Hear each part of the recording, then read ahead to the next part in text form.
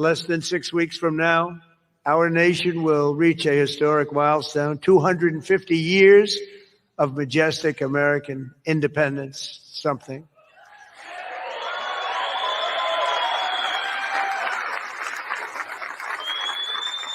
But it's only right that first we remember the immense sacrifice that has been brought to us and this momentous anniversary year. That's what it is. It's a momentous year. Before we hail the founding, we honor the fallen. Before we celebrate the triumph, we pay the tribute. Before we crown the victory, we count the cost. Today, we are reminded that there could be no 4th of July without America's armed forces, and there could be no Independence Day without Memorial Day. We owe our liberty, our self-government, the glories of our history, and our very nation itself to the generations who paid for it with everything they had, the ultimate sacrifice. That's right, everybody. How are we doing tonight on this solemn Memorial Day where we pay respects and honor the fallen, to the lost? We stand with our brothers and sisters who fell defending our freedom, and we honor them today.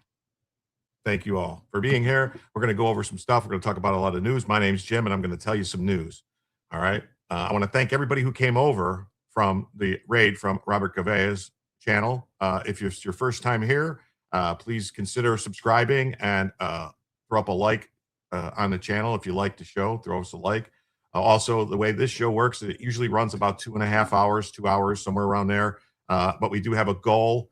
And the way it works is for every $100 in total that comes in across all platforms, Super Chats, Rumble Rants, gifted memberships, becoming members, Cash App, PayPal, Coffee, Ko-Fi, whatever you want to call it, Super Tips, along with Locals coins and Kick and Twitch memberships. I added all up, and when we hit $100, we add an extra hour to the show, and then for each additional $100, we add an additional hour to the show. So the show could be 204, 6, 8, however long you guys want it to be. We just had an 8-hour show a week, like Friday, I think.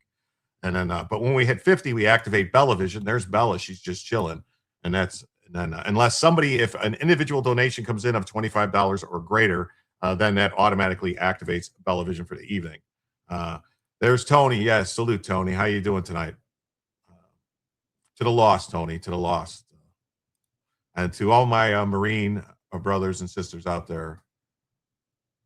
Good evening, good night, Chesty, wherever you are. Yes. So let's see who's here tonight. Muffin Rando's here. Thanks for the Ray. Casper's here. Mega for the win. Neuro's here. Yes, Robert Cavey, rated over there on the Rumble. Thank you very much. Never been part of the pregame here, but happy to camp out for 26 more minutes. Well, I watch Robert's show too. I'm a fan of Robert's, so I watch his, and when he ends, I go live wherever it is. So hey, Kimby's here too. So's Diamond G. Great to see you. Yeah. Who else? Anyone else that I missed here? I Rules here. Okay, I'm here. Someone give me free membership. Well, we'll see what happens. Jules, what's up? Great to see you tonight. AJ's here. What's up? Dan's here. What's up, Dan? Jet's here. Sweet Tat, what's up? How you doing? Great to see you. So yeah, so we're going to jump into some news right away. We got some good stories. We got a whole bunch of stuff. I got about 20 different story topics we could get to if we do it. Hey, what's up, Texas and Oklahoma? How you doing? I celebrate Memorial by enjoying life in the USA with my family. Glad to be here for the Rob Raid again. Well, thank you so much. Yep, cute pup. Yep, she's a very good girl. Yes, welcome to the family, Iro. Welcome to the family. So yeah, so we'll pull Bella down, and then we'll jump right into this too. This is actually, I think we already saw this. So wait.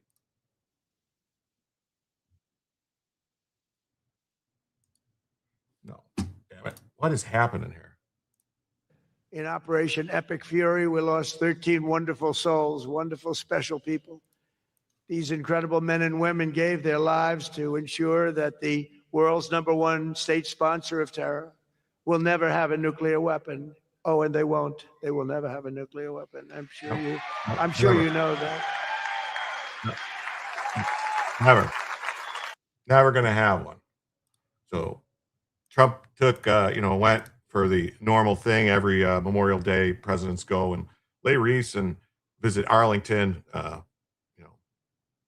pay respect to those who gave up their life so that we can have freedom. Hey, Iowa Backyard Cams, great to see you. There's a ton of us here. Yeah, everybody's here tonight. Gypsy says she just missed Rob. Tell us the news. We're going to get into it. Got a whole bunch of stuff lined up for tonight. Maggie says, Rob's show was great. I'll be watching Barry Cunningham soon, but we'll be back. Oh, okay. No problem. I like Barry too, but it's just I got to stream when I got to stream. That's just how it works. Got to do what you got to do.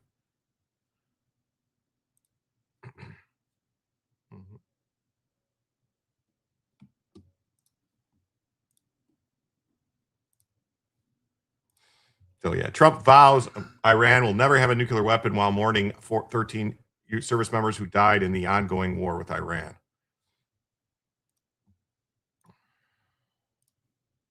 President Trump mourned the death of 13 military service members in the ongoing war with Iran as part of his Memorial Day remembrance. Can everyone hear me all right? I don't know.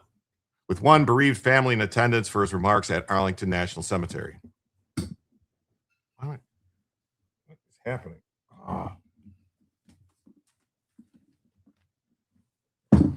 AJ says Cuba's ramping up against the USA because we indicted Raul Castro. We'll see. I don't know. What are they going to do? Launch some. Gene Lay says, I got a free membership and don't know who to thank. Thanks, Jim and Bella. Well, I'm not sure. Probably was the other night, probably was Brian Ogden or Brian Oldenkamp, or it could have been Renee. Could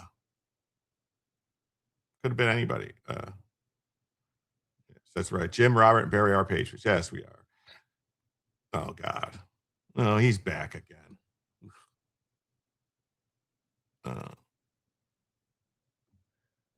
These incredible men and women gave their lives to ensure the world's #1 state sponsor of terror will never have a nuclear weapon. Oh, and they won't, Trump said. So Trump then called out to the family of Air Force Captain Ariana Savino of Covington, Washington, who died in the March 12th crash of a KC-135 Stratotanker refueling aircraft over Iraq.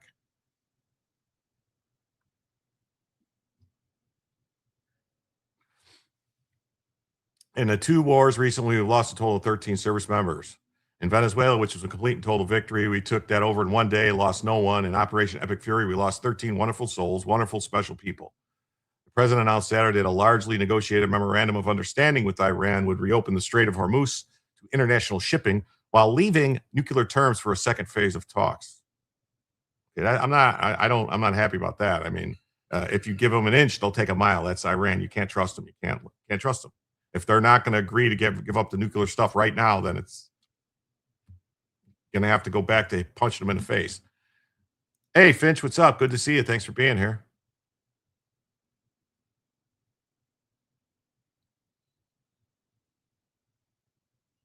The administration officials clarified Sunday that the initial deal was likely to be at least 5 to 7 days away. Trump himself released a statement saying both sides must take their time and get it right. There could be no mistakes. Hey, Renee Collins, how you doing? Thanks for being here today. Iran President Masoud Pezeshkian said Sunday that he was ready to assure the world that we're not after a nuclear weapon, although Tehran has long made that claim while refining uranium to weapons grade. Like, yeah, they're well beyond anything that's not weapons grade. Yeah, that's right. Give him a big old shiner. I still say make it glass. Well, glass is nice, you know. Hey, what's up, Greg McNeil? How you doing?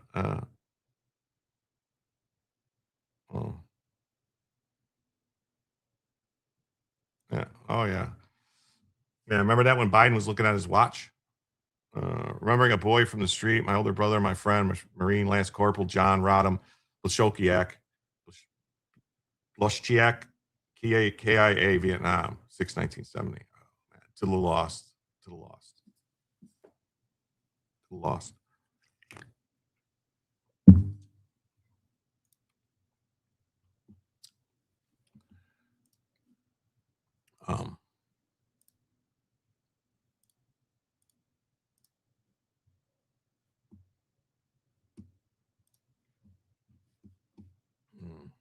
Trump is facing pushback from some Republicans in the Congress who fear that he may end the 3-month war without permanently ending Iran's nuclear ambitions. Underage World War II vet among the last. Yes. Trump also led a round of applause money for the 97-year-old Battle of the Bulge veteran who fought against Nazi Germany's last major counteroffensive in World War II. At 15, Harry Miller lied about his age to enlist and was soon fighting to stop the SS Panzer divisions as part of the famed 740th Tank Battalion. The Daredevils, they were called, of which he is among the last surviving members at 97 years old. Delays obviously. Can we get the guy with the suitcases deal or no deal? Yeah, maybe, right? That should be the way it goes. Yeah, that's right, Lurch. Tap that like button, whatever. Also remembering Specialist Sarah Beckstrom, National Guardsman killed protecting D.C. last year. Yes, to the lost. Within 6 months after the battle, Harry's unit lost 42 comrades. He's remembering them today. Sergeant Miller, it's a true honor to have us with you here today.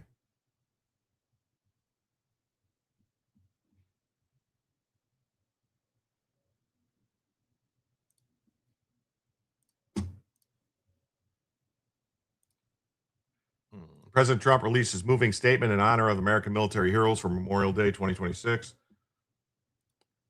President Trump released a very moving statement for Memorial Day this year. America's favorite president honored the extraordinary service and selfless men and women who safeguard our liberty and preserve our way of life. Hey, CF Rob, what's up? Fixing dinner. Yeah, I just finished eating dinner myself.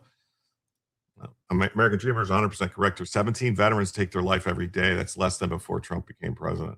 It's still too many. One is too many. We got to really get a handle on this. We're not taking care of them the way we should. They're not getting what they need, and it needs to change. We owe them. We owe them. Remembering Buck, Joel C. Mayo died in a hostage rescue attempt. To the lost. Hey, Sherry Gatlin, great to have you here tonight. Thanks for being here. What's up? Rodney, how you doing? Trump does love our troops. He does. Rest in peace, Patriot Carrie Sharon, the veteran who was brutally beaten at his Escondido Trump house. Yes. I covered that the other day, man. It's crazy. Crazy. How somebody could do that to somebody just because they have a different political viewpoint is insane to me. It's just insane. Just insane. The greatest fighting force of the world has ever known is built upon the extraordinary service and selflessness of the men and women who safeguard our liberty and preserve our way of life. Since the birth of our nation nearly 250 years ago, countless souls have lost their lives in this noble and righteous pursuit. On Memorial Day, we honor these American heroes. Honored to participate in the placing of the wreath ceremony today at the VFW American Legion. Yes. And they, for people that you don't know, maybe people might not know, your local VFW, your local American Legion, they can always use help going to the cemeteries to place wreaths, to place flags.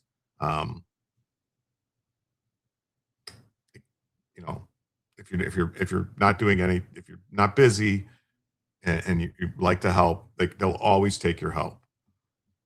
Oh, okay. Hey, and there's Neuro says, yes, if you're out there and you're doing things and you're helping and you feel a little peckish and you need some energy and you want a little pick me up, you can always get some biltong from the King of Biltong at www.biltongusa.com.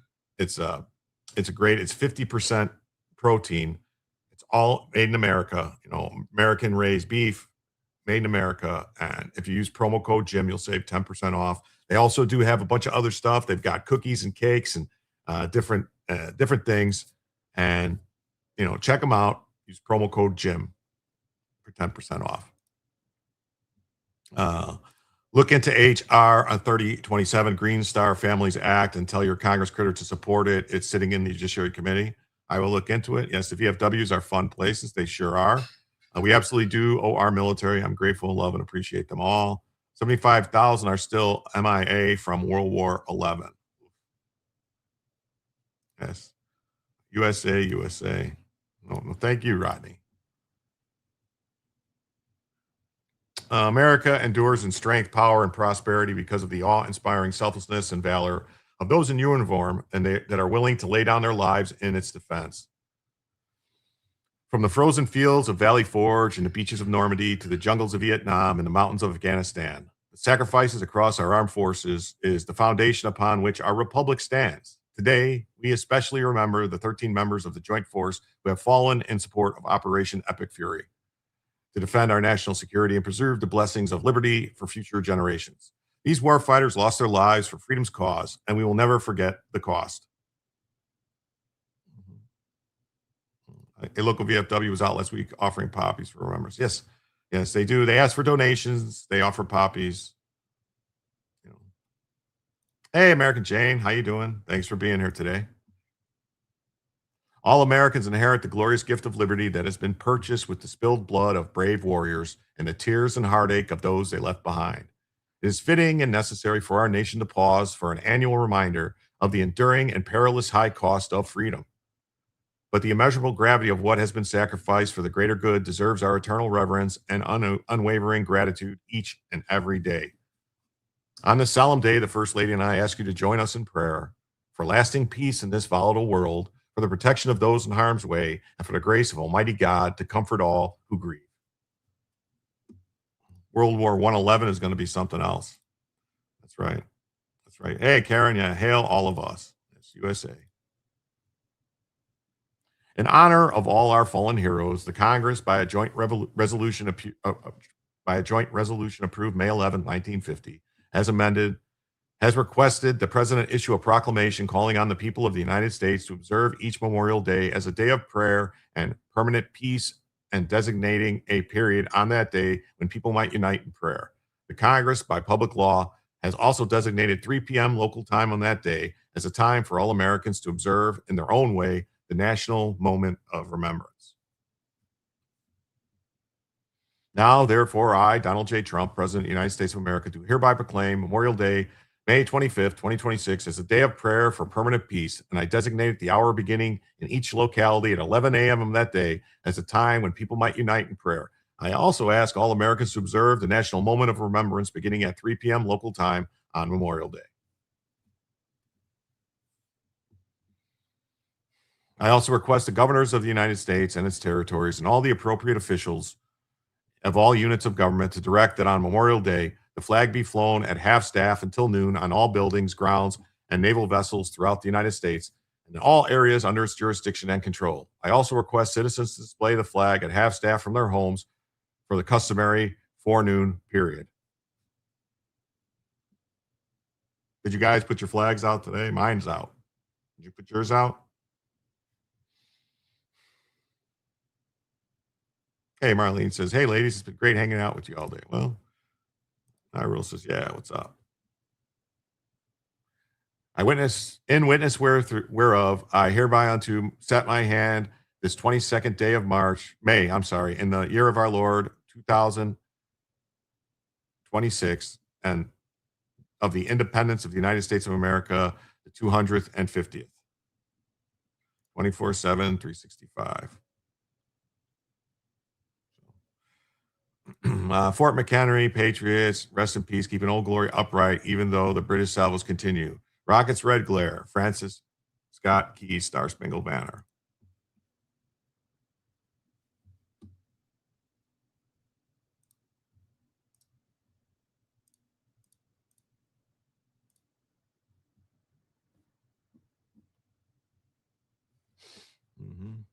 And then, it just wouldn't be Trump. Wouldn't be Trump if he didn't trash some Dumocrats and RINOs and fools who question his plans in his on Iran in his Memorial Day message. It just wouldn't be Trump if Trump didn't start trash talking people that, TDS haters, the haters and losers, as Trump likes to call them.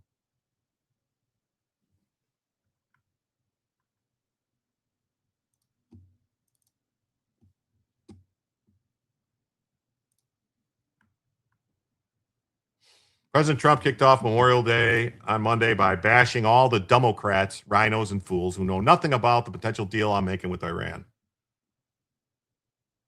After you've been upset all day, you feel a little bit better.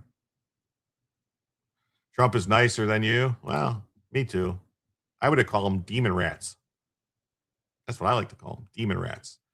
Happy Memorial Day to all, including the Democrats who disrespect our military and all the tremendous success that they've had over the last year. God bless those that have made the ultimate sacrifice. I love you all. That's what Trump posted on Truth at 6:18 in the morning. The president has made a habit of attacking his political enemies in social media posts marking national holidays. Well, I mean, if they deserve it, throughout his 2 terms in office, yes, that's what he's done. They deserve it. That looks like Trump's face right there. Looks like he's saying, hey, losers. Earlier in the day, Trump vented that critics of talks with Iran should go home and rest. Probably should go home and rest. They're going to have a hard time getting through it all. That's right. If the shoe fits, right? But they do nothing but create division, he said, and loss. In other words, they're losers. Oh, there you go.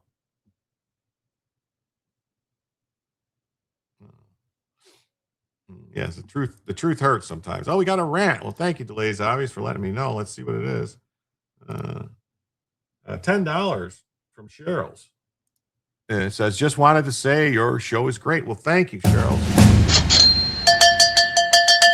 That's right. With that 10, folks, that means we are now just $90 away from adding a first additional hour to the show and just $40 away from activating Bellavision for the evening. Thank you all so much. Yes, they hate America and Americans. Yeah, they do. They sure do.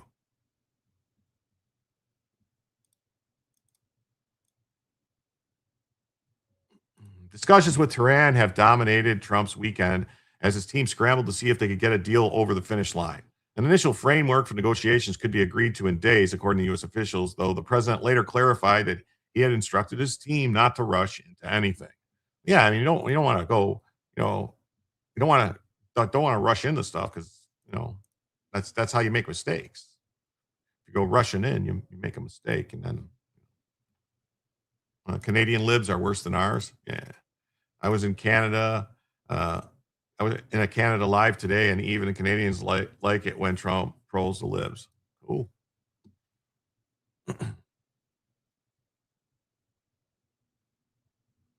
I laugh at all the Democrats, RINOs, and fools who know nothing about the deal I'm going to make with Iran and anything that's been negotiated yet. Trump seethed. Trump seethed? Trump doesn't seethe. Trump sneeds. He doesn't seethe. before gloating over the recent primary defeats of Bill Cassidy and Thomas Massey. The deal with Iran will either be a great and meaningful one, or there will be no deal. It will be the exact opposite of the JCPOA disaster negotiated by the failed Obama administration. The rumored framework had rattled GOP hawks who fretted that it would be too soft on Iran, while some DemonRats needled Trump by suggesting that the framework was similar to the Obama-era Joint Comprehensive Plan of Action. Well, here's the thing. The JCPOA only stopped them, supposedly, it gave them limits. It said you can only enrich up to this point, and we're not going to let them enrich at all, right? No more enrichment. None. Let's get a petition to make June veterans military independence. They sacrificed to National Appreciation Day. I agree. That would be great. Had a great Memorial Day. I hope see all the Iran experts are out in full force. Yeah, they're all out there. It's epic when we vote out the RINOs. Yes, it is. Hey, Doc, what's up? Great to see you. Thanks for being here. National Appreciation Month. Yeah. He does gloat a little, though. Yeah, he does. Have a blessed Memorial Day. Yes, to the lost of all the fallen. Thank you so much, Doc. With that right there, folks, that means we are now just 80 away from adding a first additional hour to the show and just 30 away from Bellavision. Thank you so much.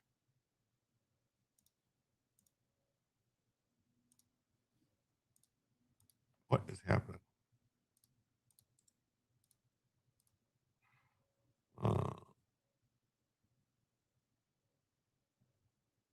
Trump pulled the U.S. out of the 2015 nuclear agreement during his first term. The White House is confident that the Iranian Supreme, the Burrito Supreme, has signed off on the broad template, including agreeing in principle to disposing of the IRGC's uranium, a senior official said on Sunday. The bell woke up my dog. Moo, moo, cow, moo. Well, that's the cowbell for Bella. That's Bella's cowbell. We ding that every time there's a donation until we hit the goal to have Bella brought in, and then after that we don't have a cowbell anymore. One more day until Cornyn's a lame duck senator. Yeah. If this war was about the uranium, it sounds like this agreement confirms that. Yeah. Kind of, right? Kind of sounds like that.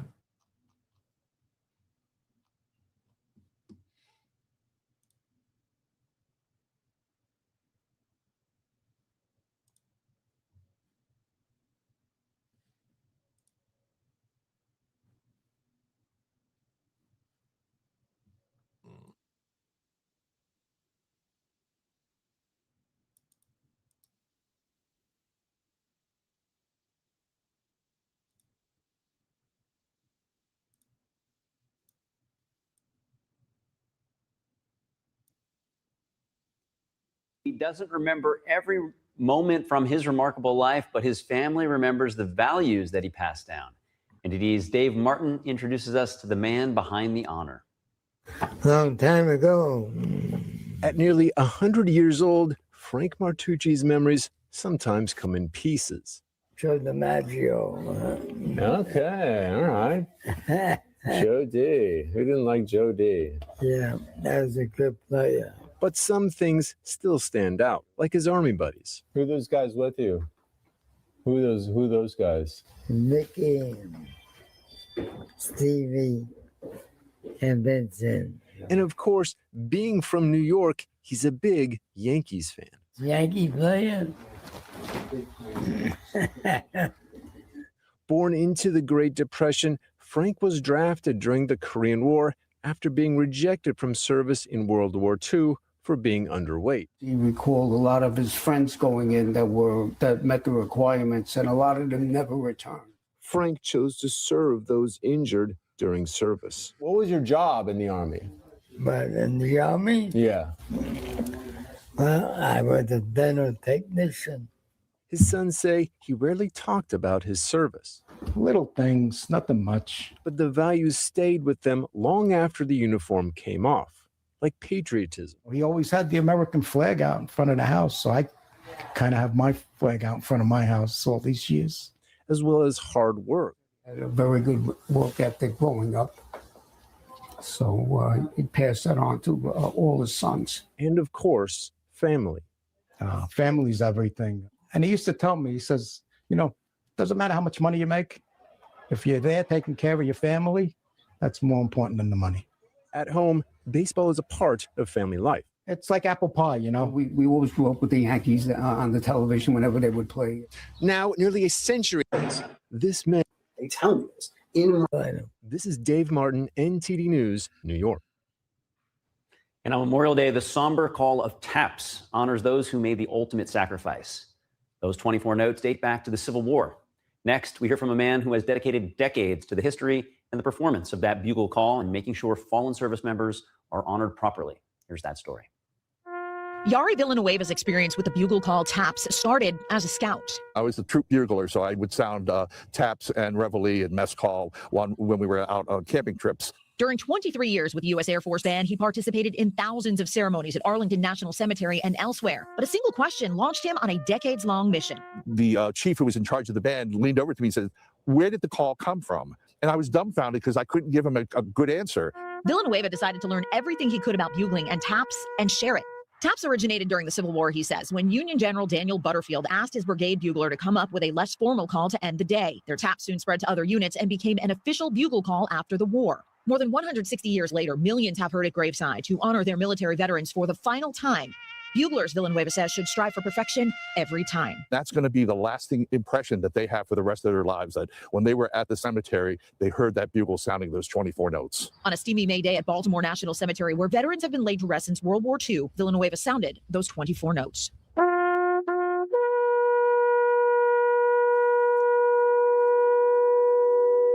Villanueva has... Well, I wanted to play that because that's what I had as far as to play taps. I thought it was right in I didn't know it was like a 2-hour live stream. I had to scrub to it, but I wanted to make sure we played taps for Memorial Day to honor the fallen.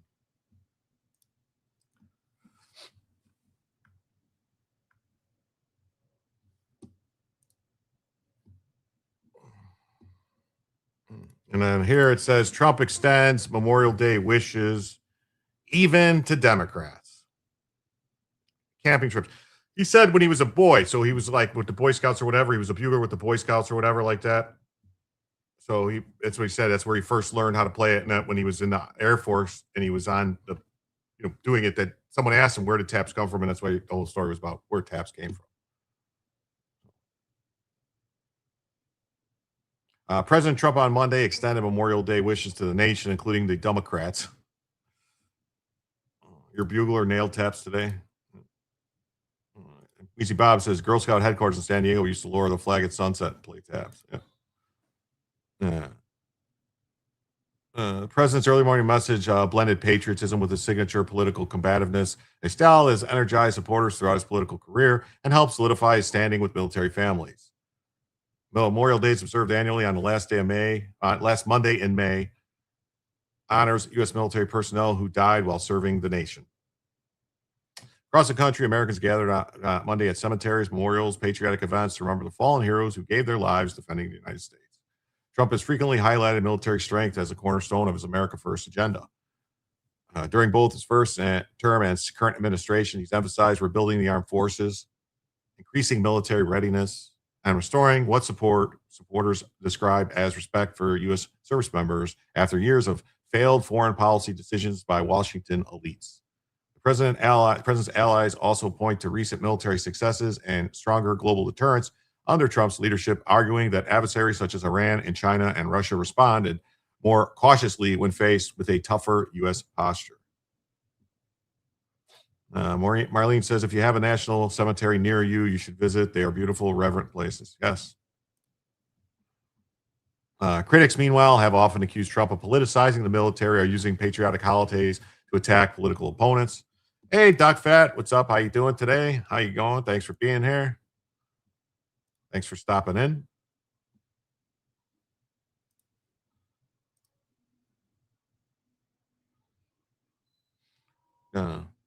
But Trump supporters contend that it's the Democrats routinely undermine the armed forces through progressive social policies, defense cuts, and criticism of traditional American values. So St. Floyd. Yeah, did you see that? Did you see that? Jacob Frey, the idiot mayor of Minnesota, said today on Memorial Day, we honor George Floyd. That is insulting to every veteran. I mean, this guy was never served in the military. Never. Guy was a criminal who held a gun to a pregnant woman's belly. And he's remembering him on Memorial Day, honoring him. It's a disgrace. Utter disgrace. Trump's statement comes as he tries to secure a peace deal with Iran and continues to campaign aggressively on national security. Yes, completely disgusting. Yeah, you saw that? Okay. Hey, yes. Well, yeah, I mean, I guess you could celebrate that he's 6 years sober. Despite the political backdrop, Trump closed his message with a solemn tribute to America's fallen. God bless those who have made the ultimate sacrifice, the president wrote. Oh.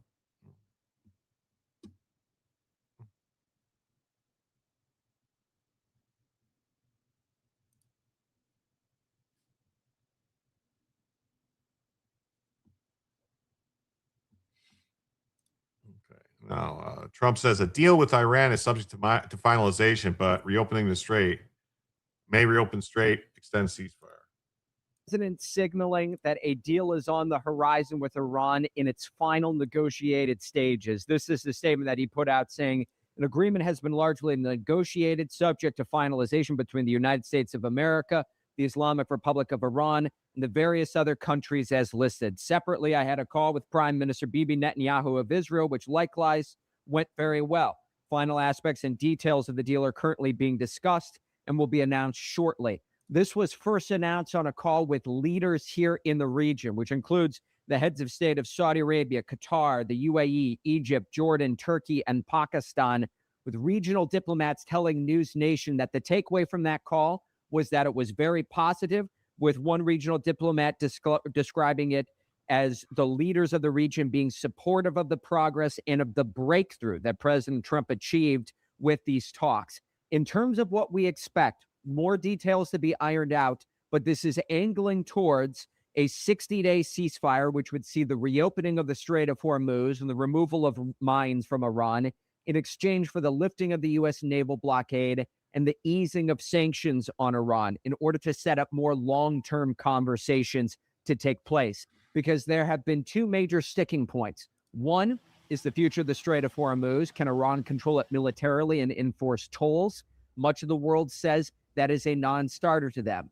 The other element here, Iran's nuclear ambitions. That is the broader concern that is still being ironed out at this hour. But for the first time here in the region, you are seeing widespread acknowledgement and optimism that there may be a diplomatic solution coming imminently, as opposed to the return to military strikes.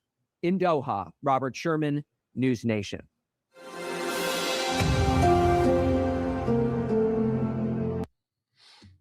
What's it say? Greg says, please read the Kirby comment. Okay. Rest in peace, David Dorn. Keith Ellison should be in jail for allowing the viral video to shape the BLM narrative and deliberately delayed the police cams of Kirby's resisting arrest, fentanyl OD. Yeah, I mean, the fact that they came in and pressured the fucking medical examiner to change the report to say like, oh, it wasn't fentanyl, even though he had 8 times the lethal dose of fentanyl in his blood. I mean, even though he's on camera chewing a fucking bag speedball in his mouth, even though before anyone touched him, he was saying, I can't breathe. Yeah. iRule says Floyd's son did not even know his dad. He had a few, I think. The mom heard it on the news and told him that was his dad. Wow. IRGC? Well, Iranian Revolutionary Guard Corps, I think is what it's called. Regis Philbin lookalike. Yeah. Derek should be released ASAP.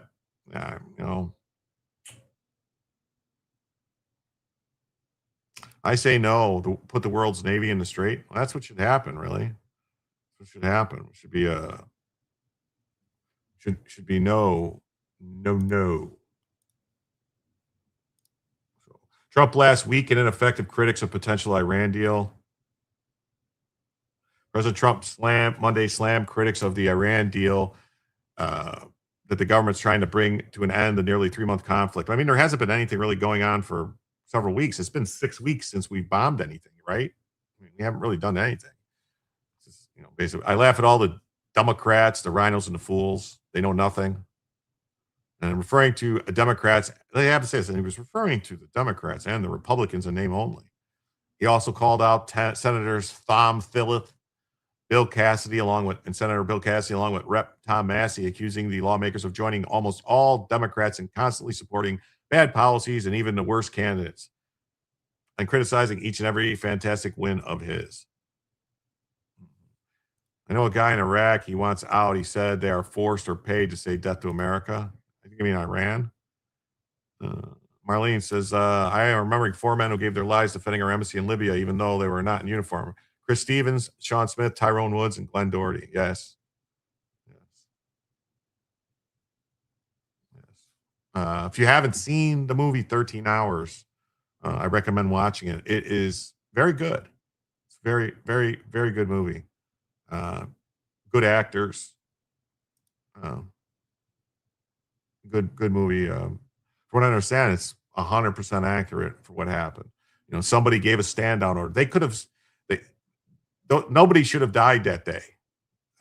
They had a force that could have went and rescued the ambassador, and they got told to stand down by the station chief of the CIA.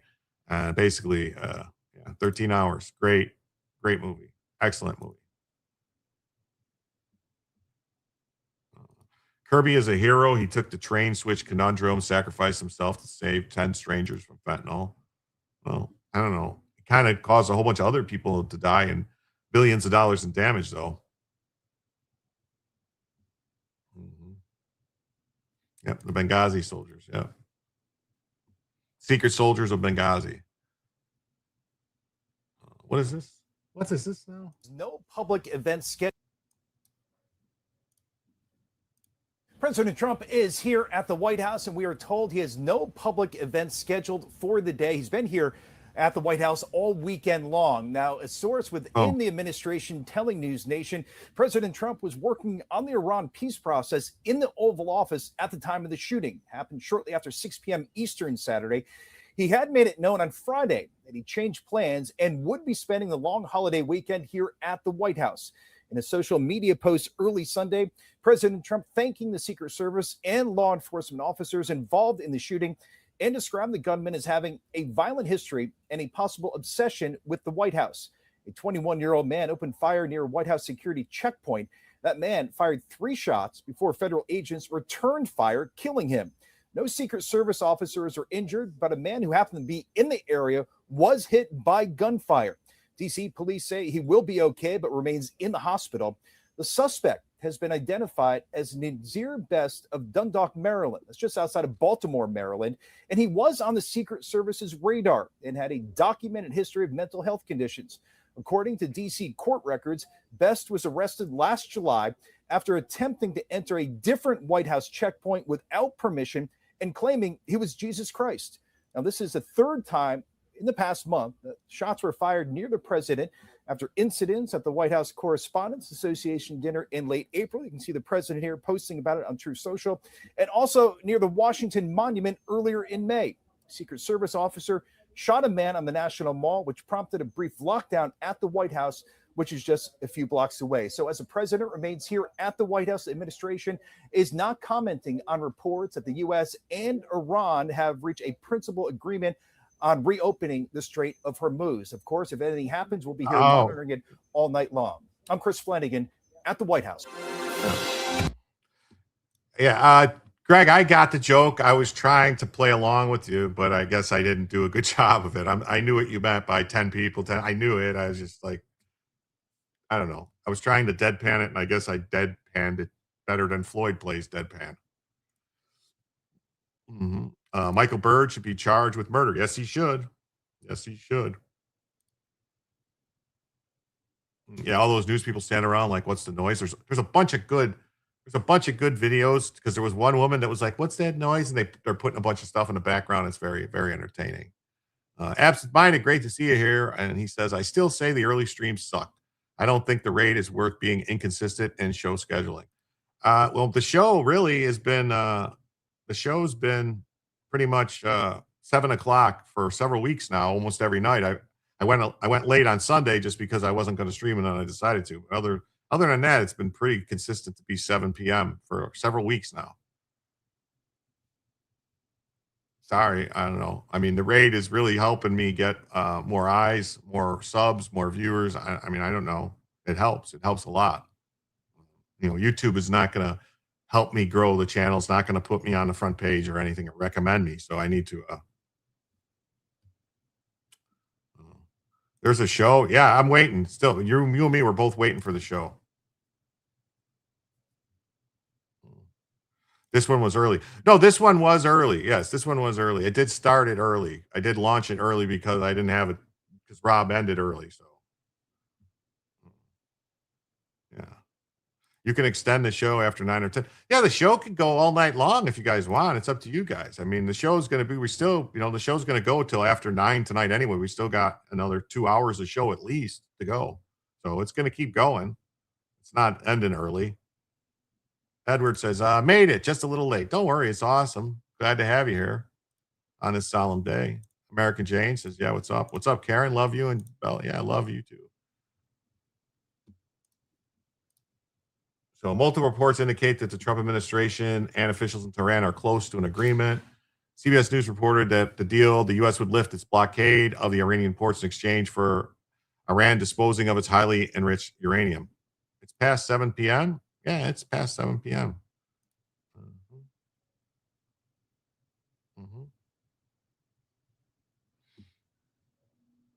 Now, the Trump administration would also ease sanctions, according to the outlet.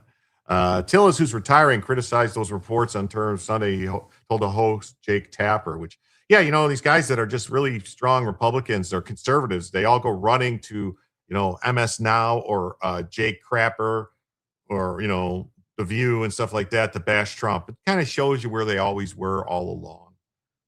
That the deal doesn't make sense to him. Well, you know what else doesn't make sense to Tom Tillis?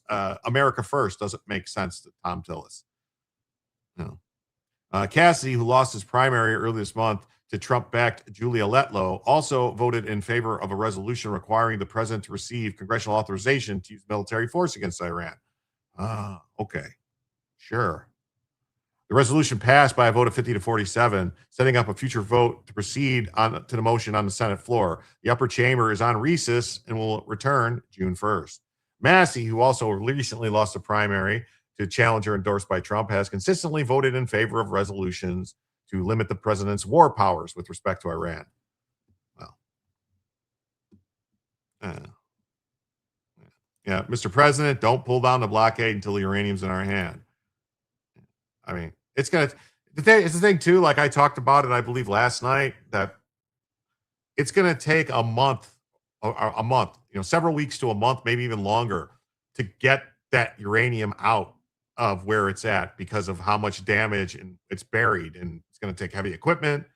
It's a slow process. You can't just go barreling in. You got to go slow. You know what I mean? And as soon as you start getting rads, you're going to have to make sure everyone's geared up, and you're going to have to go, you just don't want to release that stuff into the atmosphere and to poison everybody. So, Trump, these people should go home to rest. Yeah. In other words, they're losers. It will be the exact opposite of the JCPOA disaster negotiated by the failed Obama administration. At some point, it's like, F it. We need Iran's cooperation. Well, I mean, we're going to need Iran to not attack us while we're getting it out. They're going to have to give us, they're going to have to agree. If they don't agree to let us get it, then we basically are going to have to do it by force. And that would mean that they're going to have to be like, have no military left whatsoever. I mean, that would be the thing. You go like, well, I guess you don't have a military anymore because anyone in a uniform or anybody in a military vehicle or anything around a military base is going to be liquidated.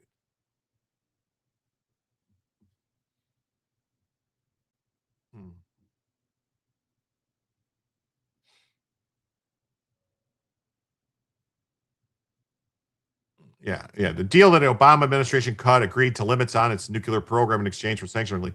Yeah, it let them, Obama's deal let them enrich uranium.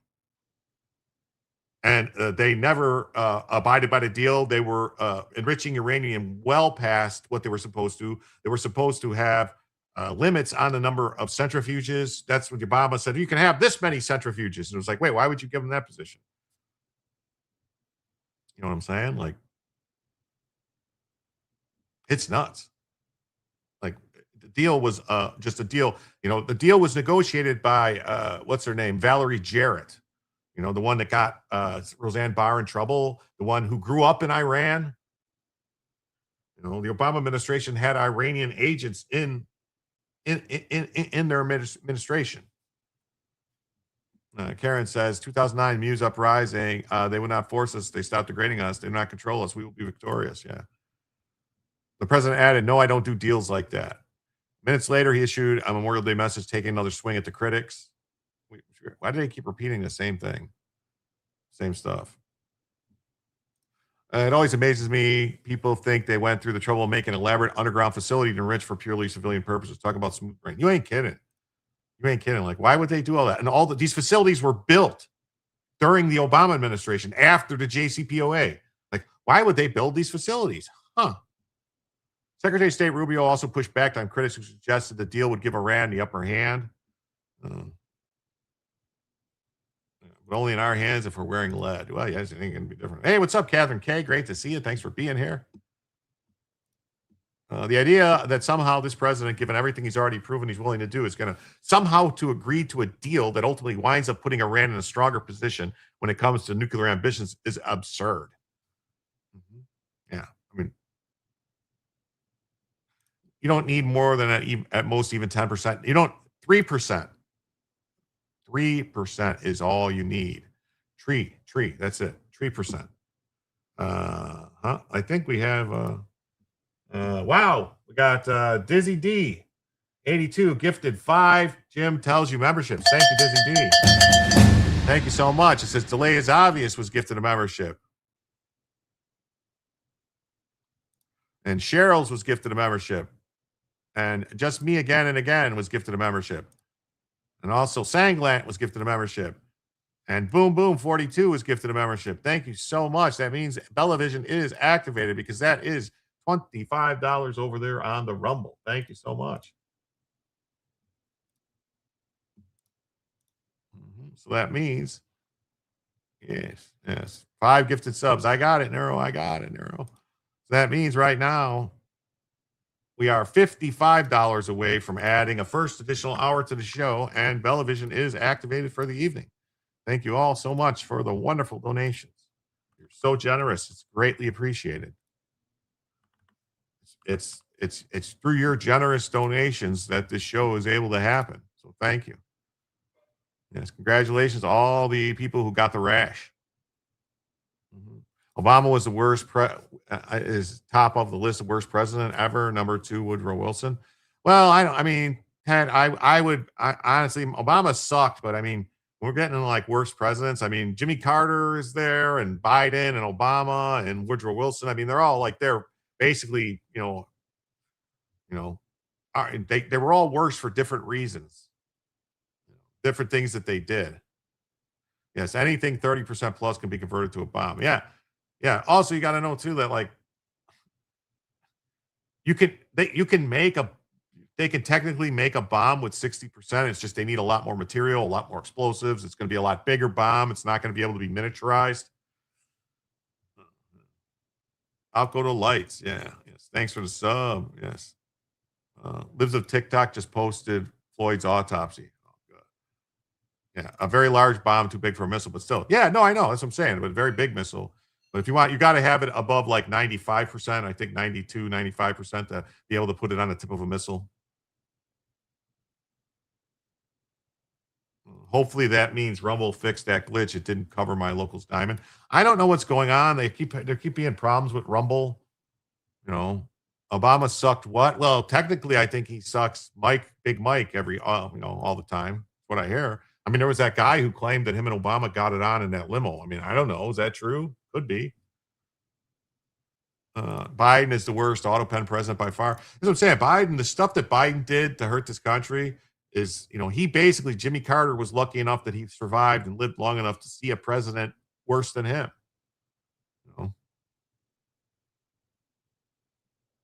Imagine the toys Bella's had. Yeah. Thomas Sowell is a wordsmith divider in chief. 44 is the GOAT orator that can explain things that on its face seem plausible, but upon further examination is total rubbish. Yeah. Gates to Gitmo. Yes. Rodney the chef. Nah, great swimmer. Yeah. Okay. 60% be dirty bomb. Not sure if it can go critical. It can. It can go critical as long as they have enough explosives. It's just going to be big. It's going to be huge. It's going to be big. Yeah, because I think you would have to look into it, but let me look it up just so you, because I don't know if I should do it, but here.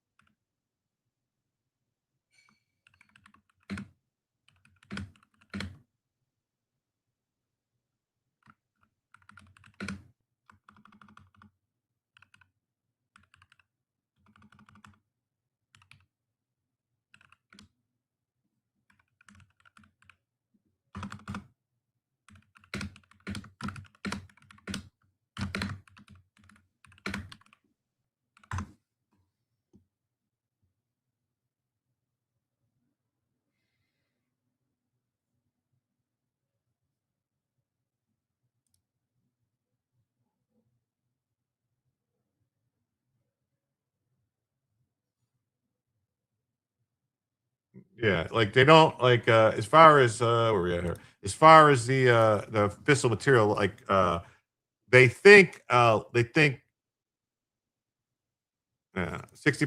was about 120 pounds of nuclear material to create fission. Yeah, they I guess Platoon will have to wait. Awesome stream, Jim. Well, thanks, Greg. The first two bombs that the U.S. used during Fat Man, Little Boy was approximately approaching 90% enriched, and Fat Man was the plutonium bomb, and they don't even know. They think it was 75% enriched plutonium, but they're not sure. That's why Fat Man was so much bigger than Little Boy.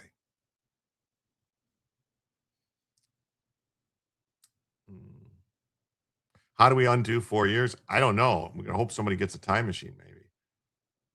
Look at all those criminals Biden pardoned at the end. They were the people pushing the auto pen besides Hillary and Obama. Yeah. Obama's daughter was walking around with a MAGA hat. Was she?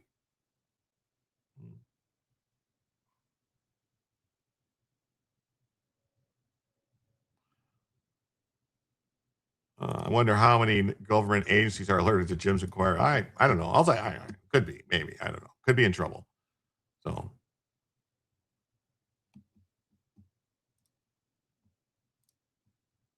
Why does he keep doing this thing?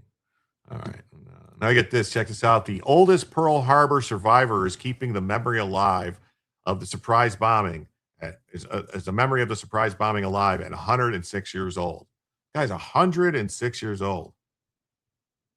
You saw the picture, but you're not sure. Pretty sure the MAGA hat was fake, Kimmy. Okay.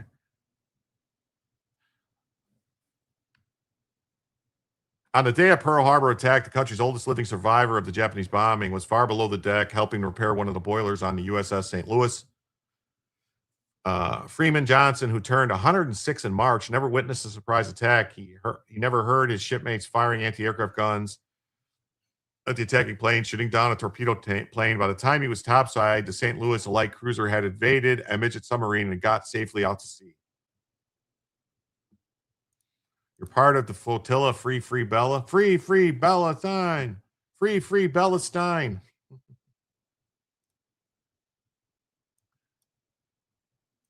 Free Bella time.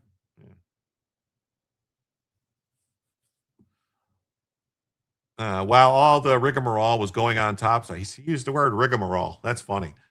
I was inside a steam drum, couldn't see anything, absolutely nothing, said Johnson. A Centerville, Massachusetts resident whose living room is filled with mementos and photos of his Navy service, including photos of the St. Louis and him as a young sailor, alongside a collection of Navy challenge coins and ribbons representing the places he's visited. He still has his military identification tag, popularly known as a dog tag. Yeah, Bella Stein. Yes, she is. She's Jewish. Kelly J, late again, rewinding. Well, it's okay. Don't worry about it. Yes, thanks for the gifted subs. Evans, even as the St. Louis headed into Pacific, Johnson, whose job was known as a fireman in the ship, knew little about the attack.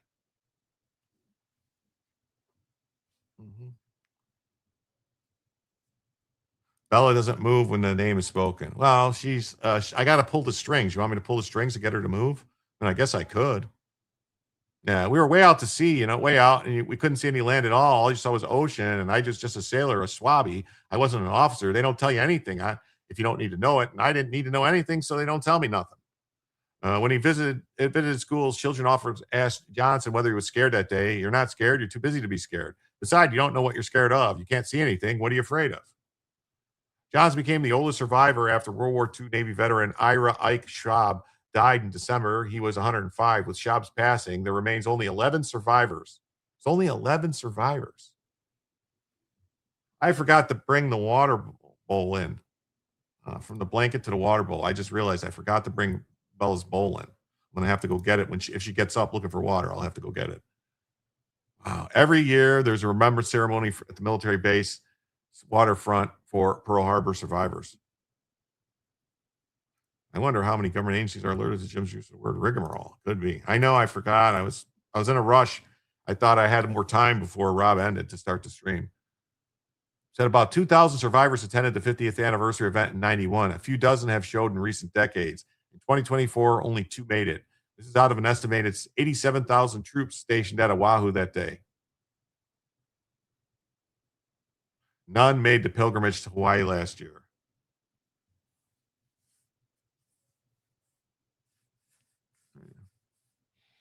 For most of his life, Johnson avoided the spotlight and talked little about surviving the bombing. After all, he was one of tens of thousands of sailors who were there on that tragic day.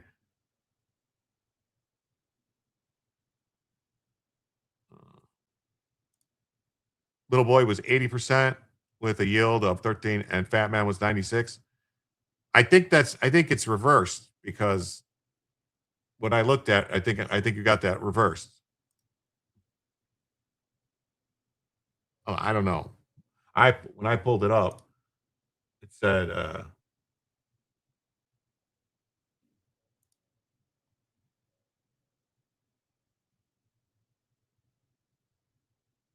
the opposite on whatever DuckDuckGo's AI.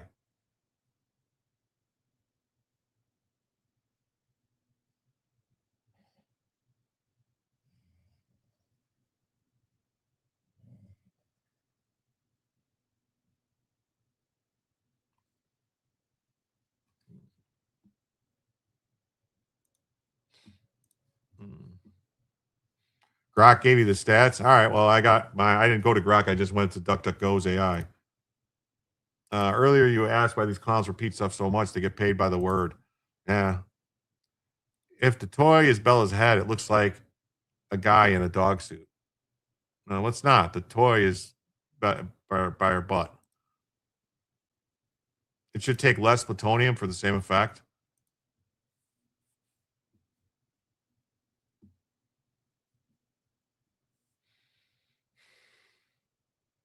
But as the oldest survivor, he's become a local celebrity and the reluctant face of one of the most important events of World War II.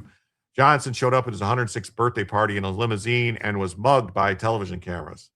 I wouldn't say mugged. I would say mobbed, because mugged is would AI lie? Yes.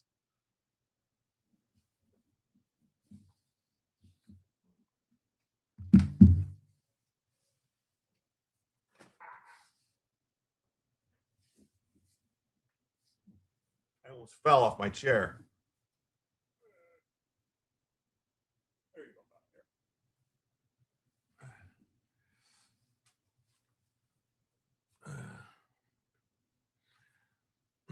Johnson, who is hard of hearing, needs a walker to get around, and suffers from congestive heart failure, can recall his wartime experience down to the smallest detail. A 19-year-old who was unemployed and living at home in Waltham. Johnson said he feared being drafted, so he signed up for the Navy. Yeah, Wuhan Fried Bat says that AI slants politically left. Yes, it does. Except for Grok seemed to be all right, but I don't know. Johnson's memories have less to do with battles while on St. Louis and later aboard the USS Iowa. Well, he was aboard the Iowa, man. That's and if you tell it it's lying, it argues with you. Yeah, I've corrected it many times. It goes, "Oh, you're right. I'm sorry, I got that wrong." And I'm like, "Why would you say what's wrong then?" He helped commission the Iowa and recalled the battleship's preparations in November 43 ahead of transporting FDR to Tehran conference with British Prime Minister Churchill and Soviet dictator Joseph Stalin. Yeah, Brock's older based version was great. Yeah, they had to screw it up. The ship was equipped with 2 elevators and a bathtub. All the ammunition and much of the oil was removed to lighten the ship as it made its way down the Potomac River to pick up Roosevelt. It was reloaded before the ship headed out to sea. It was a big meeting. They said, we're calling out a crew. We're photographed with Roosevelt. Why would they do that? Why wouldn't Roosevelt just go to the ship? Why would they have to fucking take the ship up the Potomac? Why not just have them go get on the ship where it's at? So they unloaded talk about a waste of time and money. Unload all the ammunition and oil off the ship so they can go up the river to pick up FDR and then go reload it all. Wow. Remember when Grok told Joe to calm down? Oh, yeah. Good logic, Joe. No, I know who you're talking about, yeah. And he likes to argue with to get all upset and stuff like that. It was a big meeting. Johnson said recalling the crew was photographed. I don't know what they talked about, but I didn't need to know. We picked them back up and brought them home. Johnson also witnessed the war's end aboard the Iowa. He was on the Iowa's mast watching the surrender ceremonies about a mile away in Tokyo Bay aboard the USS Missouri.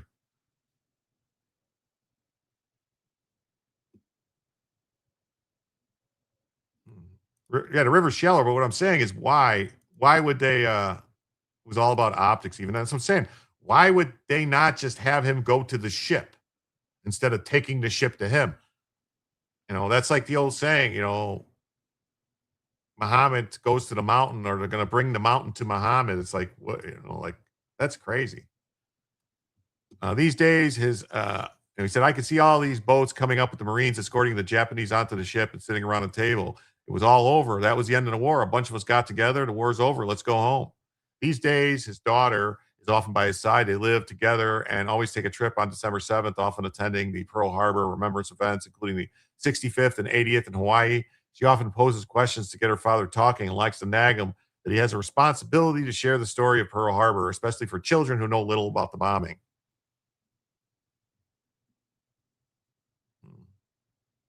You look more powerful when they bring the mountain to you. That's what I'm saying. Yeah. Is the UFC thing tonight at the White House? No, I don't think it's tonight. I think that's, I don't know. If there is, I didn't know about it. I thought that was closer to the 4th of July. So Johnson began getting more attention several years ago when Diane heard a local television report suggesting the last survivor in the state had died. She called to correct the record, and that raised his profile. Johnson also started making regular appearances in Cape Cod's St. Patrick's Day parade, often leading from the front. He says, I wish more people were like him today. He just gets on and doesn't complain about anything, says Desmond Coe, chairman of the parade, who has accompanied Johnson. It's what this country was all about. They were just a different generation. Yeah, they just didn't complain. They just did what they had to do. They did what was best for their country. Ships sailed upriver towards my grandparents' farm centuries earlier. America, great America. I love the UFC. Yeah, it's on 4th of July. That's what I thought. I thought it's on 4th of July. On June 14th. Was it June 14th or 4th of July? I don't know. I know there's supposed to be like a whole month's stuff. I think bunch of stuff culminating in the July 4th. Blaze Obvious says, rest in peace, Grandpa, who survived Pearl Harbor and only told me about trying to survive in fuel-soaked waters once. Thomas Jefferson stayed at your farm? That's cool.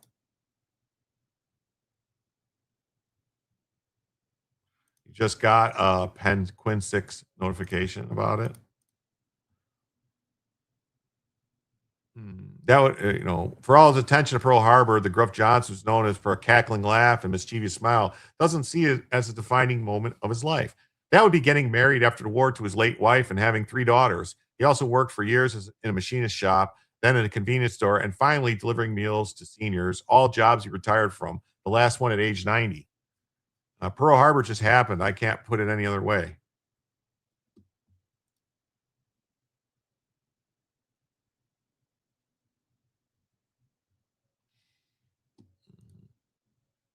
Oldest Pearl Harbor survivor keeps the memory alive at 106. All year long. I love that song. It's a little preview of our next guest, who is taking her talents to a very special celebration. Tomorrow, of course, is Memorial Day, where our nation honors our military service members who made the ultimate sacrifice to protect our freedom.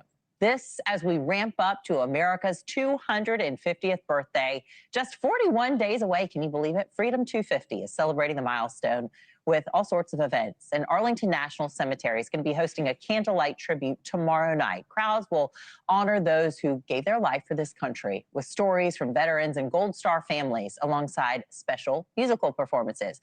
And one of those artists performing at tomorrow night's tribute is Grammy award-winning country music sensation Gretchen Wilson. Gretchen, been looking forward to chatting with you. Thank you so much for joining us. Absolutely. Thanks for having me. So what does this country mean to you, and why did you want to participate tomorrow? Well, this country means everything to me. It's our life. It's our livelihood. It's freedom. It means family. It means love. It means happiness. And this opportunity was something that I just could not pass up. A chance to be there, to honor the veterans, to honor the families, and to just share in the moment of reflection. You know, my grandpa served, my uncle served, my great grandpa served, and I've been there once before, and it was on my daughter's 8th grade field trip, and it was pouring down rain, and so it really wasn't the experience that I think we were all hoping for. So I'm really looking forward at a second chance to really experience. Great. Is your daughter going to be able to come as well? No, my daughter is now 25, and she's got a busy life of her own, and she's at home working hard, a lot of on my social media career. I see. Well, I imagine she'll at least see some clips, or somebody will stream it there for her so she can watch her mom. I'm sure that's going to be a proud daughter moment for her to get to watch you. You know, patriotism is on the decline, or it has been in this country. And it is so important for us to honor our military members, even if people at home may or may not agree with the military action that's being taken right now, for example, in this war with Iran. Talk a little bit about patriotism and how singing tomorrow is going to make you proud to wave the red, white, and blue. Well, I think as an artist in country music, I can speak for a lot of us. I think when I say that, you know, the divide has no place when it comes to patriotism. That's right. We're all Americans first. We're all Americans first. And regardless of America first. Remember, she in the said White America House first. And who's got control of the situation at the moment, we all have to stand together, especially in times of, you know, when we're facing something that is difficult. We have to remember who we are first. We have to remember that we're Americans, that we're always on the same team, and we're always fighting for each other. And I think that in country music, we understand that. It goes a long way just to welcome each other, and to realize that, especially at times like this, and on Memorial Day, and on, you know, Independence Day, these are times when we should really lean on each other, and lean on that just knowing that we are all in this together. And hopefully the music will bring that to people, and it will remind people that we are one. We are one nation, and we are a very powerful and a very strong and a very unique nation. We have a lot to be proud for. And of course we're always going to have differences. That's what makes us an amazing nation, is that we recognize those differences and that we work on those differences. But there's no other nation like this one, and we should all be very thankful and very proud for to live here, to be an American, and also be very, very thankful for those who have served and who have made this freedom possible. Yeah, it's a great point. We're such a melting pot, this country. I've had the opportunity to travel a lot across the country because of my reporting background, and the way people talk, the way people look, the way that we eat, the landscape, everything is so unique in this country, and we need to remember the things that bring us together. And hopefully tomorrow night's event is going to be a small part in that. Tell us. Can't remember her name, this woman. But,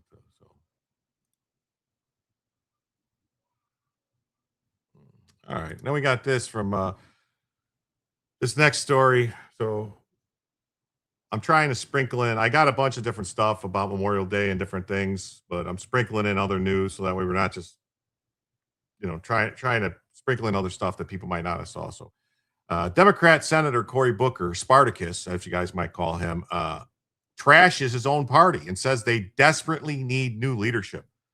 So I guess is Cory Booker saying he wants to be that leadership, or is he saying it's got to be someone else? Yep, Spartacus. Yeah, will he resign? I don't know. Maybe he should, right? That would be a good way to get new leadership.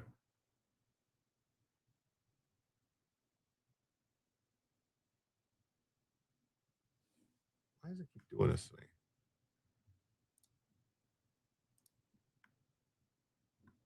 Yeah.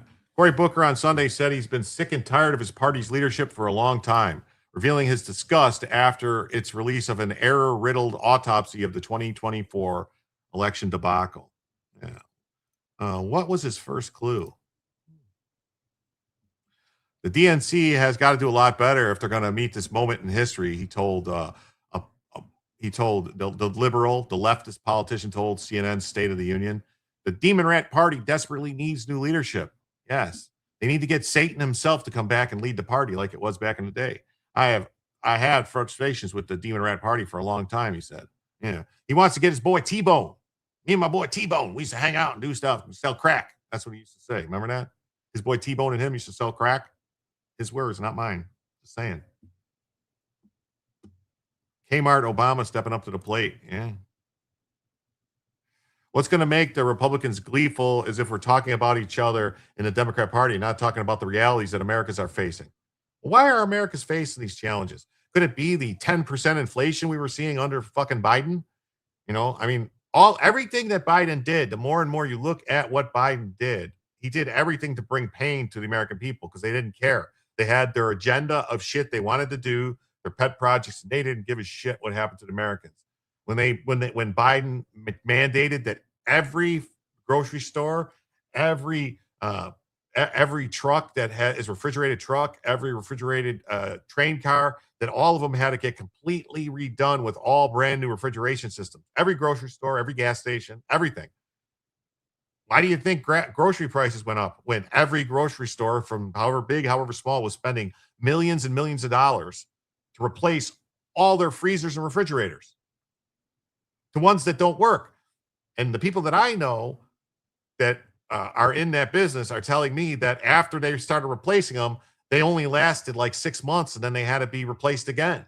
Like they just keep crapping out. They keep going down and they keep losing food and stuff's not, working right. So the Garden State DemonRat declined to give specifics when pressed about which leaders need to be replaced. He denied that he was talking about Senate Minority Leader Chuck Schumer. Yeah, Trump relaxing the environmental restrictions on grocery equipment. Yeah, it's going to save us money it's going to save us money in the grocery stores. It really is.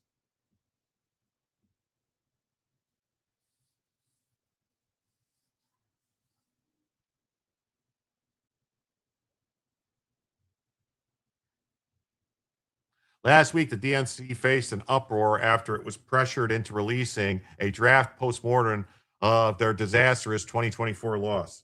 I mean, it wasn't disastrous for America. It was actually great for America. I mean, I think it was great for America.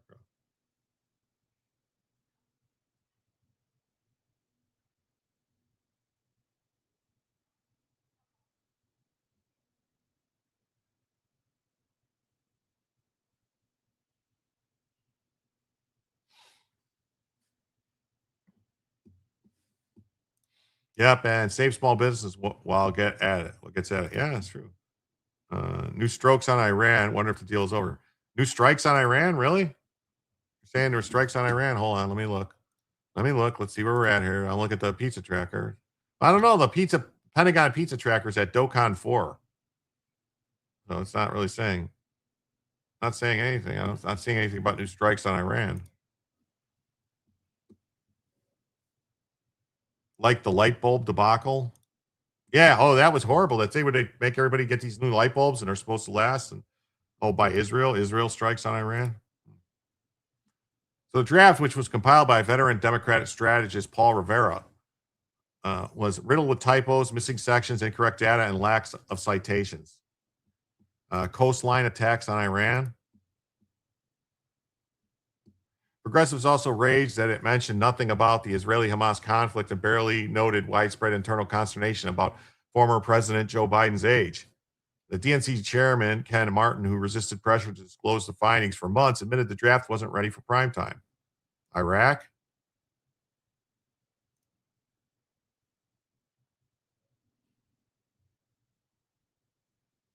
U.S. Central Command carried out strikes Monday against boats laying mines and missile launch sites in southern Iran. Oh, well, if they're laying mines, then I don't see why there's any boats left, that Iran has any boats left. There should not be any boats at all. Any of them. Just get rid of them all.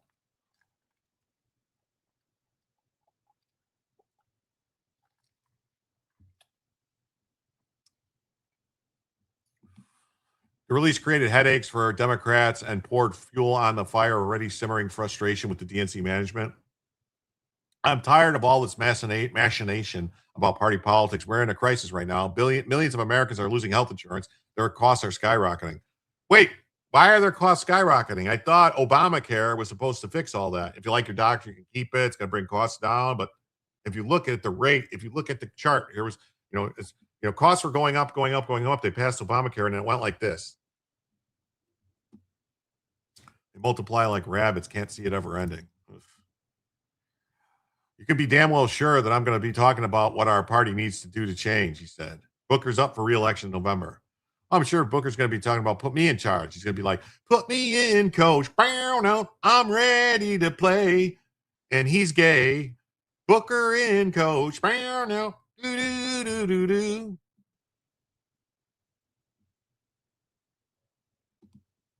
Was that a mean thing to say about Cory Bookster?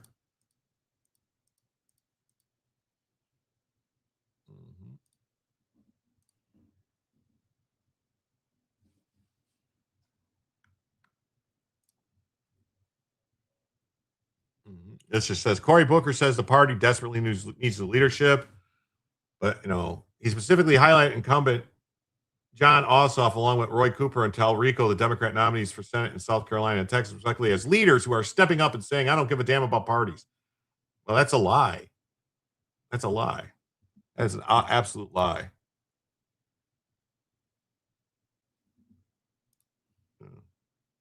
That's a lie. That's a complete lie. The Demon Rat Party is led by psychos and crazy people. Crazy people.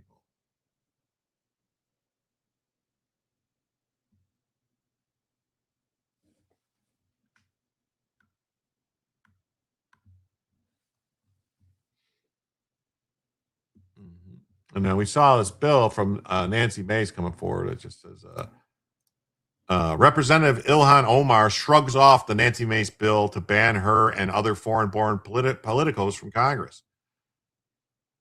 It's the truth. He loves peckers. That's what I heard. That's the story I heard. Now can you sing I Want to Be a Rock Star? Is that by Nickelback? I can see I want to be a cowboy, baby. Now we have great mind finders. Yeah. So Omar shrugs off Nancy Mace's bill. Squad Rep Ilhan Omar dismissed the proposal for a constitutional amendment championed by right-wing Rep Nancy Mace. I should have been a cowboy. I should have learned to rope and ride. Wearing my 6-gun shoes, my ponies on a cattle drive. Stealing the young girls' hearts, just like Gene and Roy. Singing those campfire songs. Should have been a cowboy. Bum, bum. Omar was born in Smelia, but came to the U.S. in 2000, seemingly unfazed, telling Fox News when asked about the measure, good luck to her. Mace and Omar have long had an acrimonious relationship. The South Carolinian has unveiled multiple measures targeting Omar, including an unsuccessful motion in the House Oversight Committee last year to subpoena family records. Why? Why can't we see her family records? Yes, the Nickelback one, not Kid Rock. I know the song, I just don't know the words to Nickelback one. I was never like a big Nickelback fan. Iran attacked by USA, breaking everywhere. Okay, well, I will try to find it.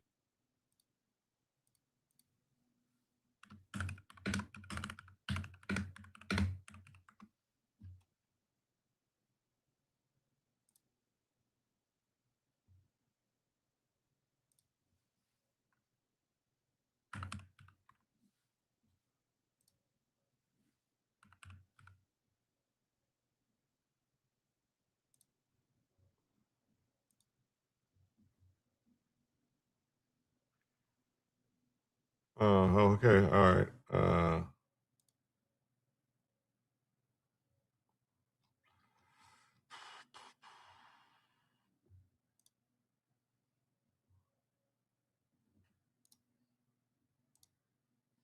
Why do I always have to do this?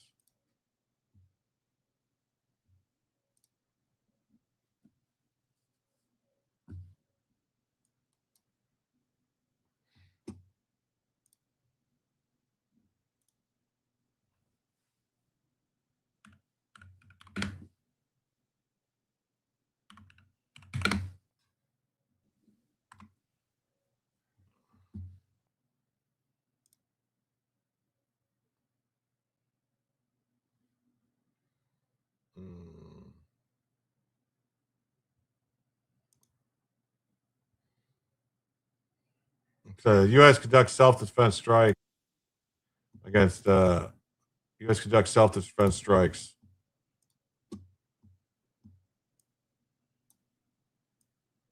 I'm waiting for Fox to come back on.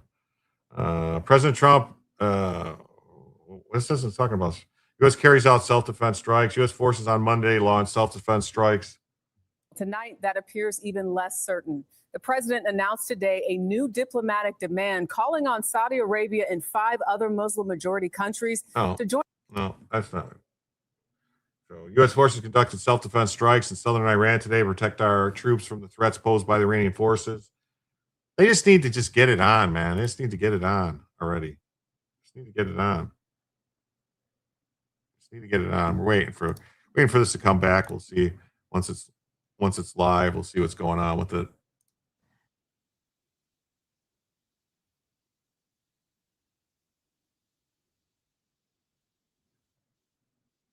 They might not even have anybody in Fox to talk about it live. So, targets include missile launcher sites, Iranian boats attempting to emplace mines. These strikes follow Hezbollah saying it staged several attacks on Monday on 3 barracks and a military post in northern Israel. So, I don't know. I mean, that's all I'm really seeing. I'm not seeing any other news.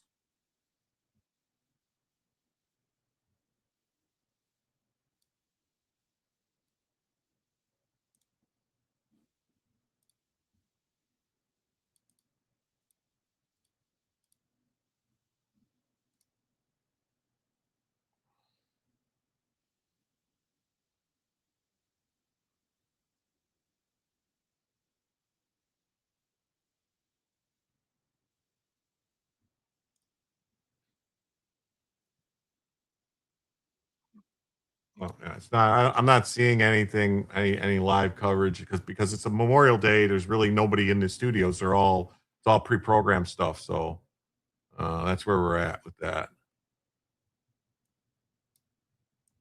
We're not going to find anything. So we're not going to see anything on the news. Really, we're not going to be able to see anything right now. It's going to take a while. Supposedly a fight around Bandar Abbas, maybe calm now. $100 super chat for Jim singing lessons. Sorry, you had to go with the dog. No problem. Someone described Candace Owens as a dime store Oprah. Now I can't unsee it. Oh yeah, you see it. Yeah, you see it. You see it, Westboro. You see it when she did the thing with Hunter Biden where they grabbed hands and stuff. Special forces doing stuff. No info. Celebrity death match. Let's get it on. U.S. forces has struck Bandar Abbas, home to a key Iranian base, after the IRGC was discovered to be laying mines. Iranian missile sites were also hit. If that's it, then I mean the deal's off. No more fucking deal. Then just start bombing the fuck out of them. That's it. That's what you got to do. Just start bombing the fuck out of them. Hey Joe, what's up? Corrupt governments will never prosecute the corrupt. That's where we the people come in. Yeah. I mean that's my opinion. Is you got to just. That's it. You just got to start doing it. Special Forces KOA camp. I don't know what you're talking about. That happened. So Mason and Omar have had an acrimonious relationship. Mason failed a proposal amendment last week. It could also bar foreign-born individuals from becoming federal judges. That's a good thing. Iran lost control of their militias on the ground. I wonder if Iran's going to come up with a reason to try to run away from the table. Well, you know what? Here's the thing. At this point, there is no table. You got to just flip the table over. And that's it. You can't negotiate with people that are pulling the shit. That's it. You cannot negotiate with these people anymore. There is no negotiating with them. Every time they're delaying and doing stuff, they're just turning around and doing shit like this. They were laying mines while this is going on. No, fuck that. It's over. It's time to just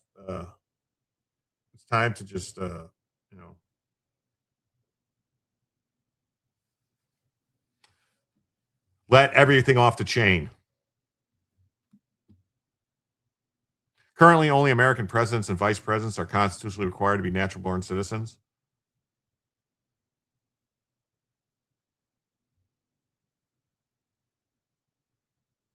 Hell on Wheels killer boasts about sickening prison nickname after she killed 2 people in a crash. What?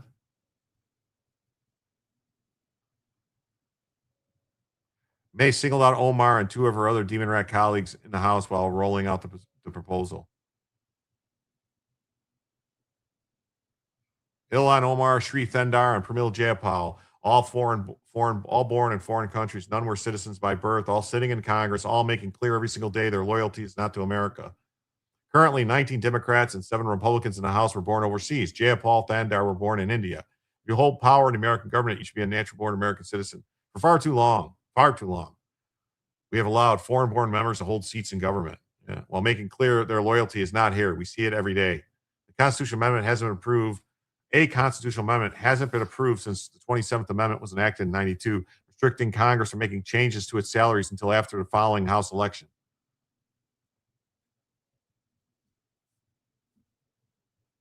A proposed amendment must receive 2/3 approval in the House and Senate, then be ratified by 38 out of 50 states. Last week, Vance indicated to reporters that Omar is facing some sort of investigation relating to her immigration status. Omar denied that claim. That is not something that's happening. That man is delusional. Oh, the vice president's delusional, according to Omar. Oh.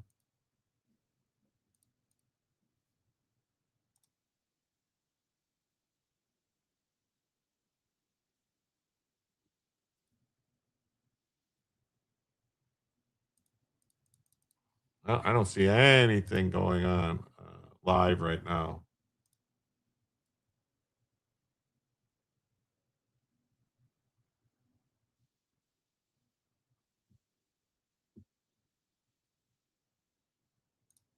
I don't see any. I'm still not seeing anything breaking about that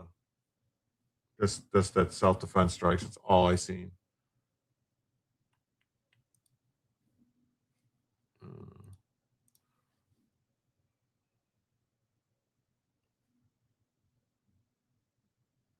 Omar confronted on camera over GOP proposal targeting foreign-born lawmakers. So Summer definitely hits different when it's all about.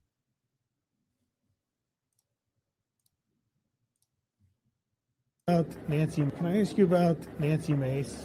She proposed a resolution that would bar foreign-born individuals from serving in Congress. What do you think about that? She mentioned you as an example. What's your response to that? Good luck to her. So you don't think it will go anywhere? No. And also, Randy Fine has one about giving up. If you're a dual citizen, you have to give up your citizenship in the other country, renounce it. What do you think about that? Who's that? Randy Fine. Oh.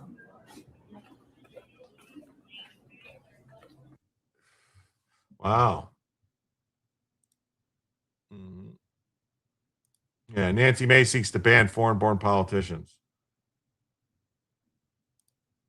And now to this, the Southern Poverty Law Center is back in the hot seat this week.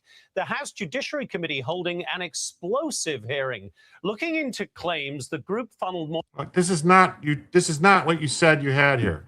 Nancy Mace Target Squad Dems. This is not the video. What is going on with this? What is going on with these places? What? Anyway, next story. Whatever. Jesus. says the video says one thing and the video says something completely different. I just don't get it. I just don't get it. I never get it. So Pope Leo decides to apologize for the Vatican's role in the slave trade and brandishes it as a wound in Christian memory.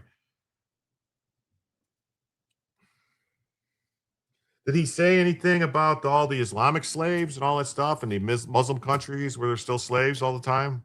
Did he say anything about that when he signed the book, when he went there to Mecca and hung out with them? Did he say anything about that? No, just attack Christians more.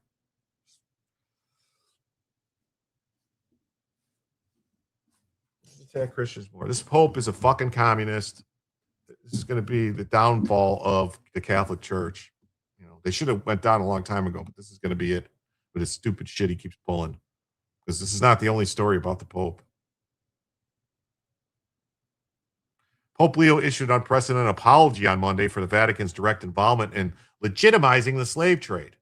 What do you mean legitimizing? Slavery's been around forever. Like, what are you doing? Marking the first occasion a pontiff has ever sought forgiveness for the Holy See's own complicity rather than merely that of individual Christians. Like, I thought you're only God forgives, that you only seek forgiveness from God. What are you doing? Why are you asking people to forgive you when you ask people to come to you for forgiveness?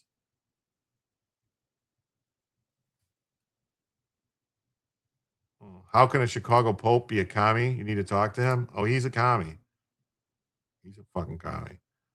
It is impossible not to feel deep sorrow when contemplating immense suffering and humiliation endured by so many in stark consciousness of their immeasurable dignity as persons infinitely loved by the Lord. So he's just forgetting all the slavery that exists today, all the slavery that's existed for 2,000 years, for 5,000 years, however long you want to go, and just singling out just this one little slave that was like just one slave thing is a problem, not all the other slave stuff. Yes. Slaves in the Bible were released after 7 years. For this, in the name of the church, I sincerely ask for pardon. Why? So you're saying, what were you responsible for? What did you do? Were you diddling kids? Do you need forgiveness for diddling kids? Because that's what it sounds like to me. I think you're trying to distract. Yeah. Dunham says, when in Roman Catholic school, when asked what I gave up for Lent, I said Catholicism. It didn't go over well. The apology responds to decades of campaigning by Black American Catholics, scholars, and activists demanding Vatican accountability for papal bulls that granted European monarchs authority to enslave non-Christians. So have they ever got the Muslim, whatever you want to call them, the muftis or the rest of them to apologize for what they did? No, of course not. Of course not. What about the stuff happening in Libya right now, the slave markets? Or in Sudan? Huh? Or Ethiopia? No. Congo? No. None of those places? No. Who captured the slaves? So it was Catholic priests running around. Was there Catholic priests running around Africa capturing slaves, selling them? Was that what was happening? The papal bulls in question date to the mid-15th century when Pope Nicholas issued Dum Diversas in 1452, granting Portuguese monarchs permission to invade, conquer, fight, and subjugate non-Christians and seize their lands.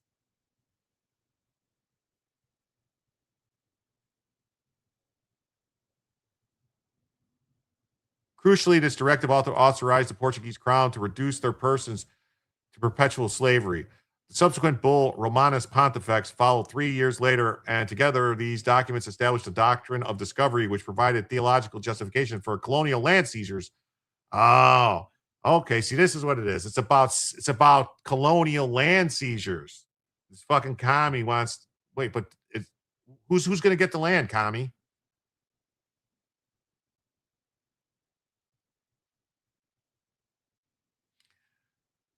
According to a Jesuit priest and author of All Oppression Shall Cease, A History of Slavery, these permissions were subsequently confirmed by Pope Catullus III and Pope Sixtus IV and Pope Leo X in 1514. Spanish monarchs received equivalent rights for the Americas. While the Vatican has maintained and always upheld human dignity, Pope Leo acknowledged in his and clinic and cynical that the church was remarkably slow to formally oppose slavery. Oh, so what? Responding to requests of the sovereigns, intervened several times in order to regulate and legitimize forms of subjugation, and in certain cases, including the enslavement of infidels. So are you going to say anything about all the Christians that were enslaved by the Muslims? No? You know that whole thing when the Barbary pirates were enslaving people, beginning of America? No, you're not that don't care. You don't care about that. That's nothing, right?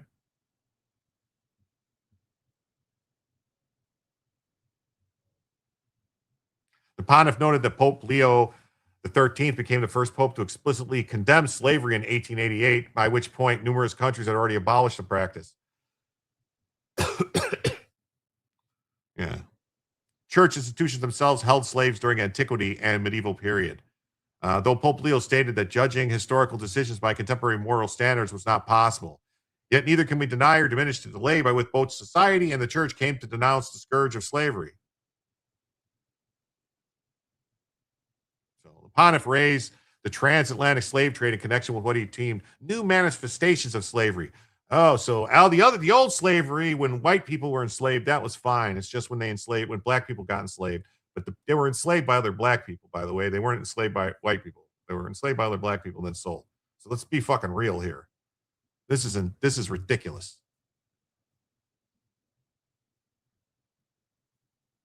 Among other modern concerns, he highlighted the unregulated labor conditions faced by workers extracting rare minerals essential for AI chip production. Okay. So he's opposed to this. We're going to get to it too.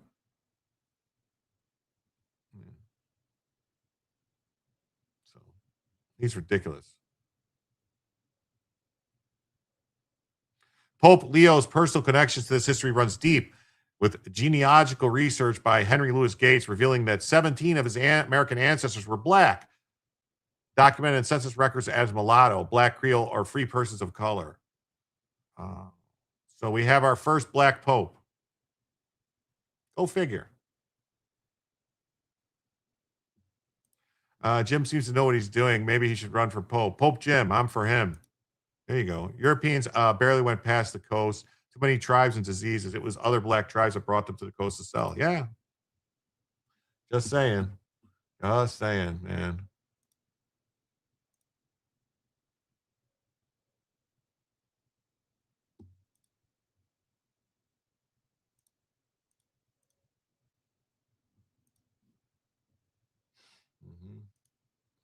Yeah. Pope Leo apologizes for the Holy See's own role in legitimizing slavery. Yeah.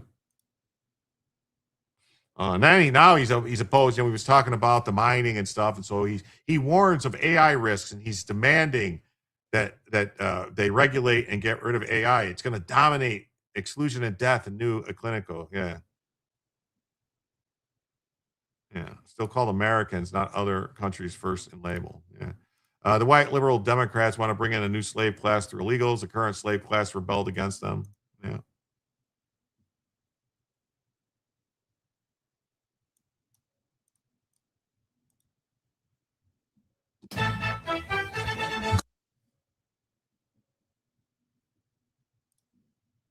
Santo Padre, Eminenze, Eccellenze, illustri relatori, signore e signori.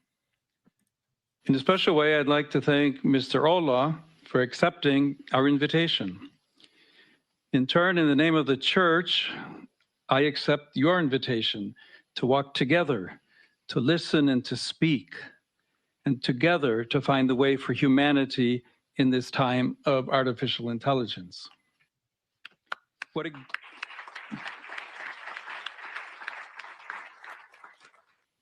Artificial intelligence already touches many areas of our lives and affects decisions that shape human coexistence.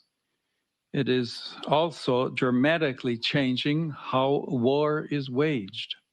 And teachers are deeply concerned for the future of younger generations. Other very troubling voices have also reached me about increasingly autonomous weapons systems, practically beyond any human reach to govern them effectively. I hear very troubling accounts of algorithms that can block access to healthcare, employment.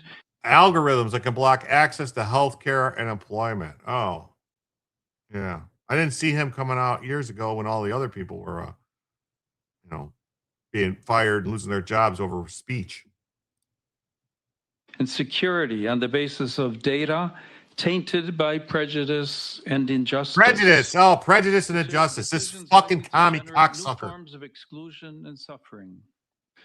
Artificial intelligence needs to be disarmed. Yeah. The word is strong, I know, but deliberately chosen because this moment needs words capable of attracting attention, awakening consciences, and indicating paths forward for humanity. The image of walls does not legitimize closures or divisions. Let's not fear artificial intelligence, but constantly keep the question of the human in play. We cannot be careless with our most powerful technical instruments.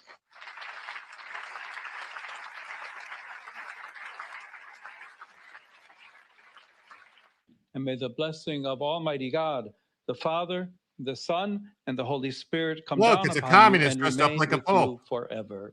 Amen. Thank you very much.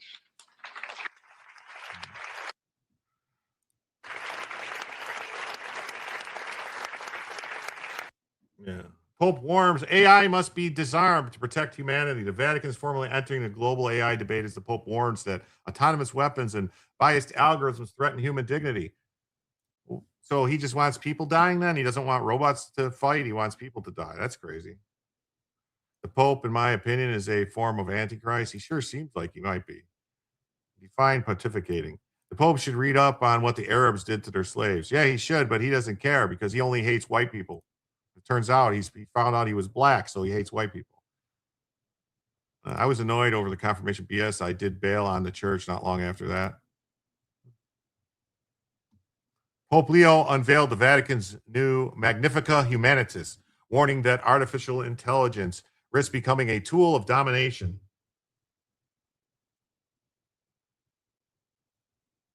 Tool of domination.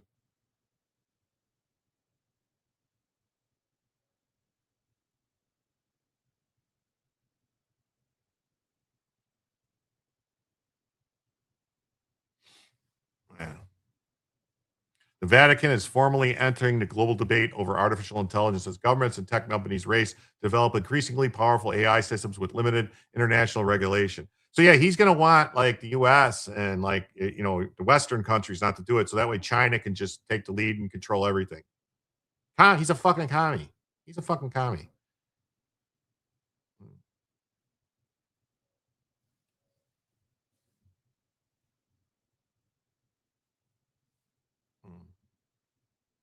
I know, Joe. This Catholic stays out of all said here. I understand you all. Just saying, like, I don't know. Like, he's entering into politics, telling what laws should be passed and stuff. I think that means the Catholic Church needs to lose its tax-exempt status because he's now into politics. He's not religion anymore. That's my opinion.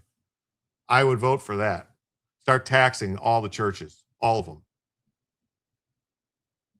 The Pontiff invoked Pope Leo the 13th's return at Novarum, which addressed worker exploitation during the Industrial Revolution, arguing that AI represents a similarly transformative moment, threatening human dignity. Yeah, I know. I'm very indignified by the tools I use to make thumbnails. Today, we find ourselves facing a transformation of similar magnitude and perhaps of greater consequence.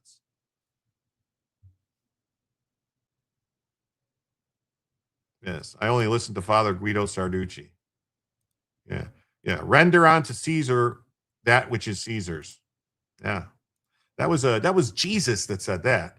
I think I'm going to listen to Jesus before I'm going to listen to Pope Kami the First. The Pope warned about increasingly autonomous weapon systems that are beyond meaningful human control. Oh, wow. That's the same stuff the left is talking about and these AI companies are complaining about. Yeah. Maybe they should start paying taxes. Yeah.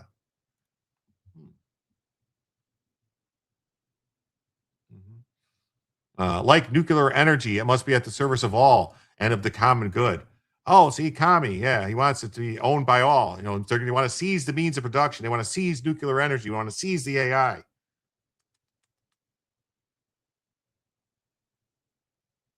The Pope said disarming AI alone is not enough and called on governments and institutions to build systems rooted in trust and human dignity. Recalling devastating floods in Peru, he said rebuilding means restoring trust and hope. The fuck does that have to do with anything? The Pope laid out the church's broader argument about humanity and technology. The person bears within him or her a freedom and an interiority, a vocation to love and worship that no machine can replace. I don't know. Some people are using machines to replace it. You know, sounds like AI wrote this, right? It's crazy, isn't it? The Vatican's attempting to insert moral theology into a largely secular technological arms race. Yeah. Stay awake, said the Pope. Oh, so he's telling people to get woke. When he's saying stay awake, he's really saying get woke, stay woke.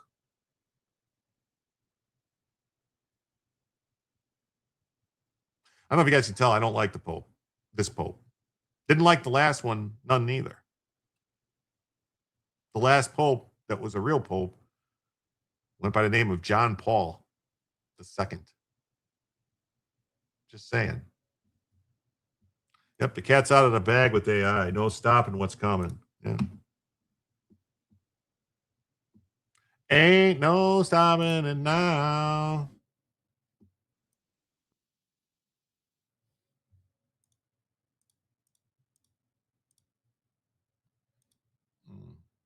Yeah, Pope says slower pace of developing AI might be needed to protect the human family.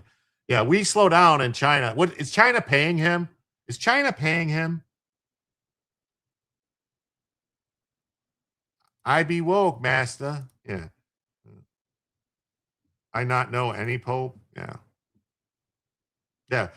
Let us slow down so China can take the lead and make us all their slaves. Yeah. Well, I guess that would be okay with him because, you know, he don't like white people.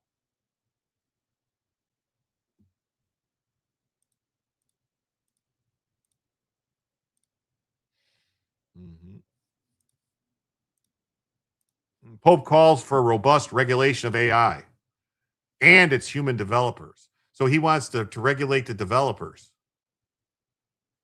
Oh, he wants to enslave the developers? Is that what he's talking about? Huh.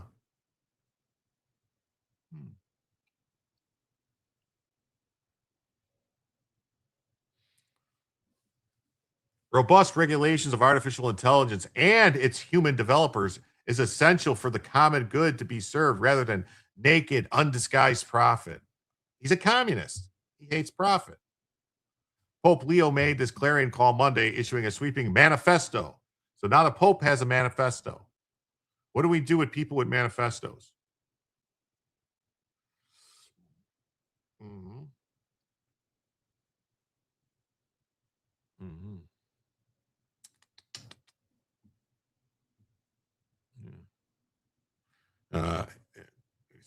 He said he's the first ever U.S. born Pope. I want to see his birth certificate. I don't believe him. I don't trust him.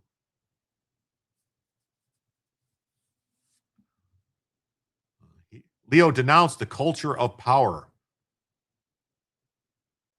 He declared that it was not permissible to entrust irreversible lethal decisions to AI systems, setting up another flashpoint between the Pope and the Trump administration.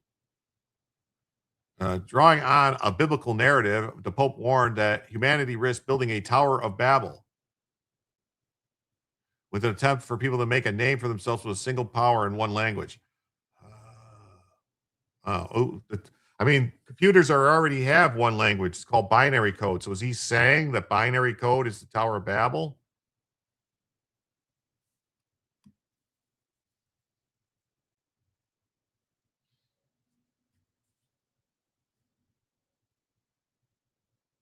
Voices from the tech industry alongside academia and Catholic morality agreed the nearly 43,000 word document will likely become a benchmark in the debate over AI.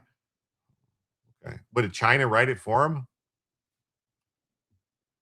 I'm pretty sure they made that Tower of Babel argument with the printing press too. Yeah, because at the time, the Catholic Church were the only people that knew how to read and write, pretty much, and they had to have their scribes translate everything and write it down themselves. And they were the only people, like only certain people, like nobody was able to read the Bible. They were pissed that normal people would be able to read the Bible. They wouldn't have some, just have some person telling them what it said, for them, giving them what they think it said.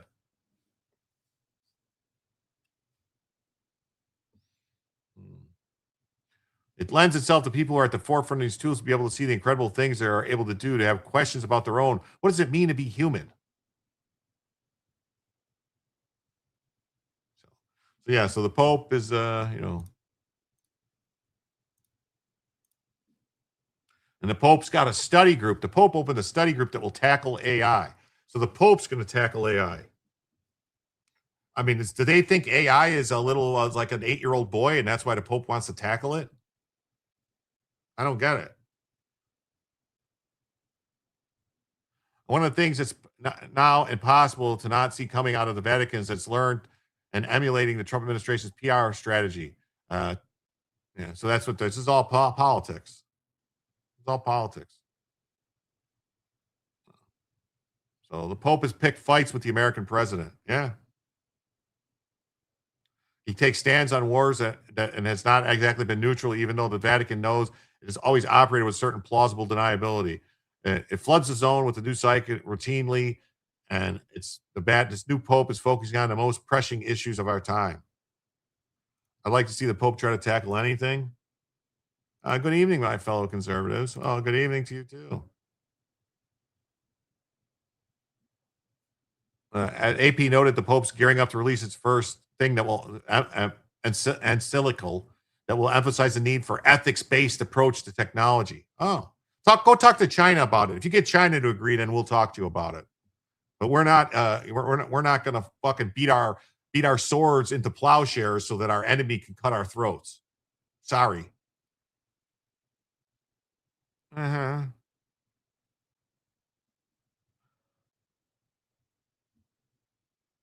Yeah. Something tells me there will be no small amount of lecturing and guilt tripping us Catholics over the evils of capitalism.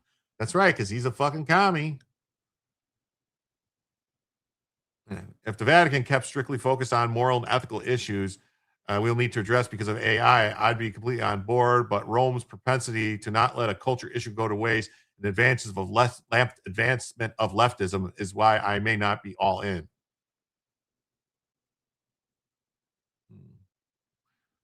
There's no coincidence. This Pope has said he sees the parallels between the industrial age and the information age.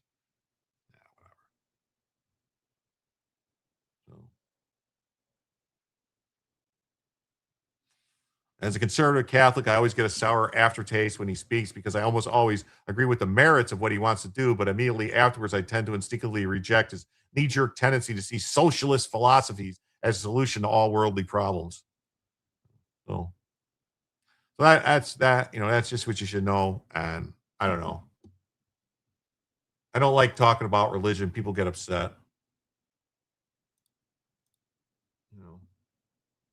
But it's news, and I cover the news. If I didn't cover the news, if I shied away from certain things, then I wouldn't give my opinions on stuff. So I gotta be you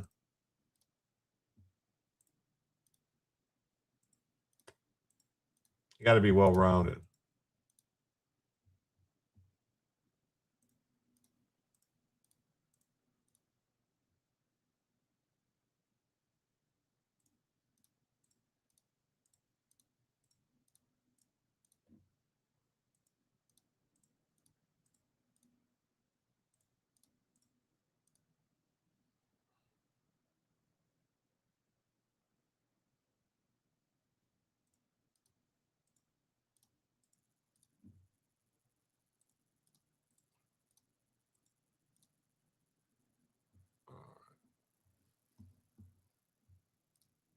All right. On to the next story. Let's just move on. Let's say. But don't forget to tithe and offer the Pope, says as he bashes money. You don't have to come back later, Joe. We're moving on. Hey, Jonathan Marcus, great to see you here. Thanks for being here. So, chemical tank in Garden Grove. There was a chemical tank that was threatening to explode.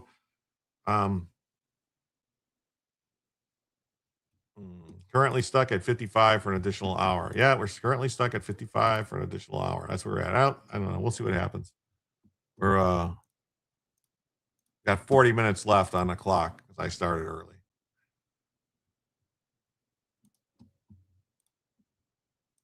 The chemical tank in Garden Grove, California has stabilized, and the threat of an explosion is now off the table, said T.J. McGovern, interim fire chief with the Orange County Fire Authority, in a video address. The threats have been eliminated. Evacuation orders were issued last Thursday, calling for 40,000 residents of Orange County to leave the area, based on a warning that a leaking toxic chemical tank at a nearby aerospace facility would eventually fail and could potentially explode. McGovern said on Sunday that the crack was found in the tank holding 7,000 gallons of methyl acrylate, acrylate, a toxical flammable liquid. Scam, Disneyland is only roughly 7 miles away and never closed. Yeah, hit the like button and smash the thumbs up and subscribe. It was an epoxy tank. The story is sus. Prayers for the Gutenberg. A man, interim chief. Why a man? Why interim? Acrylic. Acrylate. Methacrylate. Benny Johnson just posted on YouTube about the Iran attack. Okay.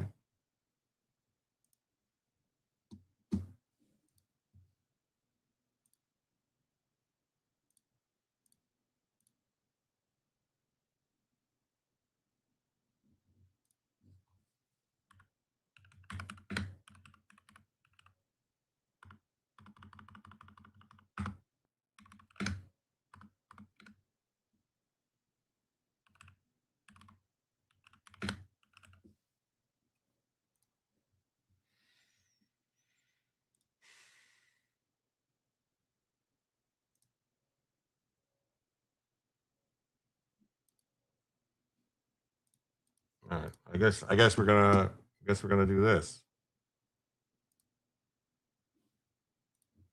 You ever had one of those friends that no matter where they went, they were always getting in a fight, always managed to figure out how to throw a haymaker and pop off, and you just needed them to. So he's blaming Israel? Because I'm reading the headline: Israel going to burn the region down. I saw the reports that they caught Iran planting fucking mines. So, but his headline says it's Israel's fault. Okay. Calm down, because this is a special and important event, and everybody needs to have a nice, easy night. So no fighting. That's the way that we feel right now about Iran and Israel and America and the tenuous situation that may lead to an everlasting peace, may lead to the greatest peace deal in the history of the world. Actually, we'll cover that in just a second. I don't know. I don't even know if I want to watch this, to tell you the truth, because I'm starting to think that this guy's full of shit. Benny has become a poser, not quite as bad as Barnes, but he's working on it. Yeah, I don't know if I want to watch this right now. It's just going to upset me. Because I read the stories, I showed you what it said, and it said, oh, we just went from DOCON 5 to DOCON 2. So I guess that means something. So I don't know.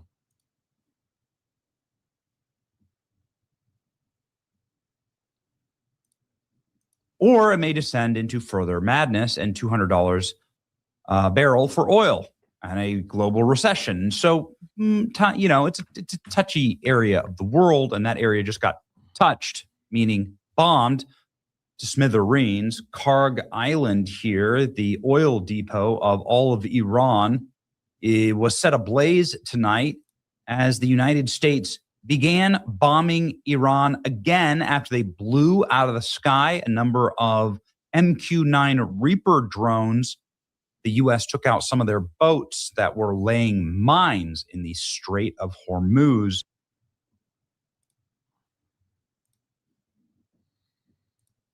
Here with some breaking news that we are following for you. This being reported by Reuters' very own Phil Stewart. putting this out on X, saying U.S. forces carry out strikes in southern Iran in self-defense. U.S. Central Command says U.S. strikes targeted missile launch sites in Iranian boats seeking to lay mines. U.S. Central Command says U.S. military will defend U.S. forces while using restraint during the ongoing ceasefire, Central Command says. So activity is brewing right now in the Middle East here, and this all comes as negotiations seemed like they were going in a positive direction. Over the weekend, we heard multiple times from President Trump via Truth Social saying that negotiations were in a good favor. And again, it seemed like it was getting close to the finish line. Now, earlier, President Trump put this out on Truth Social saying the enriched uranium, nuclear dust, will either be immediately turned over to the United States to be brought home and destroyed, or preferably in conjunction and coordination with the Islamic Republic of Iran, destroyed in place or at another acceptable location with the Atomic Energy Commission or its equivalent being witness to this event. Thank you for your attention to this matter, President DJT. So we take you now back out live right now to the White House as we're learning that new report from Reuters that there has been now strikes happening in southern Iran. We're also learning this from Fox News' very own Jennifer Griffin saying, putting this out, saying CENTCOM spokesperson Captain Tim Hawkins to Fox says U.S. forces conducted self-defense strikes in southern Iran today to protect our troops from threats posed by Iranian forces. Targets included missile launch sites and Iranian boats attempting to emplace mines. U.S. Central Command continues to defend our forces while using restraint during the ongoing ceasefire. So now that's the thing. They need to stop with all the fucking restraint. There is no more restraint. This is you're fucking playing patty cake with people who are trying to kill you. This guy from Kick says, "Hey, I'm watching from Iran. The internet blackout is still there, but I'm not using Iran's ISPs." Well, see, here's the question I have for you, Mr. Marine Censor. It's that you says the Marine blackout, the internet blackout is still there. Well, how's it there if you're there? You're not there. You would say here. You would say, I'm still here. Found 3 tankers squawking in the area, one northern end of the Persian Gulf. Yeah, fuck restraint. Yeah, that's what I'm saying. Reuters and Fox News continuing to report on this breaking news of strikes now in southern Iran from the U.S. forces, feeling that they needed to do so in self-defense. This is all happening as negotiations are trying to get to that finish line. We'll continue to follow the very latest here for you on Live Now from Fox, but on this Memorial Day. All right. We'll go back to Benny now and see what he has to say. I saw that popped up. I got an alert that was a thing, so I wanted to see what they were saying there. Not what you want to see here. Ooh, let's see. The Iranian forces launched cruise missiles at drones and U.S. destroyers in the Strait of Hormuz. American aircraft struck 2 vessels earlier today, killing a number of Revolutionary Guard members. The IRGC, the Iranian government's navy, is now hitting back. Naval forces are targeting American destroyers in the Strait of Hormuz. Fires are simultaneously burning on Karg Island, Iran's primary oil export terminal. And multiple American drones were shot down roughly an hour ago. They had been hunting launch sites for Iranian missiles targeting warships, and there are conflicting reports of Israel also participating in these strikes. So, just like one more, just one more for the boys, right? Before our grand peace negotiations, just one more, just for old time. Wait a minute. Why? Wait a minute. Why? You're against the Iranian regime? Good.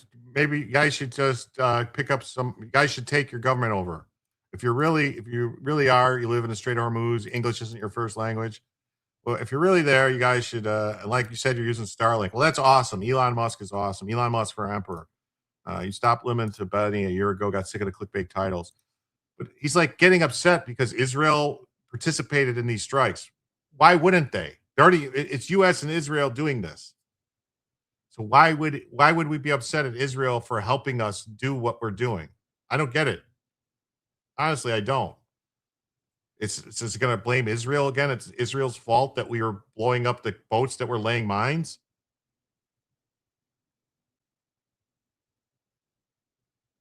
I don't know. Which day? Today, the 25th, May 26th. They're saying today. It happened today, but it's the 25th now here, but it's the 26th. Can you repeat again? I said you guys need to take control of your government. Free yourself. I want to see Iran become free the way it was. I mean, it's free, or as free as it was, whatever. I don't know how free it was in the 60s and 70s under the Shah, but it sure looked free to me. You guys had people running around. It was very, very advanced and Western. Your Iran was a more liberal society than even Israel was in the 60s and 70s. So I'd like to see that. I'd like to see all the Persians be free and make Persia great again.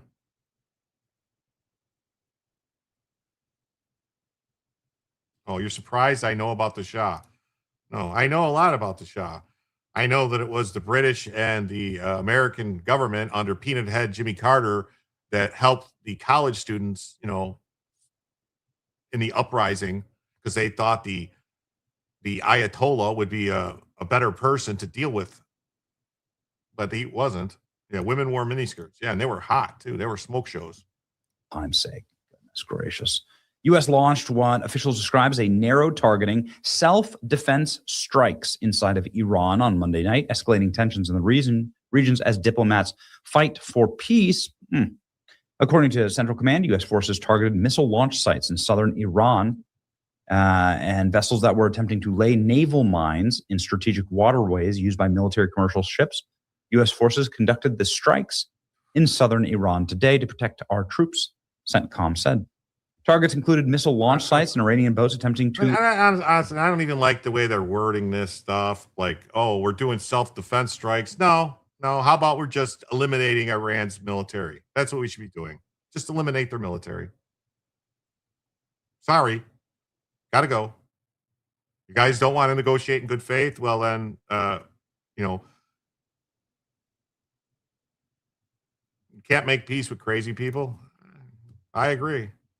In place mines. U.S. Central Command continues to defend our forces while using restraint during ongoing ceasefire. Restraint is a problem. There is no more ceasefire. They're fucking laying mines. They're shooting at boats. That's it. There's no more ceasefire. The ceasefire is over. Time for the increased fire. I want to see this fucking, this much destruction and all this stuff. Guys, the thing is, we can't even protest. They say we're Mossad or CIA and kill us. They killed 40,000 innocent civilians. Yeah, I know, man. And that's why, I don't know. I don't know what's going to happen, but I don't know. And officials were in Doha on Monday. The imminent peace deal is about to happen. The fragile hope of an accord in the recent days was dealt a fresh blow when Israeli Prime Minister Benjamin Netanyahu vowed to crush Iran-backed Hezbollah in Lebanon. President Trump made demands for a broader peace deal across the Middle East. Oh boy. So here we go. Ladies and gentlemen, here's the official CENTCOM spokesperson explaining. Tim Hawkins says U.S. forces conducted self-defense strikes in Iran today to protect our troops. Targeted included missile launch sites. U.S. Central Command continues to... Hold on a second. Darlene says you need to look up Rabbi Pesach Walicki and be enlightened regarding the mindset of all the players involved in the situation. You'll understand why there's so much dysfunction. I don't really care about, and it's not an attack on you or an attack on anybody, but I don't really care anything to do whatever the Israelis say or do. I don't give a crap. If they want to help us do what we need to do, that's fine. If they don't want to help us, they want to be a problem, they can fuck off too. Just like all of NATO can fuck off. All right. Iran has been a problem for us since 1979. Iran has killed Americans since 1979. Iran has the government of Iran, the IRGC, the mullahs, whatever you want to call them, not the Persian people. The Persian people are generally like they basically got steamrolled by fundamentalists, and it's time to stop. They've been held hostage. The Persian people of Iran have been held hostage by the IRGC and the mullahs for 50 fucking years. It's time to end. It's got to stop. The gloves need to come off. IRGC can't be truthful or trusted. That's correct. So that's what's got to happen. I'm sorry. No more fucking around. Playtime is over. Whatever. How many different ways can I say it? Defend our forces while using restraint during the ceasefire, confirming that the ceasefire is still on. Explosions rock Iran. U.S. Central Command just confirmed that U.S. forces did, in fact, strike Iran. Again, conflicting sources say that Israel was part of these joint strikes. Oh, so what if they were, Benny? What's the big deal if Israel was part of the strikes? We're talking to them.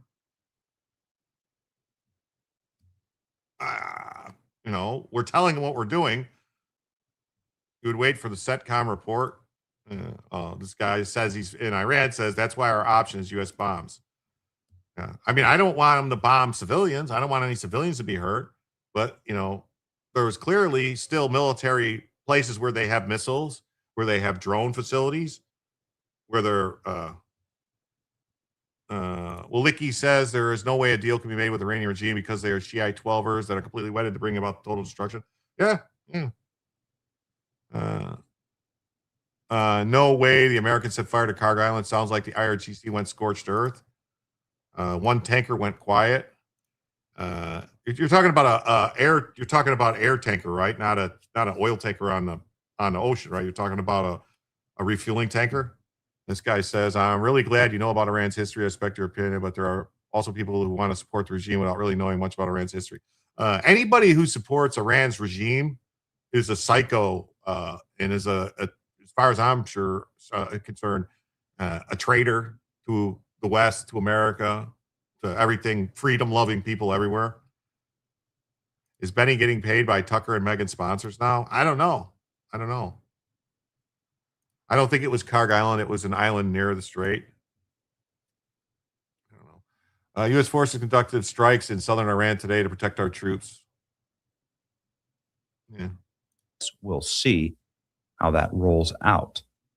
But anyway, this is what everybody is saying. More details on the strikes. 2 Iranian boats were caught laying mines in the Strait of Hormuz. Senior U.S. officials telling me the U.S. eliminated these vessels. They killed 3 Iranians while doing so. The surface-to-air missile site in Bandar Abbas was targeted by U.S. warplanes. These were defensive strikes. They do not include this does not indicate the ceasefire is over. Okay. Yeah, why the ceasefire is over. The ceasefire is over. Darlene says the 12ers believe that bringing about death, chaos, and destruction is the only way to bring back the 12th Caliphate and the Mahdi.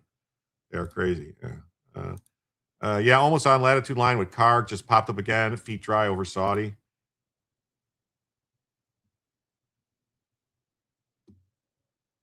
This guy says, I felt more safe when there was a U.S. fighter jet up here because they knew exactly where to hit. Bandar Abbas is close to me, by the way.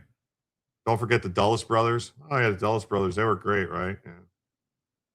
We should use the uranium and supply Iran with 1.5% nuclear fuel rods they need for power. We actually offered them, if I'm not mistaken, we offered them thorium reactors. We would provide them with all the thorium they wanted because you can't use thorium. I believe it's thorium. You can't use it to make bombs. It can't be used. Can't be used to make bombs. But they said no because they want bombs. No matter what they say, they want bombs. The people in charge, the Ayatollah, the burrito supreme, he's using what's called takia and lying and saying, no, we were just enriching because, we wanted to tell you we were enriching because then we could scare you by enriching. It's like, what? No, you were enriching because you're trying to figure out how to make a fucking bomb. That's what you're doing. And any of the people that are claiming that Iran was just enriching because they were trying to push the limits and they thought it was somehow going to protect them. Like, that's the fucking opposite of what was going to happen. Absence Minded says no nuclear for Iran. They can use the new sodium reactor if they must. That's what I'm saying. There's reactors they can use that it can't be used to make weapons. Why do they need it anyway? They've got all the fuel they need. Why would they need it? Why would they need nuclear? Why? Any of them. They don't. They got plenty of sun. I thought solar is the way to go. Those people are ignorant AF. Yeah. Trust needs to be earned. That's right.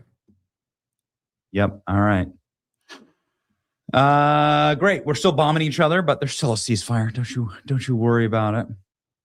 It's like the couple right before they're about to get divorced, lobbing every bomb they possibly can. Don't worry, we're still married. Explosions were heard in Iran's Bandar Abbas coastal area near the Strait of Hormuz.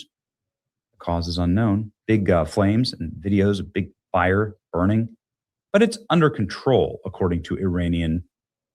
Explosions were heard in Iran's Bandar Abbas city and coastal areas near the Strait of Hormuz. Iranian media reported on Monday, adding that the cause was unknown. Iran's Mahar news agency said the situation in Bandar Abbas was under control and there is no cause for concern. Everything is under control. Yes. Just like, what was his name? Like Baghdad Bob was saying, there is no Americans in Baghdad. Yeah. News sites. Okay. The mayors, they were using restraint. Okay. So there you go. See some of the smoke rising. Iran is definitely getting attacked tonight. All right. Buckle up. People are saying Iran was struck. Let me see.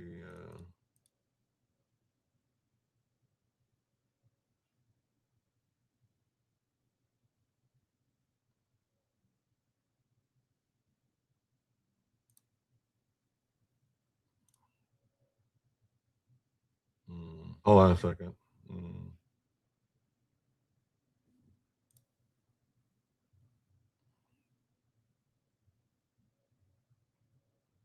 Why? I mean, why am I not seeing anything here?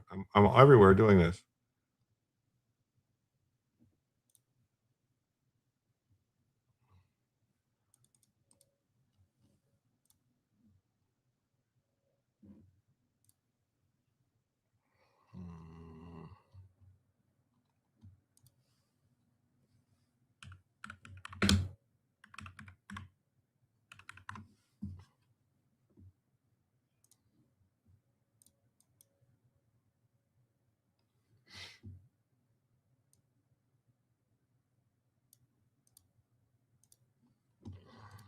So Iran airstrike on Iran, American fighter jets destroyed Iranian air bases.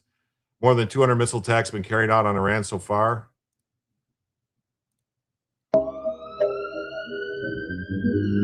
Well, they put the music on to try and like a pizza meter. The pizza meter went from DOCON 5 to DOCON 2. Now it's at DOCON 3, it looks like.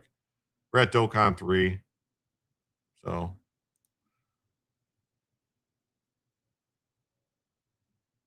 another unexplained natural gas explosion. I'm sure they really need to fire their utility companies.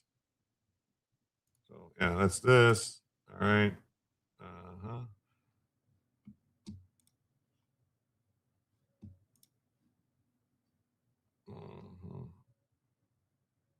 U.S. carries out new strikes on air station, naval base near southern Iran.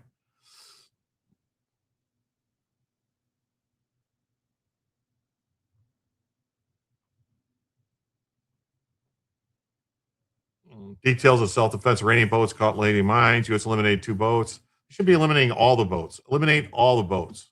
Eliminate all the boats. Here's United States struck the IRGC.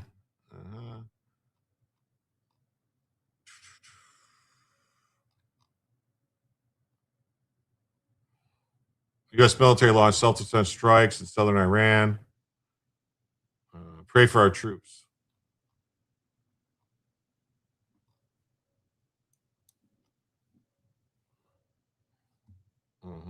Explosions rock Iran. Let's see. This is CNN Breaking News. Welcome to a special edition of CNN Newsroom. I'm Brianna Keeler, and we have breaking news. Explosions rock Iran. U.S. Central Command just confirming that U.S. forces targeted Iranian military facilities responsible for launching a series of attacks against American warships in the Strait of Hormuz. Iranian state media had reported blasts that were heard in the border city of Bandar Abbas. That's home to a key Iranian naval and air base along the strait. Iranian state media also reporting explosions in other cities as well. The attacks coming as intense discussions are underway tonight to end the war in Iran, but a deal is not in place. Iran's top security official declaring tonight, quote, there will be no retreat. And there's No retreat. Okay, so I guess that means it's on. It's on like Donkey Kong. Fuck it. Let's get it on then.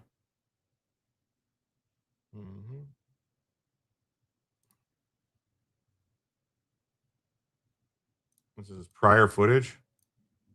To discuss. I wouldn't say Iran is one of them, to be honest with you, because we have Iran very much under control. We're either going to make a deal or they're going to be decimated. So one way or the other, we win. But we're going to be talking with President Xi about a lot of different things. I would say to discuss. Okay, I'll show you what the Dokkan is right now.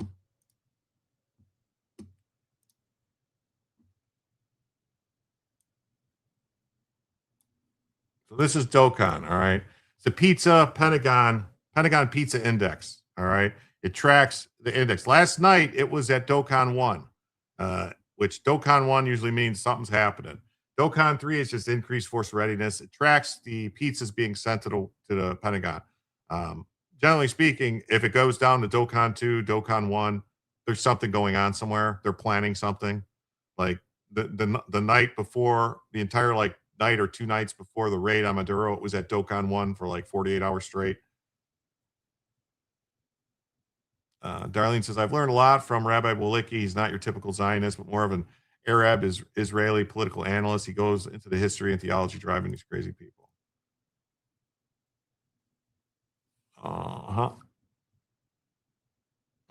And then this guy that says he's in Iran says, I hope one day I'll get a chance to join the U.S. allied foreign force if one's ever formed for us Persians. There are many people like me who will be willing to get armed and fight against the regime. Well, I think that's what's going to happen. Benny doesn't care if he's right as long as he's first. That's the truth. So this is the Dokkan. The Dok's on you.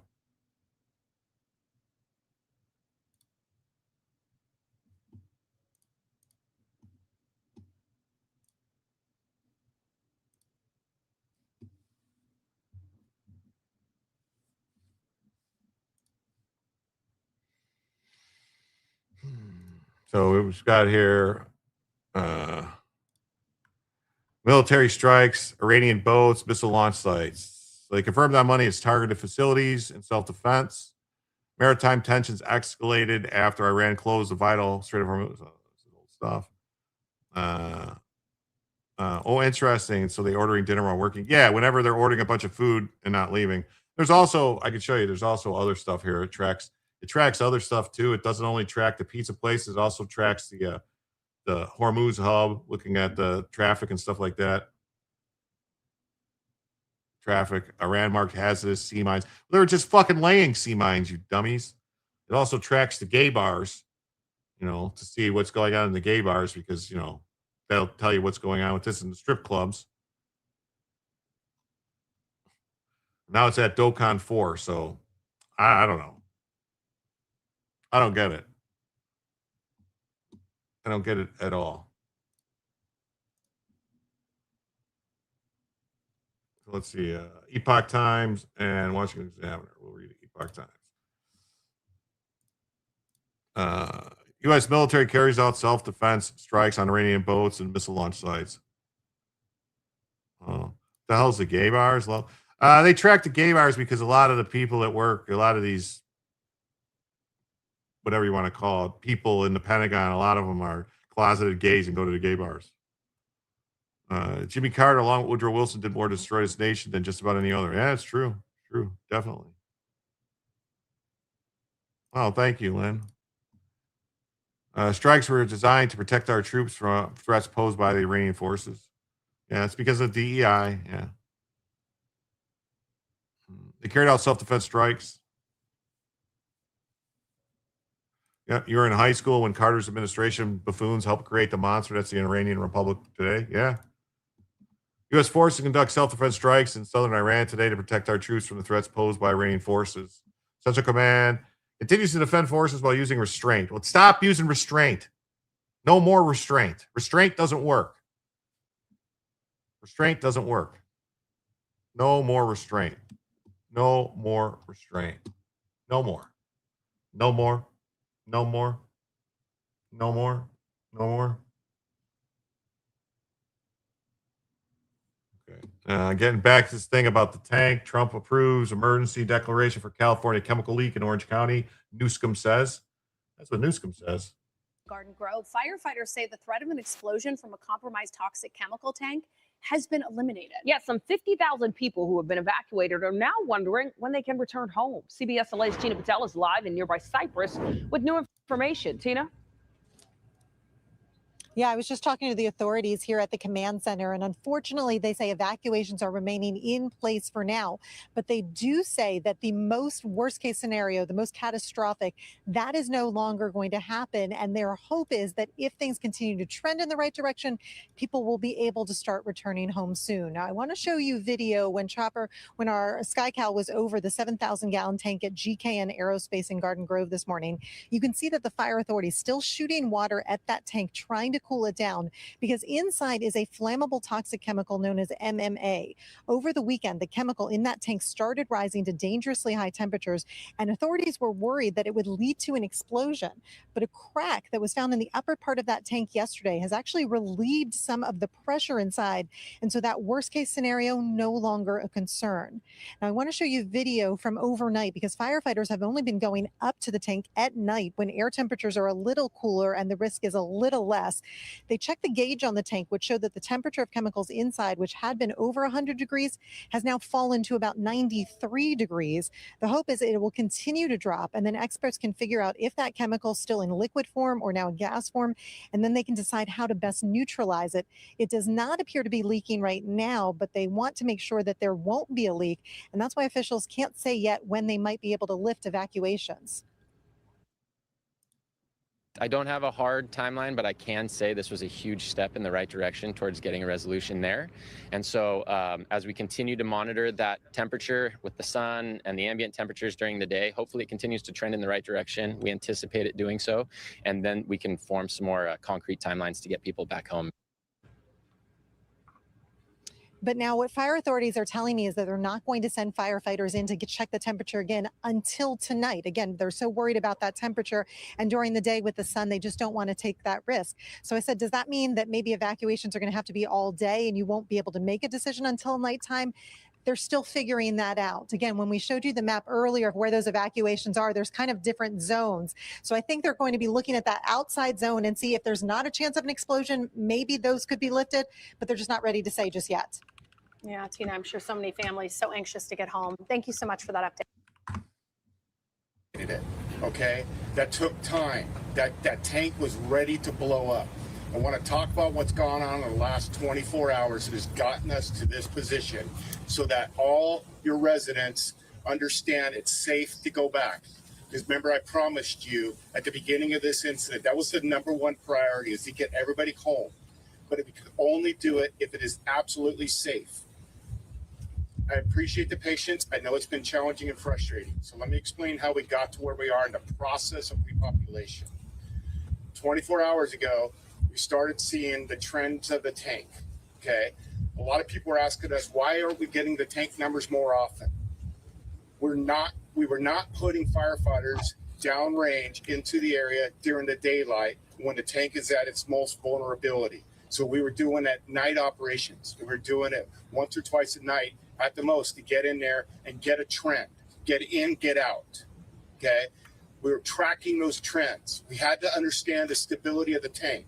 What we essentially were shooting for, in layman's terms, is to boil an egg. Okay? Boil an egg?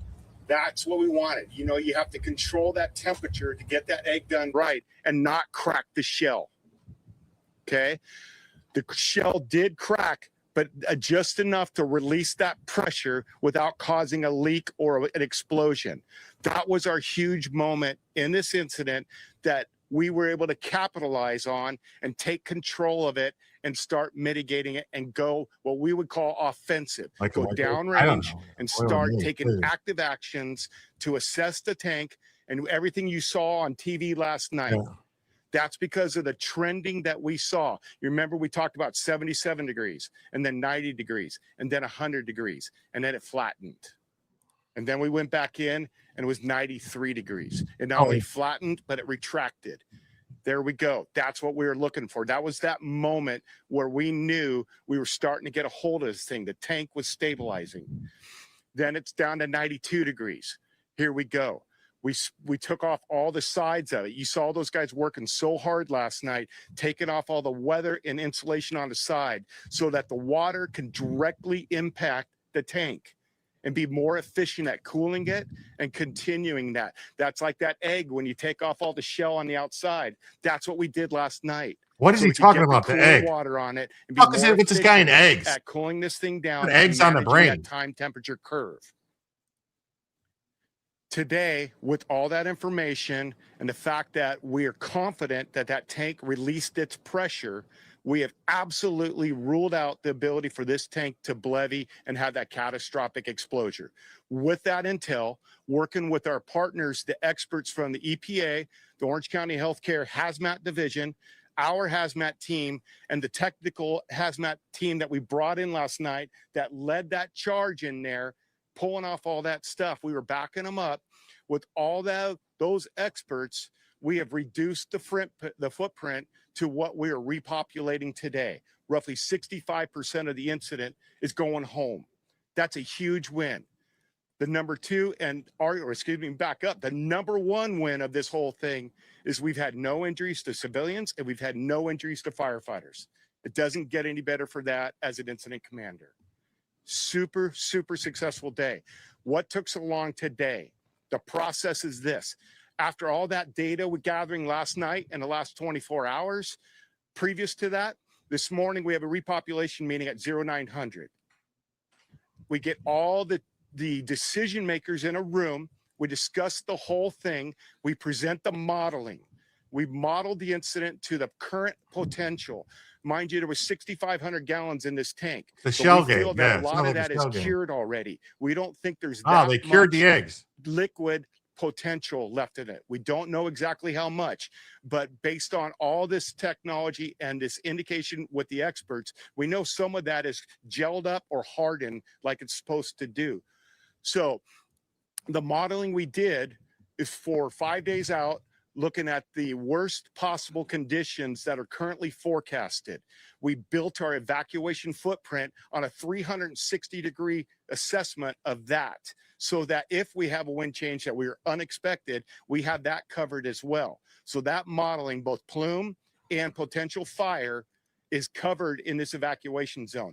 That's why we still have a zone, because we still have hazards in this incident that we're trying to trend and fix and return the final group, that final 35%. So once that group make that decision, then we have to build that hardened interior corridor to protect all the residents that are still going to remain in evacuation. We prepare this whole statement to get everybody so that once they're done with that, it takes time to go build that whole time to prepare all the eggs. Once we got that done, we timed it with this so that there was no delay in getting the folks home. They've gotten the messages, it's coming out, and we're going to get them home as soon as possible today. Now, the priority left is keep our firefighters safe and get that final group home. I'm very, very optimistic moving forward that we're going to continue with the success, that everything is stabilizing, and we're going to get them home as soon as possible. As soon as possible. Thank you. Thank you. As soon as possible, we're going to get them home. As soon as possible, we're going to get them home. So, all right. And this is another thing about Memorial Day here. Gold Star wife, Sharon Ann II, made a plea on X asking for a photo of her late husband's Staff Sergeant Alan Shaw's grave in Arlington. Does this cause cancer since it's in California? Just in California, though. No egg. Too funny. Yeah, no eggs. No eggs were harmed. Dozens visited the gravesite, including Tulsi Gabbard, who left a gift. So proud that we could make this happen.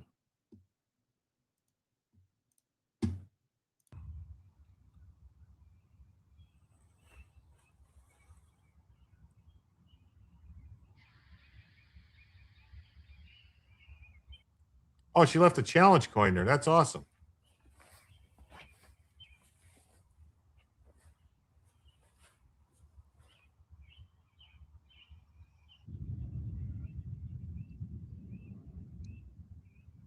This guy is a bronze star, purple heart.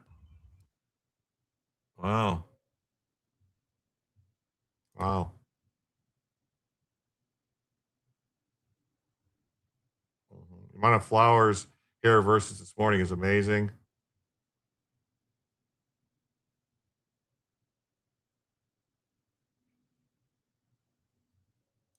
Wow.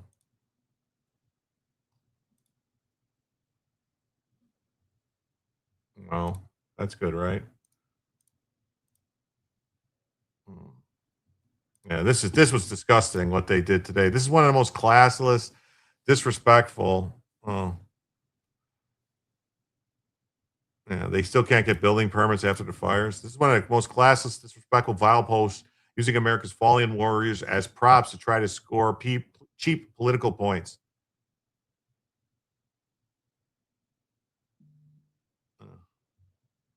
You're not sure why they did not just pump the methyl methacrylate to a trailer. They hold 7,500 gallons. The truck's probably loaded that tank in the first place.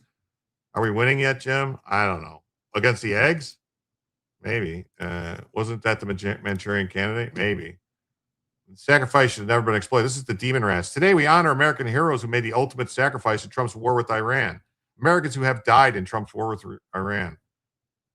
Like this is really classless. Like to do this, like to say it about Trump's war with Iran. You can just say honoring people who died in the war with Iran.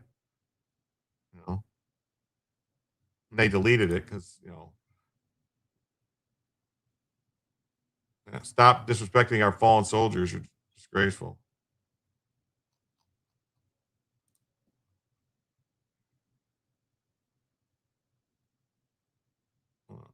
Simmons recalled something about his son had told before volunteering for the mission that ended his life. He said, "Dad, I can't give you any details, but if civilians knew what we knew, a lot of criticism of the war would cease." Simmons came away from Dover with a better impression of the war's architects than he had when he arrived. Trump teared up and hugged him, evincing warmth and compassion at the odds with the president's public persona.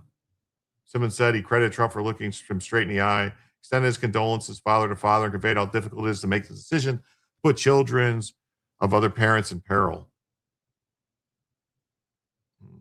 As for Hegseth, when I talked to him, I got the impression he was torn because he seemed to be a very compassionate man faced with difficult decisions as it pertained to war. I also let him know that Tyler was my only son. You can see the emotion in his face, and I think those kind of things you can't fake.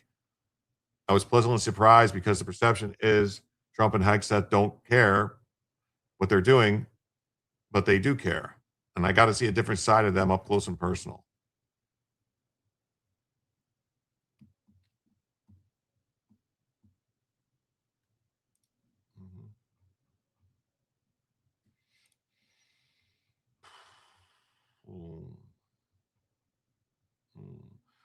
This Memorial Day, Gold Star mother and political prisoner Tina Peters puts a picture of her son next to the American flag in remembrance of his sacrifice. They must have had multiple failures on the relief system. Hey, Audra's listening and packing.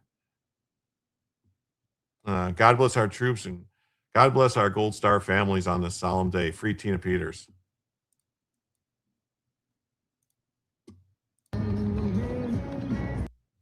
I have to mute it because the people like to play music. Methyl methacrylate is an active ingredient in superglue.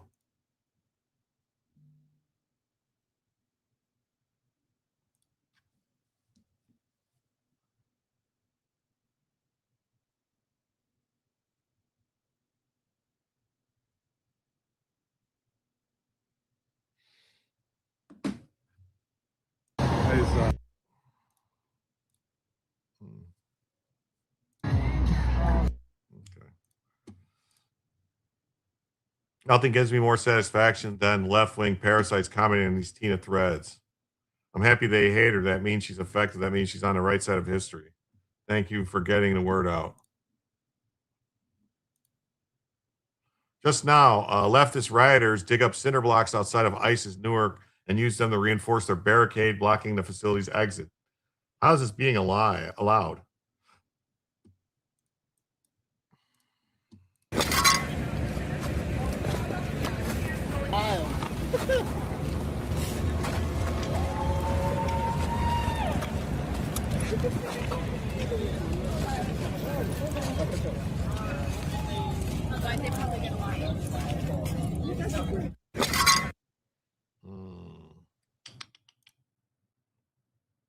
How is it not a crime? It's definitely a crime. The question is, will anything be done about it? No, because it's, it's in Newark, New Jersey, so they're not going to do anything. The Democrat party's deleted their vile, disgusting Memorial Day post politicizing the death of American heroes. Yeah.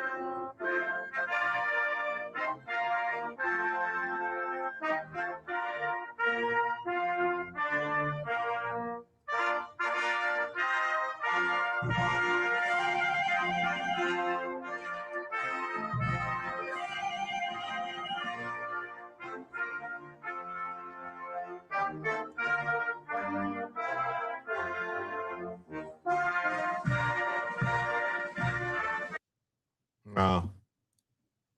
Wow. Wow, this happened. Yeah. 19 injured in a stampede at Black Bike Week in South Carolina. 19 people were injured, 3 hospitalized after a stampede broke out early Sunday morning at the Black Pearl Cultural Heritage and Black Bike Festival.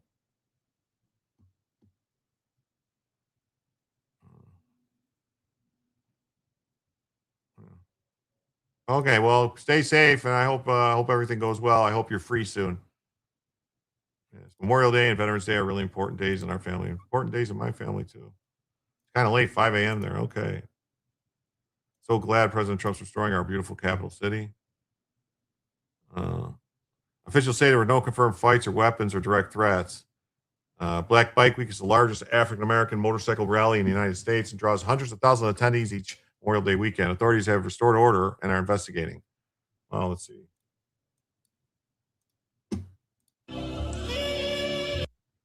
I have to turn the music off again because people like to put music over stuff.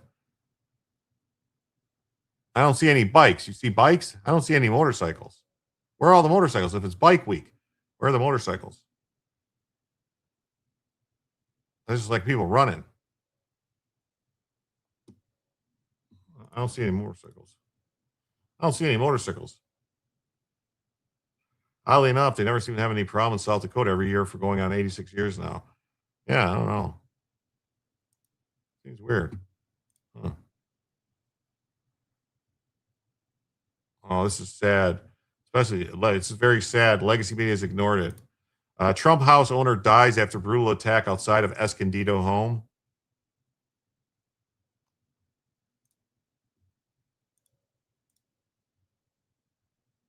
Trump house owner dies after brutal attack outside his home. You have a black bike? Oh, that's awesome. He used to live in the capital area just 2 blocks from the Pentagon and love Rolling Thunder every year. Yeah.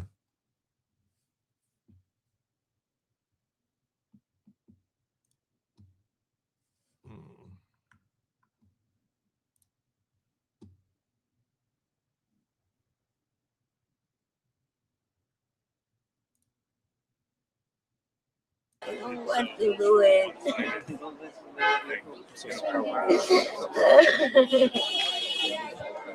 Right. Oh yeah. So they're And let me tell you something. Let me tell you something. The Gabby Newsom.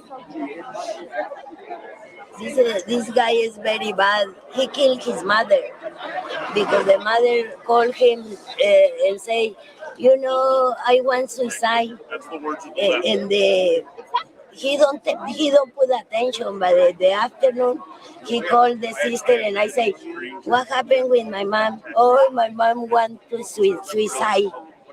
And he say, oh, that's fine. He give the medicine, and the time, you know, the nobody have the right to kill another people, and he killed his mother, you know. Yes, he was attacked and beaten to death. He was.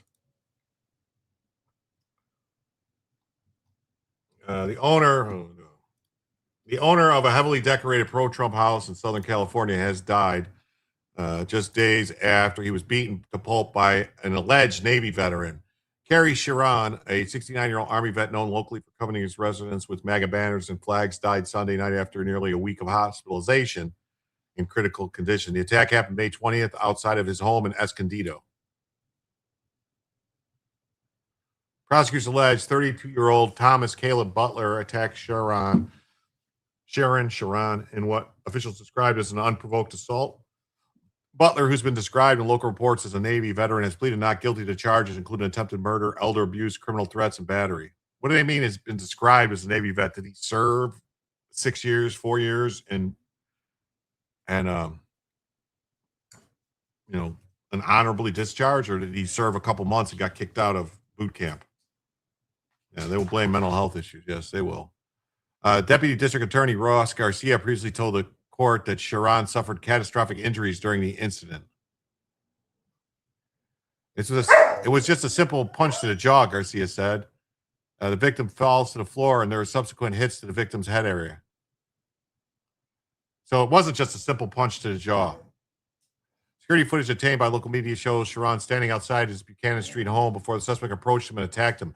A nearby witness reportedly attempted to intervene before the suspect fled the area on foot.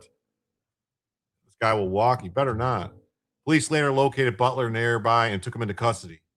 In the days before the death, his wife, Maria, gave an emotional update telling reporters that there was no hope for her husband. She also said the family had been prepared for the worst after doctors warned that the condition had rapidly deteriorated.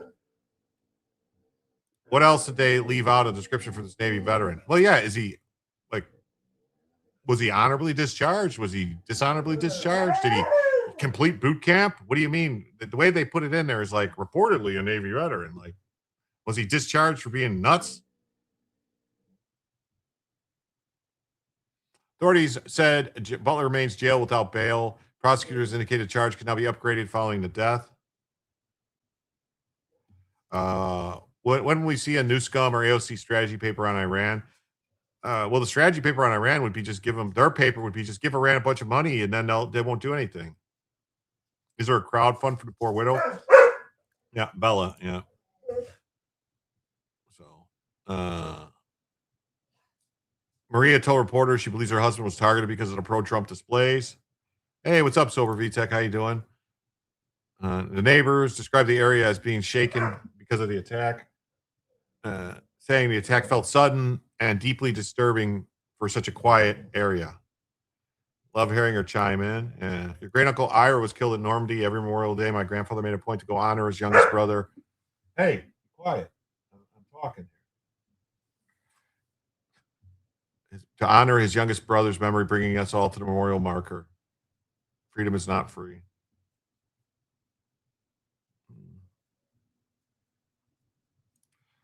These comments on the local news station, Facebook posts are full of tedious retards. They call it Trump on Trump crime. Yes, Bella is upset. Yeah, she wants her water. I got to get her water. She wants pee. She probably got to pee or play. I'm not sure. So, oh, look, he's got a Star Wars shirt on.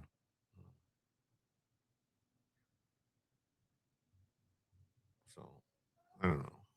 Did you ever get her water? No, but I mean, the show's getting ready to end. We didn't even come close to the goal. We're still 55 away, and we've already gone 3 hours, so it's 9:30. So that's going to be the last story, more than likely. I might go on another show. We'll see. I might go on FFS if they're still going and check out their stream. But other than that, I don't know. I mean, we didn't come close to the goal. So by the time the media finishes with this kid, he will be the victim. Probably. No, hey, don't be worried about it. It's fine. It's fine. I appreciate you guys too. It's great. I hope you had a great rest of your weekend. Thanks for streaming. No problem, buddy. I want to thank everybody who's here. Well, I guess the show's not over because Audra just gifted 10 Jim Tells You memberships. Tactical assessment. Red Chinese victory. Impossible. America will never fall to communist invasion. Communism is the very definition of failure.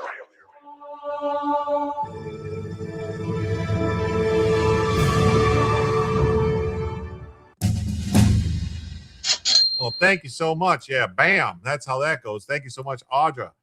Gypsy says that dude was supposedly indicted for a threat to Trump. I saw it in my hometown paper. Great show and great chat as usual. Well, it's not over yet because with that means we are now $95 away from a second additional hour.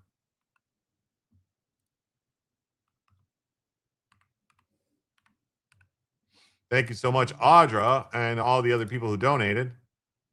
Yeah, and let's see who got those. It says that Darlene Bradley received the gift of membership. John Gould received the gift of membership. Edith Madick. Edith, oh my God, Edith Maddock. I hope I didn't say that wrong. NPC 6979. Bob Jones, 9068. Cursed Heart Creations, The Conservative Husker, Hunting Sanity, Who Drank My Beer, Bro, and Pam Ronning. All received gifted memberships from Audra. Thank you so much, Audra.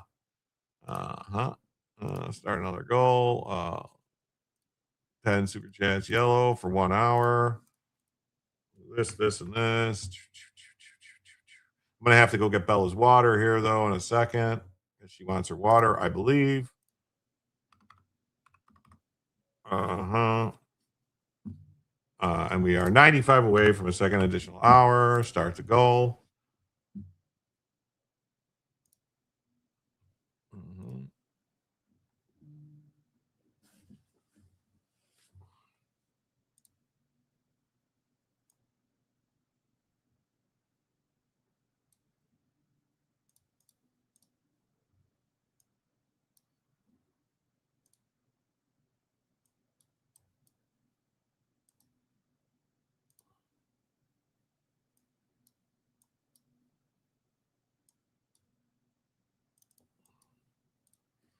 Please do get the H2O. Yeah, I'm going to go get it right now.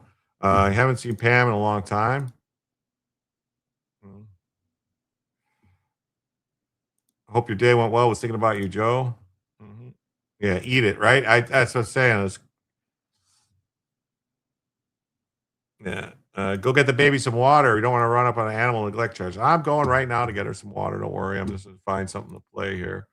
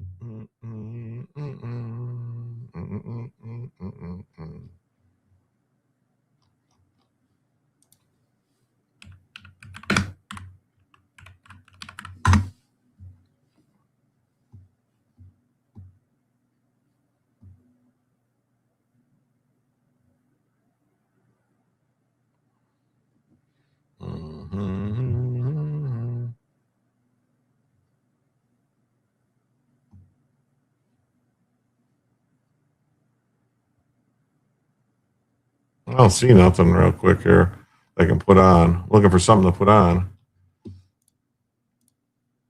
I'm looking for something to put on that I can play real quick. I can go get the water. Oh, I know what I'll do. I'll put this on.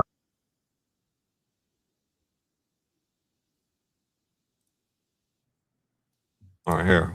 You can watch a duck race real quick.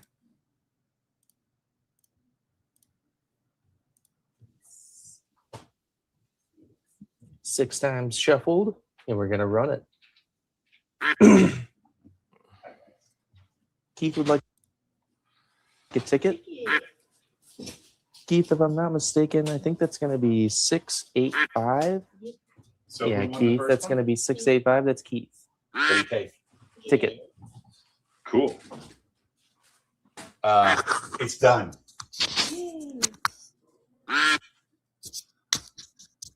Was my 2 I bought today on there? Yes, Richie. We got you, brother. Yeah, we already did all that. Okay. That's the pork. Is this the second race or the third? This is the Okay. What'd you do? Barely Oh, put my hot hand over it. she can smell the pork on my clothes. Yes. Yeah, I can too. Like, she's staring at me going, hey, where's mine? Is it in your pocket? Cello or- started pacing towards the kitchen. That's when you give him the scare the shit out of him. He gets it anyway. I know he Yeah. will, but he's been an ornery little bastard ever since he met Kiko. And his elders passed away. He's been like, oh, I'm a cat. So, Alex, okay, Yeah, so, I'm so a cat. of the 5 we had tonight, what was your favorite? Probably the Art of the Spirit. All right, what is this? What is this you're asking? Dave. This is my friend Dave's channel. He has these duck races that he does. I just figured I would pop it on because I didn't know what else to put on while we were waiting for me to get back and cover some more news. So, I didn't want to just leave nothing on. You bet on Dave? Yeah. Oh, what did I do now? I'm all tangled up. Crap.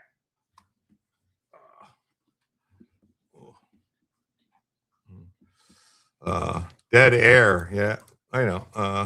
Wait, just put a picture up or something. JD Advanced. Indicted for comments on X to something Trump very sus. Same pic, same dude. Yeah, well, that's why it's crazy. Will Jim make it back? Yes, I'm back. I'm back. Jim, with nothing on. Wow, there was nothing on the screen.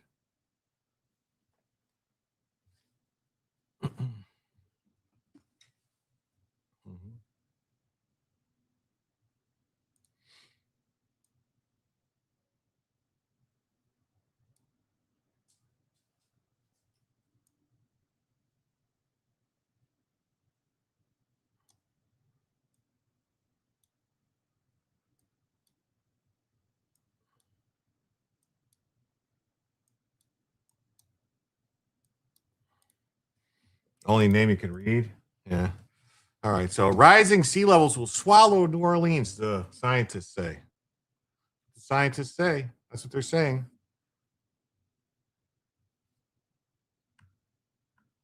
New Orleans is locked in a watery future, which could see it surrounded by ocean as early as this century. Bella lost. No, Bella's right here.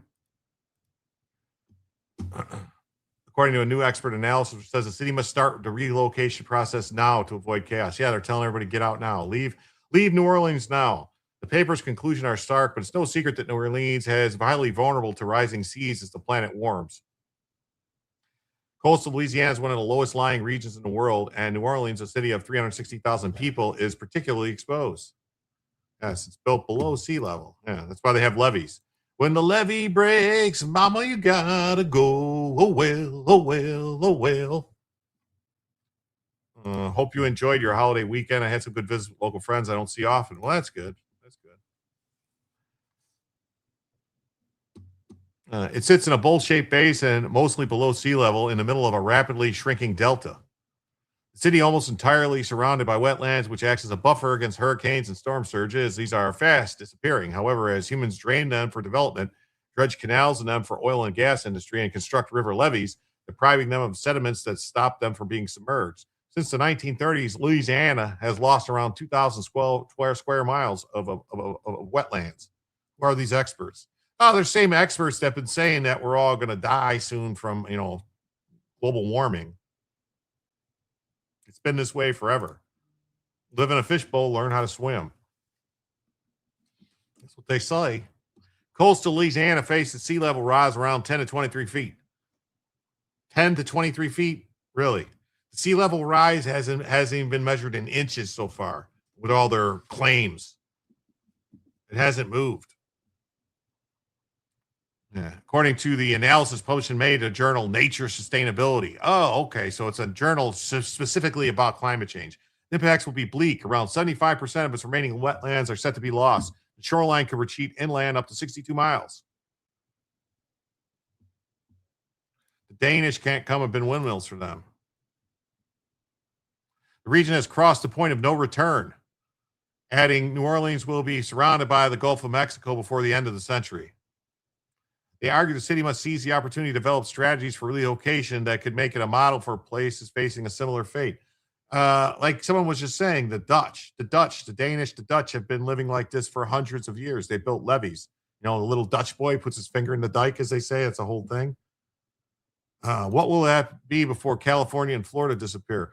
They're saying, if they're claiming, here's the thing, if they're claiming that sea level is going to rise 10 to 23 feet, most of Florida would be under fucking water too.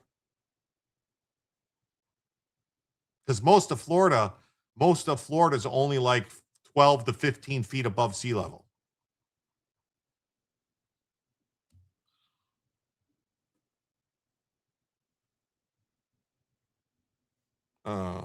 Rising seas are coming for coastal towns and cities all over the world. From New York and London to Bangkok and Shanghai, the main questions are how soon those futures will come and how they will play out.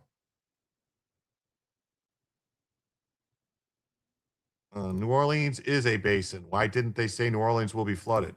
No, they're just saying that the water around it's going to come in. It's going to bury it and going to come in. It's going to get it. Going to get it. A chief scientist at Climate Central, a climate research nonprofit. This is just more climate change doomerism. Hello, everyone. Climate change is about people control, not saving the planet.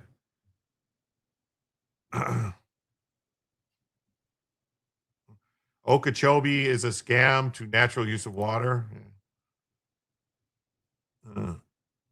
We have heard this story before. Oh, yes.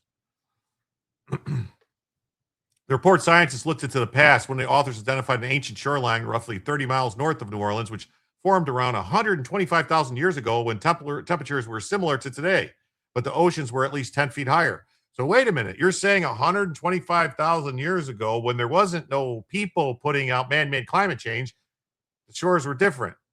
See how they're now admitting that this is natural. It was like they're claiming it was like this 125,000 years ago. It had nothing to do with man-made shit. It's very likely that sea levels will rise to that elevation in the future, said Taborchin Chikorkovist, the author and geology professor at Tulane University. The question is, what should be done? And then, you can't fight Mother Nature, man.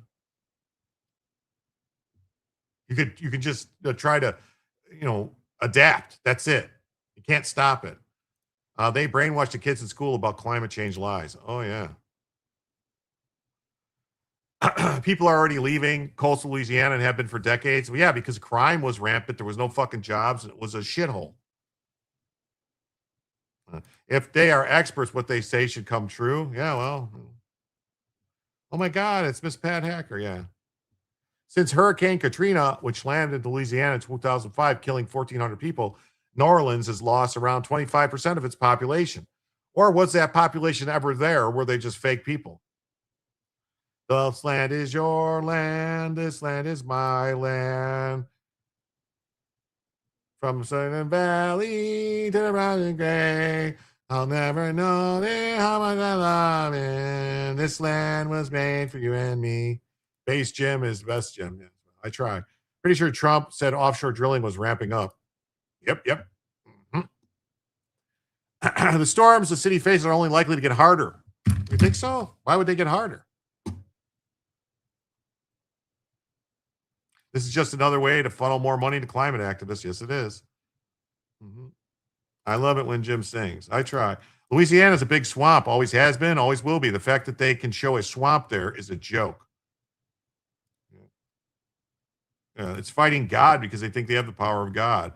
When another Katrina-like hurricane strikes the city, almost everyone will be experiencing flood damage. Says Wang Nu Xiao, a Chinese person trying to get people to give up so China can take the lead. Failing to implement a carefully managed relocation process risks a chaotic retreat, which will come at a high cost, especially for the city's poorest.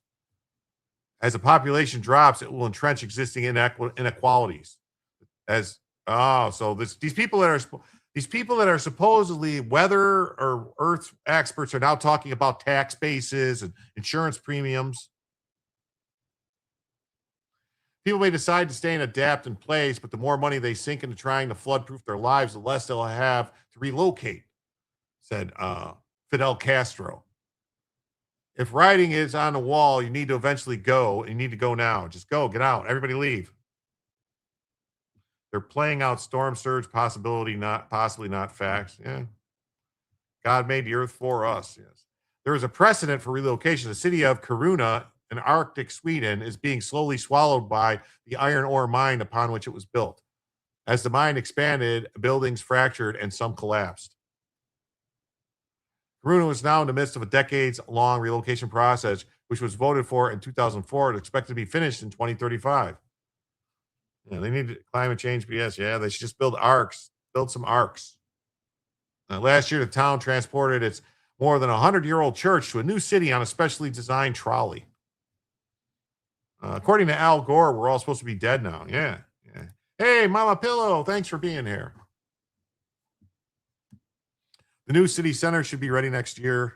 Relocation has not been easy. However, rents have increased, which is difficult for residents, and there are concerns culture and community may be lost. It's a big sorrow to leave everything, and I think it's important to understand. Castro is optimistic that building a New Orleans 2.0 on safer ground can be done without sacrificing culture. Building a great city and people will come. You don't have to lose the spirit of New Orleans. God made the earth, but we have very little control over it. Yeah. Others are less optimistic. Beverly Wright, whose family in New Orleans goes back 8 generations, fears relocation could fracture the city. The culture that we have grown out of life experiences in the neighborhood. So anytime you break up a neighborhood, you lose things. She's the founder and executive director of the Deep South Center for Environmental Justice. That sounds like some scam to collect money. They need to get rid of insurance and building permits for homeowners. Amazing ghost towns still have buildings standing somehow. Yeah. She's a scientist who does not doubt sea level rise and is an existential threat, but she's deeply concerned about how a relocation would play out. Yep. Climate change is the #1 money and power grab, a huge sham. I have no hope in the establishment being considerate of black people.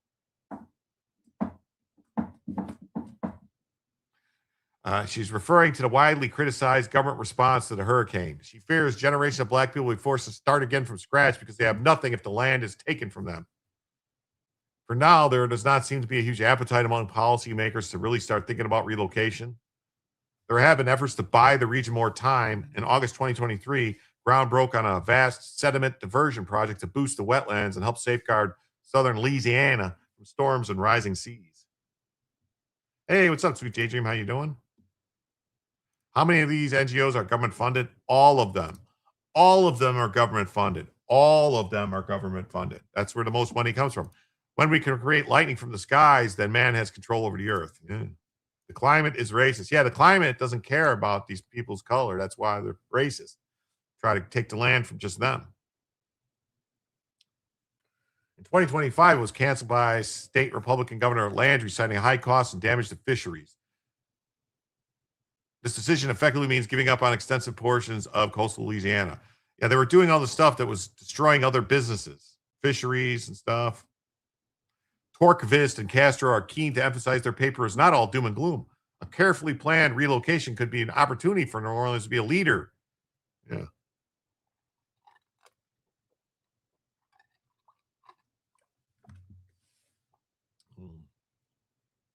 The exceptional vulnerability of the Gulf Coast offers a window into what may await other coastal communities. The sea may claim the land earlier than here than elsewhere, but what happens here is now what's going to happen in other places. The Bible said that God set the boundaries for the ocean. That's pretty neat.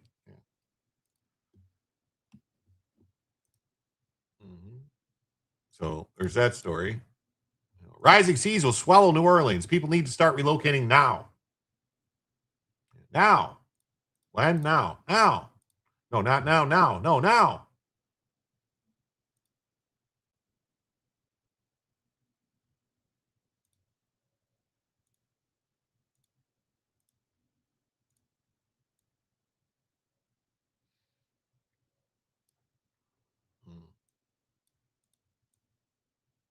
Oh, we never did finish watching old Benny Johnson. I guess I could finish watching Benny Johnson, I guess.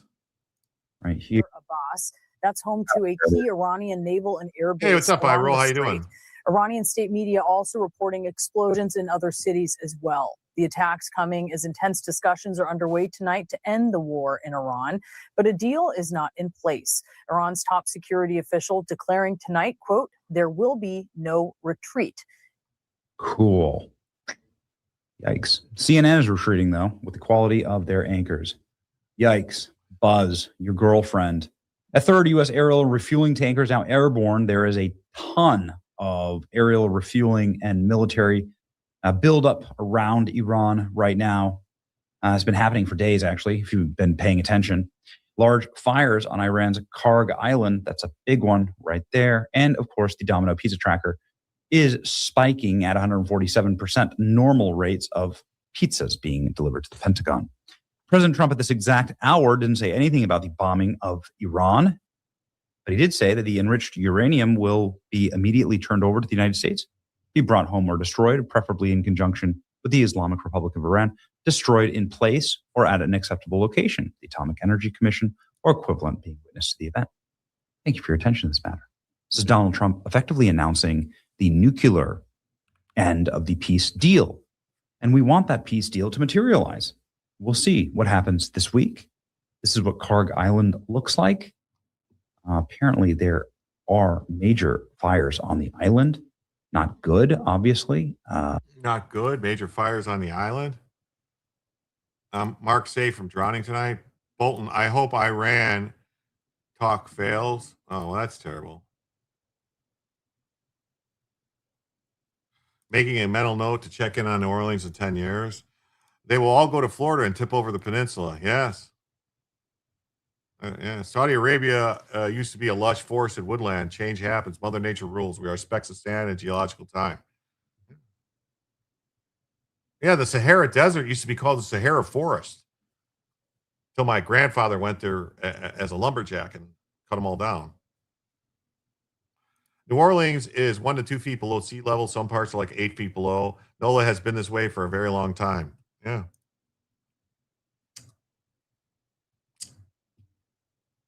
Yeah, I don't know. We want peace. Senior U.S. official tells Fox the ceasefire still stands, even though everybody's bombing each other into smithereens. I don't want it to happen. At least 3 people were killed. U.S. attacks against Iranian boats. Iran war back on, boys. Yeah. Okay. I don't want this to happen. I obviously want. Why? Why don't you want it to happen? What are you, some kind of a pussy? You don't want Iran to. Iran has been FAing for 50 years. It's time they FO'd. He's a lumberjack and he's okay. Yeah. Weather is not a dynamic, not a static equilibrium. Is a dynamic, not a static equilibrium. Constant change is not direction. Fools paid by those who wish influence, not facts. Yes. Ceasefire is over, says some random accounts, but Iranian sources now at the downing of You're 3 a Reaper random drones. account, Benny. You're a random account. Israel declares full war on Hezbollah. I'm a random account. some accounts begging for the war to pop off and come back online. I say no. I say what Donald Trump needs to be doing is focusing on America and our future. The S&P 500. You fucking tool, dude. This has a lot to do with our future, dummy. Oh my God. What is wrong with this guy? He clearly collected a check from somebody. Wow. Sailing, take me away to where I'm going. Do, do, do, do, do, do, do, do. Christopher Cross was his name. He had some really good songs. He also did like a theme song for Arthur, the movie. Israel is a foreign country in control of the United States. Yeah, no, they're not. Sorry. They're not. Donald Trump is in control of the United States. Yeah, war has a lot to do with our future. It does. We have to exert dominance over the world. We should be running things.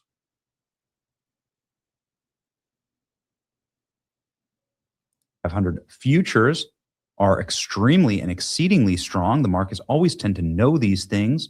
Meanwhile, oil has absolutely collapsed down right here to $85 a barrel. Woo. $65 a barrel. Gas gets us $2 a gallon. Kind of the range there. If oil goes down another $20, you're talking $2 a gallon of gas in our nation. Please let that be the case. Now, it's Iran. It's not going to be the case if Iran can fuck around with the Strait all the time, Benny. It can close it when it wants and could lay fucking mines, Benny. Maybe you shaved your hair a little close to your head to hit your fucking brain, Benny. Because this guy Benny Hill, because his comedy kind of sucks.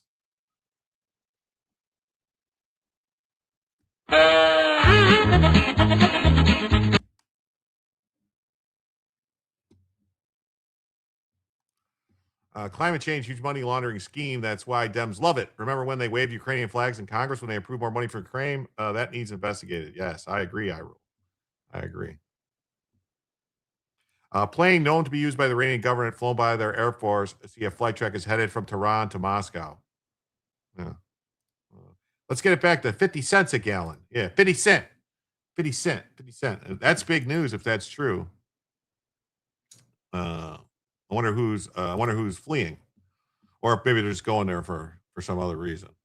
In America, we're getting along very nicely. Iran was saying we don't want a nuclear program. We're not going to make. They were lying, Benny. Is this guy that fucking stupid? They were getting along nicely. They said they don't want a nuclear program. They said they don't want one. That's the same thing they've been saying for 40 fucking years while they've been developing one. What fucking planet do you live on? Make a bomb. President Trump was releasing frozen funds in Qatar. Iranian officials were in Qatar meeting with the Americans effectively. Both sides had agreed to the outline and architecture of a peace deal. Trump. Yeah, they keep saying they're going to have a peace deal. We want this. And then when it's time, they go, we'll negotiate more on that. They keep saying, we want 60 days. We want these days. We'll keep negotiating. And we're going to keep doing this. And we want a toll. And it's just bullshit. Bullshit. It's all bullshit. Anybody who watches this guy, I'm really, they believe this. They're listening to this and they're like, oh, yeah. Oh, okay. Yeah, this is good. Yeah. Yeah, Iran wants to be our friends. Iran's great people. We can trust them.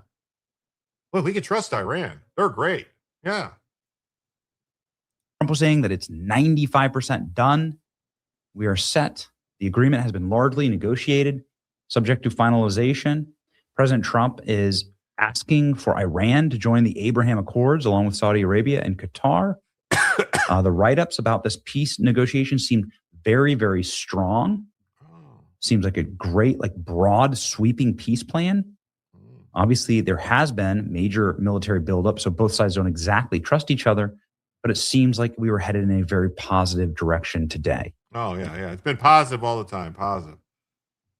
West Texas crude is at 91.82. Brent is 96, down for the day, 5%. Benny wants to come across as some kind of a non-violent, but sometimes life is violent. He's so naive. Maybe I should introduce him to Rabbi Walicki. Yeah. Benny thinks we are stupid. Yeah, it seems like it. So, I don't know. I'm done with him. I'm done with him. How does he have 6 million subscribers? There's 6 million retards? Wow. Wow. Amazing. Amazing. As my good friend Jesse Lee Peterson would say, amazing.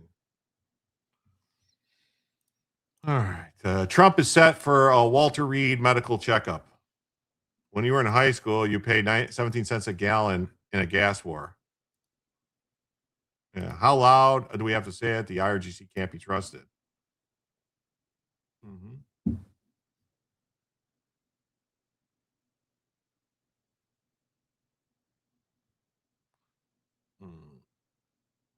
Benny is unwatchable. He thinks he's the smartest person in the room. That's bad, man.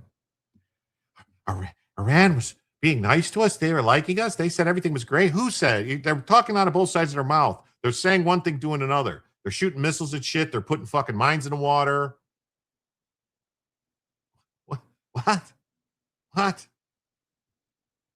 President Trump is scheduled to visit Walter Reed National Military Medical Center on Tuesday for a medical and dental health checkup.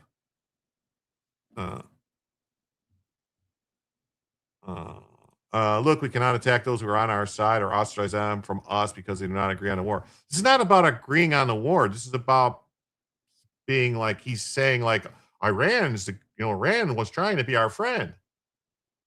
Like, that's crazy. Yeah. Iran said, we are pretty. Yeah. Iran said, we got very nice hair and they really like us and they want to talk to us. So did the UAE kill the new Ayatollah or not? I don't know. Maybe. It's not about the war. It's about his take is infantile. Yeah, the IRGC is laughing at us. Yeah. I don't want war either, but we don't have a choice at this point. We're in it. In the words of Slim Charles. Does anyone know who Slim Charles is from The Wire? Once you're in a war, you in it. Once you take that shot, it don't matter if it was fought on a lie. You fight on that lie and you win.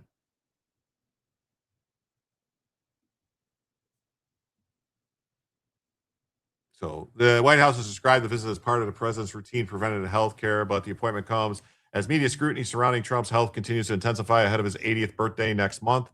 Trump, who remains one of the most active and visible presidents in modern history, has repeatedly dismissed concerns about his fitness while touting the results of cognitive exams and annual physicals conducted by White House physicians.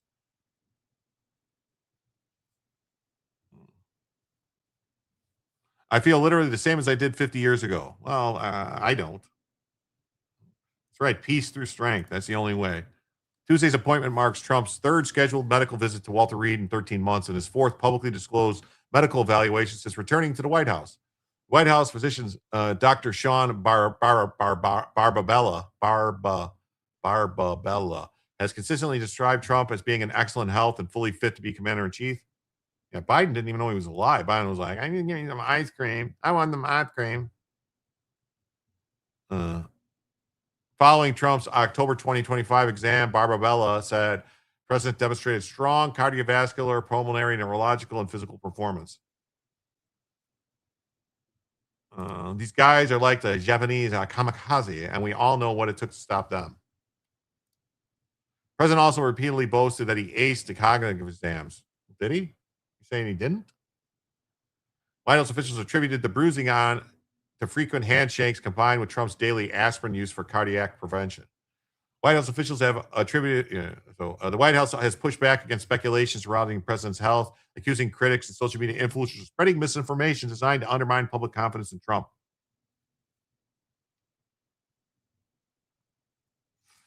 He knew he was alive when they coked him up before the 3 press conferences he did. Yeah.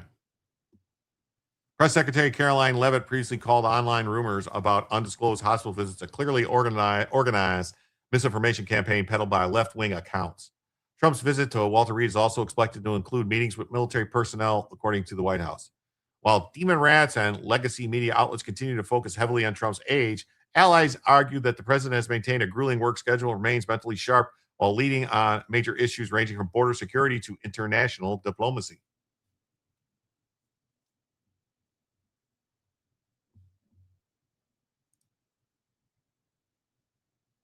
Newsweek says Trump's met a third medical check-in 13 months. What to know?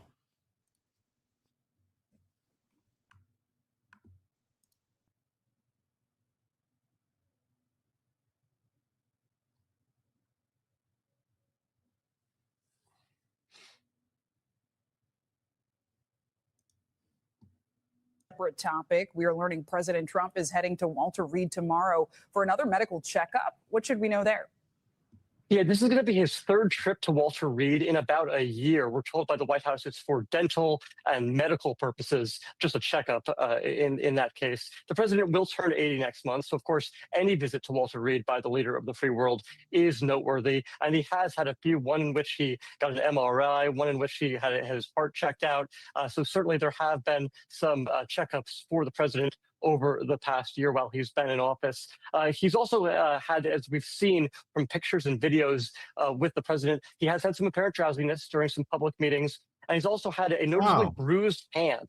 The White House says. Thanks for the raid, Yankee Free. Thanks for the raid, Republic Sentinel.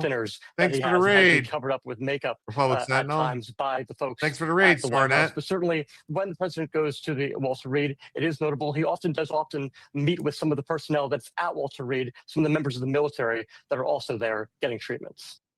Here's the scoop. Thanks, Glenn Croy. Thank you, Glenn Croy.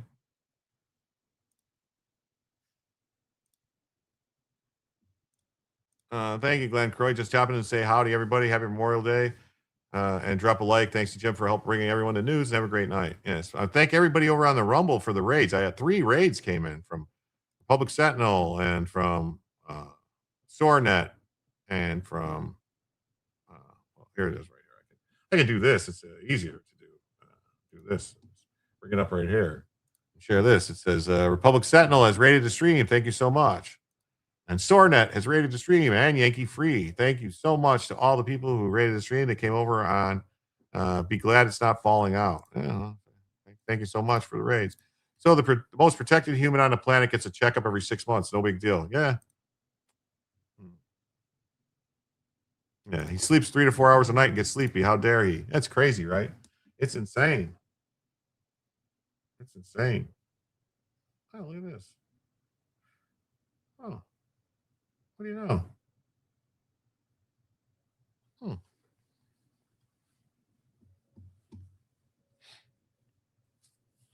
Do do do do do do do do do do.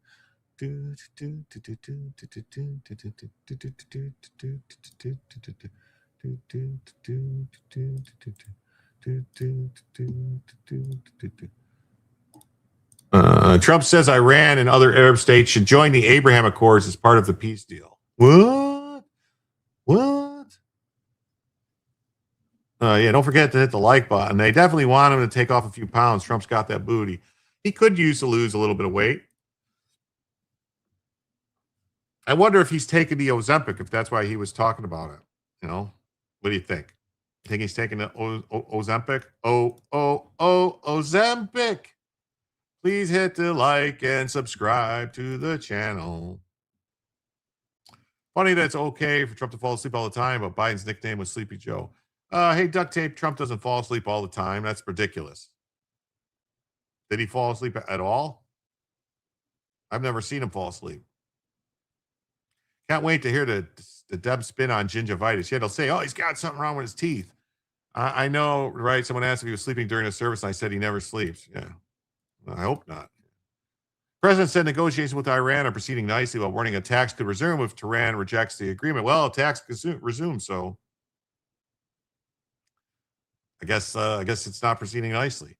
President Trump on May 25th, which is today, linked a potential agreement with Iran to a sweeping expansion in the Abraham Accords. No, he ain't using Ozempic. Okay, oink, Ozempic. All right. You doubt it? He just needs more golf. All right. Saying the Arab and Muslim majority nations involved in the negotiations should normalize ties with Israel as part of a broader settlement aimed at stabilizing the Middle East at a time of conflict and war. Yes, more golf. Yes, need more golf. I know it means the Dems say he's sleeping. He's not allowed to blink, according to the Dems. Yeah, they take a picture of him blinking and go, look, he's sleeping. It's like, oh, he's sleeping. I'm sleeping. I just woke up. I'm sleeping. I just woke up. I'm sleeping. I just woke up. Trump said in a post on Truth Social that negotiations with Tehran were proceeding nicely, but warned that failure could lead to renewed military action. It will only be a great deal for all or no deal at all. Back to the battlefield and shooting.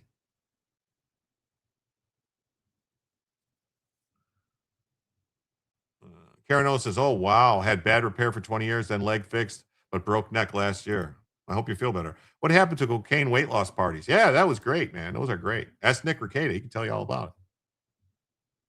He said the resumption of strikes would be bigger and stronger than ever before. Negotiations are currently underway between Iran and the United States. United States. Oh, Ozempic, you know.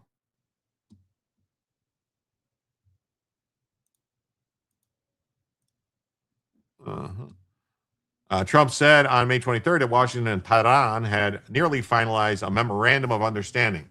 A memorandum of understanding isn't a deal. It's just saying, oh, we kind of agree. This is the stuff we kind of agree to. But that's not a deal. Oh, look at Bella cuddling with her doll there. Isn't that cute? Thank you, Yankee Free.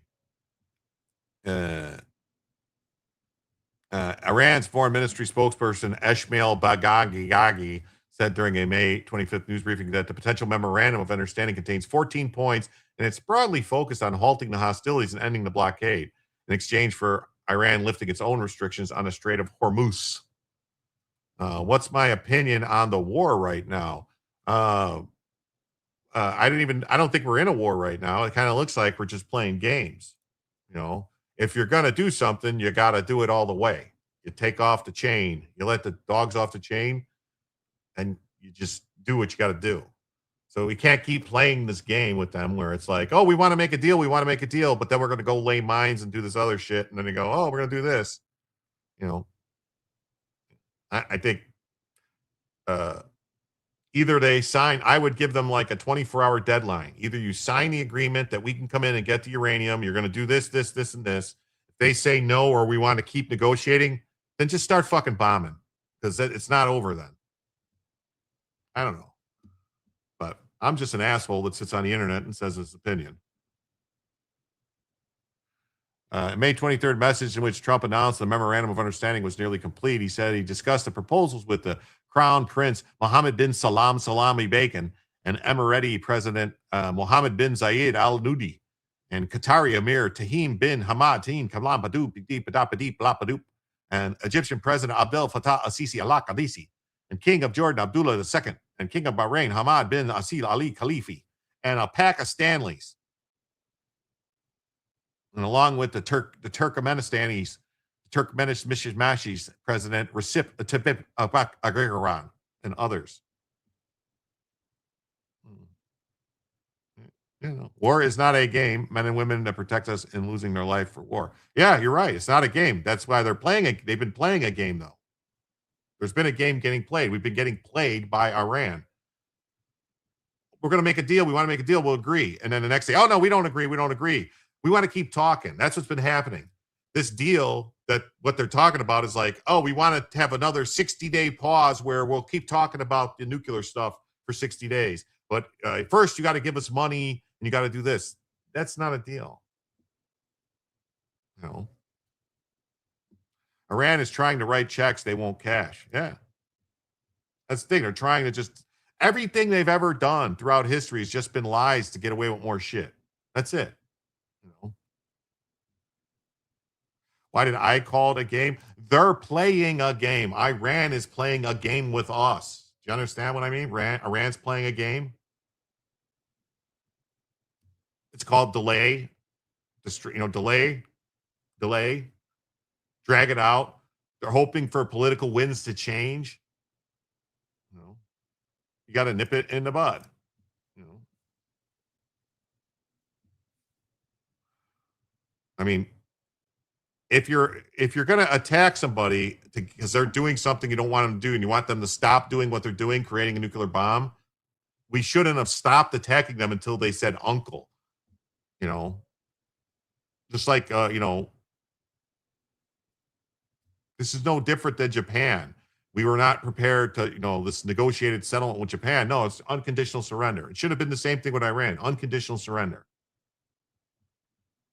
Trump expanded on this May 25th, saying that countries including Saudi Arabia, Qatar, Pakistanis, Egyptians, and Jordan should join the Abraham Accords simultaneously. Yep, they're using the North Korea playbook to get a nuke. That's exactly what they're using. It should start with an immediate signing by Saudi Arabia and Qatar, and everyone else should follow suit. If they don't, they should not be part of the deal, and it shows a bad intention. I mean, this is kind of like trying to change the rules in the middle of the game. But the Abraham Accords, brokered during Trump's first term, normalized relations between Israel and several Arab states, including the UAE and Bahrain, Morocco, and Sudan, later joined the framework. Widely considered one of the most significant Middle East diplomatic breakthroughs in decades. Trump floated the idea of Iran itself eventually joining the accords. In speaking to numerous great leaders mentioned above, they would be honored as soon as our document is signed to have the Islamic Republic of Iran as part of the Abraham Accords. Now, that would be something special. I want some of what they're smoking. Because the only way Iran would join the Abraham Accords is if there was a different government in charge of Iran.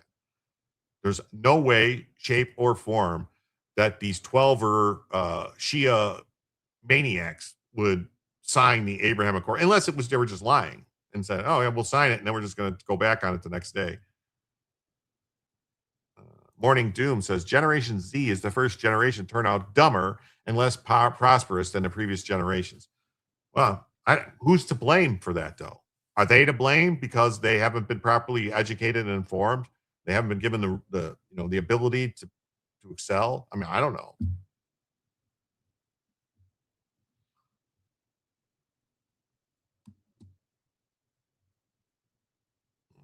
All right, yeah. Ladybug Lindsay is not happy. Trump's proposal drew strong support from Lindsey Graham, who called the initiative brilliant and potentially transformative for the region. Oh, the idea of bringing them into the Abraham Accords. Yeah, I could see why Lindsey Graham would think that's great.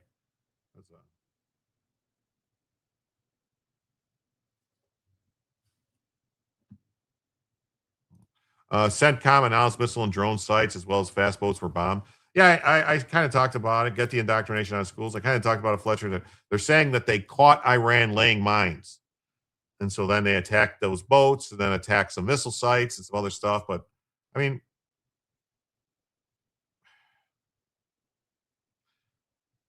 if you're not fighting to win, you're fighting to lose. If you're fighting to like, oh, we just want a peace, we want a settlement that everyone can agree with, so we're fighting to get a settlement everybody can agree on. That's not how you win. That's just mitigating your loss, or trying to save face, stuff like that. It's not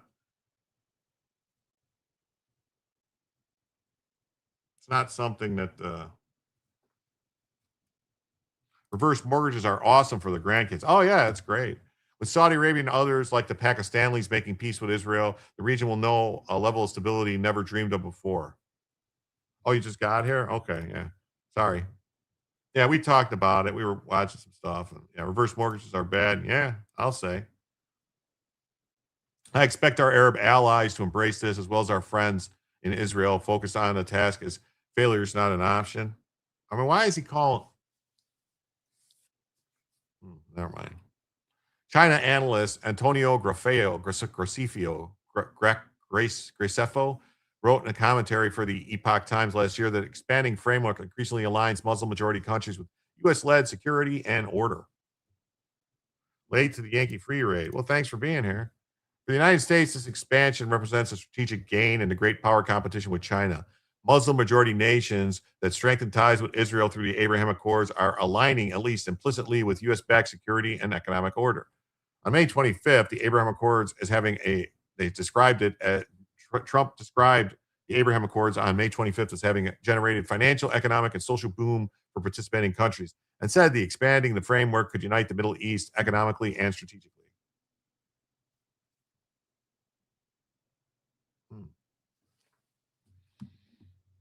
Rubio said Trump will not accept a weak deal. Rubio said Trump would not accept a weak agreement with Iran and warned that the United States was prepared to pursue other options if diplomacy failed. The president says he's not in a hurry. He's not going to make a bad deal. We're going to give diplomacy every chance to succeed before we explore the alternatives. I mean, I don't know. I mean, if you just keep saying we're going to give diplomacy every chance to succeed, that means when do you draw the line? Because there's always a second chance, third chance, fourth chance. I mean, this sounds like they're treating this deal with Iran like these demon rat judges treat, people who've been arrested 35 times, and they just keep giving them another chance and letting them out until they finally kill somebody's grandmother. Rubio said Trump remained focused on preventing Iran from acquiring nuclear weapons. We're either going to have a good agreement or we're going to have a deal with, or we're going to have to deal with it one way or another. Iranian officials said Tehran's nuclear efforts, which include enriching uranium to near weapons grade, are peaceful and non-military. That's a fucking lie. The fact that you would say that and repeat that is insane. There is absolutely zero use for anything above 3% that's not military. How many Mossad and CIA assets are in Iran currently? Who knows? I mean, I don't know if there's any. Who knows? There's no way to tell. There's no way to know. I mean, I don't know. I was after hearing about how both the U.S. and Israel were trying to set it up so that Ahmadinejad could have a coup and take over the country. Kind of makes me go, wait a minute, is Ahmadinejad on Israelis' payroll? What's going on here? Sounds pretty crazy to me. Anyway.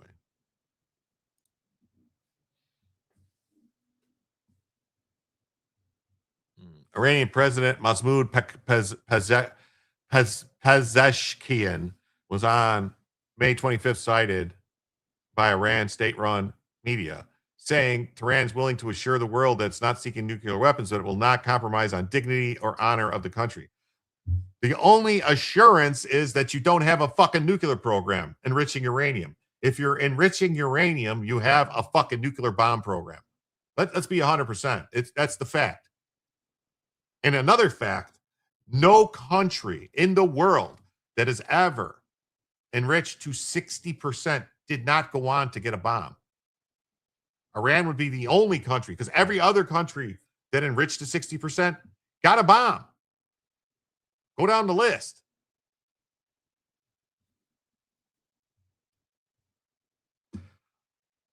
Iran is not going to give up. Well, then they have to be beat to submission. That's it. If they're not going to surrender, then you have to basically destroy them. They are delusional. They think they're winning. Well, yeah, because their goal is just to delay, install. That's their goal. Their goal is to try to game the U.S. to get what they want, to try and get anything they can squeeze out of the U.S. Like, oh, can we get any money? Give us some sanction reliefs. We'll promise this. The demand we get this up front because they've dealt with idiots like Obama and Biden and Carter and all these other people, and Clinton and Reagan and Bush, people that were idiots, really, when it came to Iran.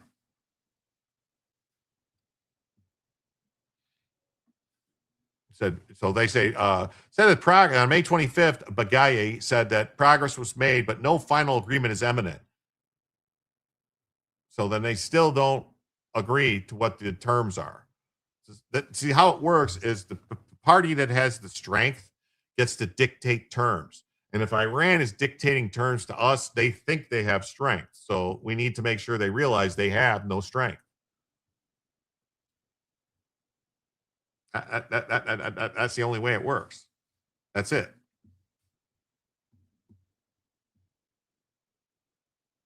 Iran is the Katie Nestor of countries. If you know, you know.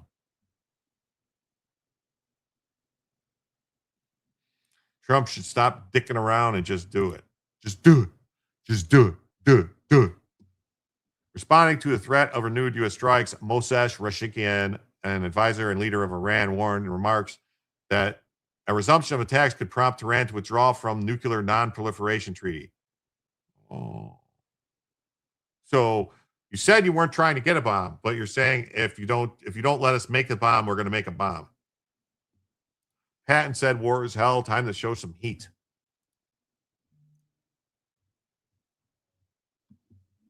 So we're not making a bomb. We double dare. We're not making a bomb. But if you don't let us make a bomb, we're going to make a bomb.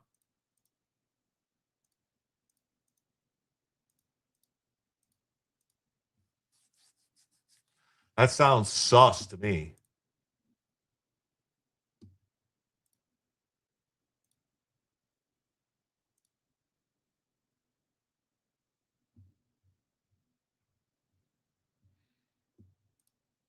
U.S. says it carried out self-defense strikes in Iran on missile sites.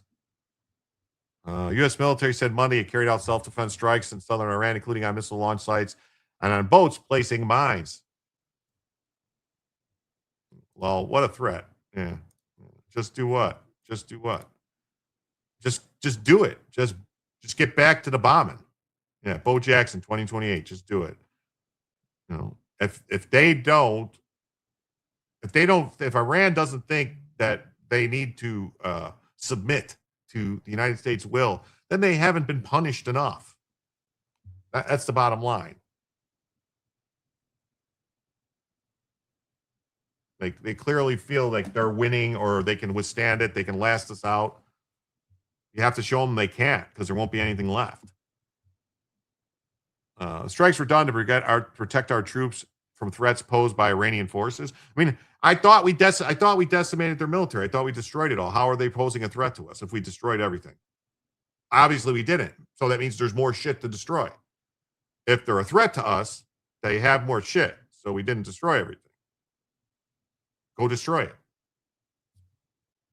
I'd like to see not a single missile launcher left, not a single SAM site left, not anything left. Nothing. No military hardware anyway.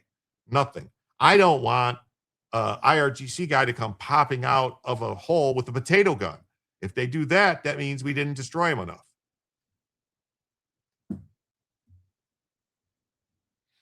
Further details were not immediately available, including more specifics about the threats from Iran and what it means for negotiations. Trump wants them to join the Pakistanis and Saudi Arabians to join the Abraham Accords. Trump pointed to Saudi Arabia and Qatar as countries that should immediately sign on, along with Pakistanis, Turkey, Egypt, and Jordan. Well, Turkey isn't going to sign up. The president of Turkey hates Israel, and probably at some point, I'd say within the next 5 to 10 years, if not sooner, Turkey's going to attack Israel. It's going to be an issue.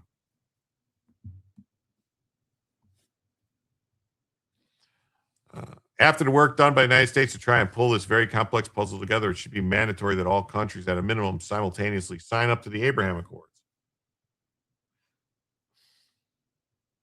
Trump has long hoped Saudi Arabia would join, but the kingdom has maintained that any normalization deal requires first establishing a clear path for Palestinian statehood.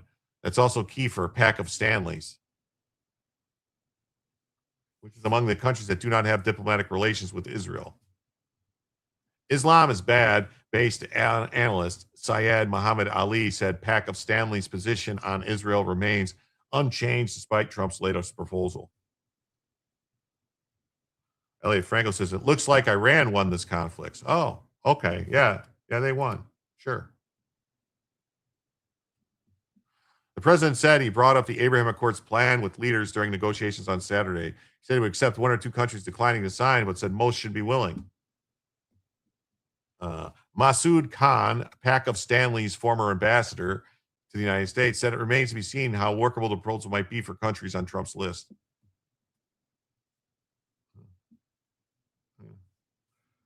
To the Iranians, it looks that way. Yeah.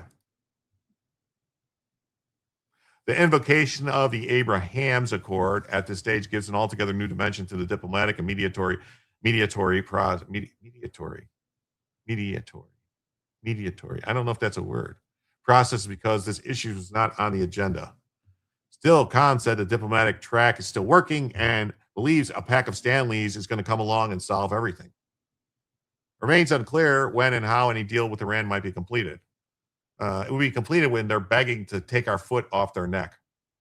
proverbially take our foot off their neck.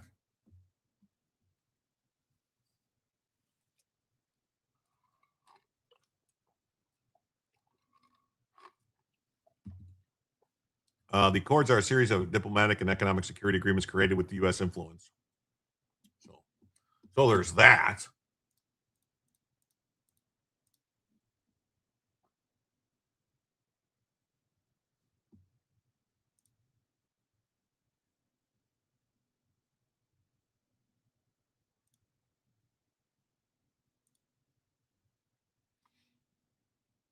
Oh, wait. No, I think I covered this already. How did this? I know I covered this already, didn't I? Stampede erupts at South Carolina Biker Festival, 19 injured in late night chaos. 19 people were evaluated for injuries during a stampede at the Black Pearl Cultural Heritage and Bike Fest in Atlantic Beach, South Kakalaki. Emergency crews responded around 1:05 a.m. near a stage along the South Ocean Boulevard after reports of a stampede incident. None of the injuries appeared life-threatening. With the help of on-scene law enforcement, 19 patients were located and evaluated for injuries. 3 people were transported to the hospital with injuries, with the possibility of others self-transporting to the hospital. Hospitalers. Speaking of Africa, I heard they crying because they killed off the farmers and they can't farm. That'll happen. That tends to happen. That tends to happen. Due to the number of reported injuries, Cory County Fire Rescue declared a mass casualty event, a designation used to coordinate emergency response when multiple patients require evaluation. We want to express our sincere concern for anyone who is injured or impacted. Any situation where individuals are harmed is taken seriously, and our thoughts are with those affected as they recover. Multiple law enforcement and emergency agencies already stationed throughout the event and responded immediately. EMS crews treated injured attendees at the scene before festival resumed to normal operations. Operation. Team Takeover unleashes chaos nationwide as malls, beaches, and restaurants become the battlegrounds. Rah! Battlegrounds. Rah! Got a little video. Gonna talk about it. A little video.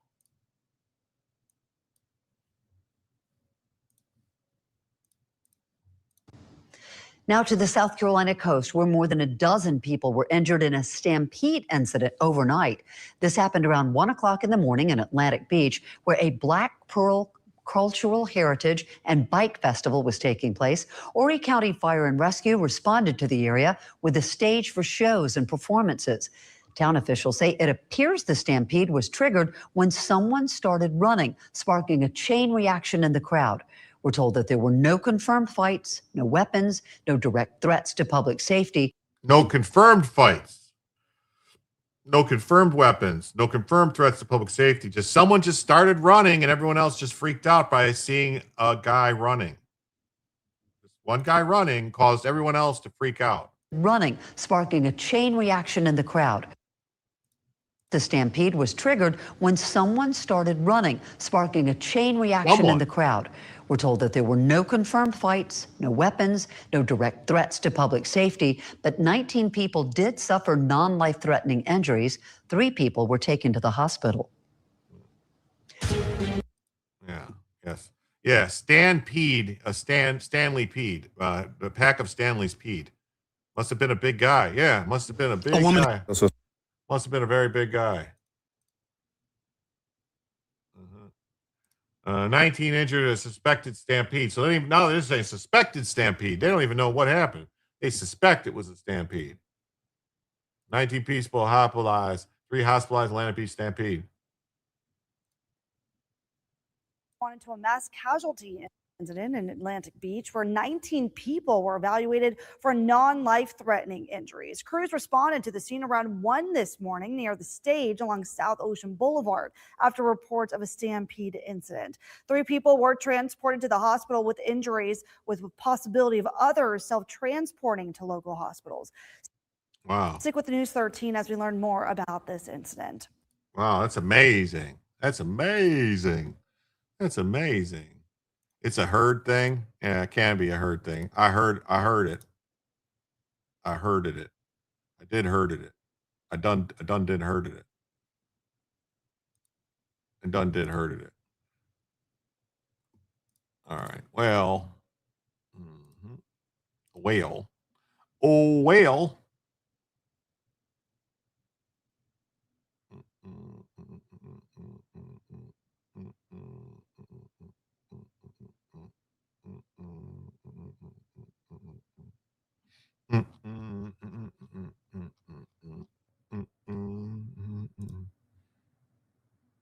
Let's see here. What else we got? What else we got?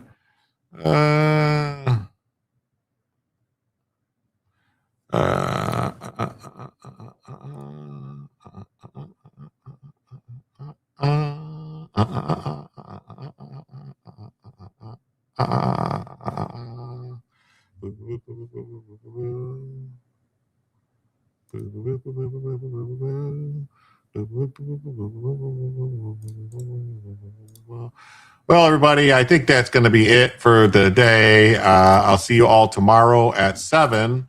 I'll send you over to check out some shows. Joe's always late. Yeah, he's going to start soon. But until I'll see everybody tomorrow. I want to thank everybody who's here. I want to thank everybody who's here. Please remember to hit like. Please remember to subscribe to the channel. You know, all that business and stuff. And I'll see you all tomorrow at 7 p.m. And come on back for Jim to tell you the news. Everybody have a great night. Yes, have a great night. Thanks. Thank you. Awesome. Fletcher Boy. Afuera. The ice protest. Yes, yes. Good night, Jim. Yes, thank you. Thank you. Thank you. Thank you. Thank you, everybody.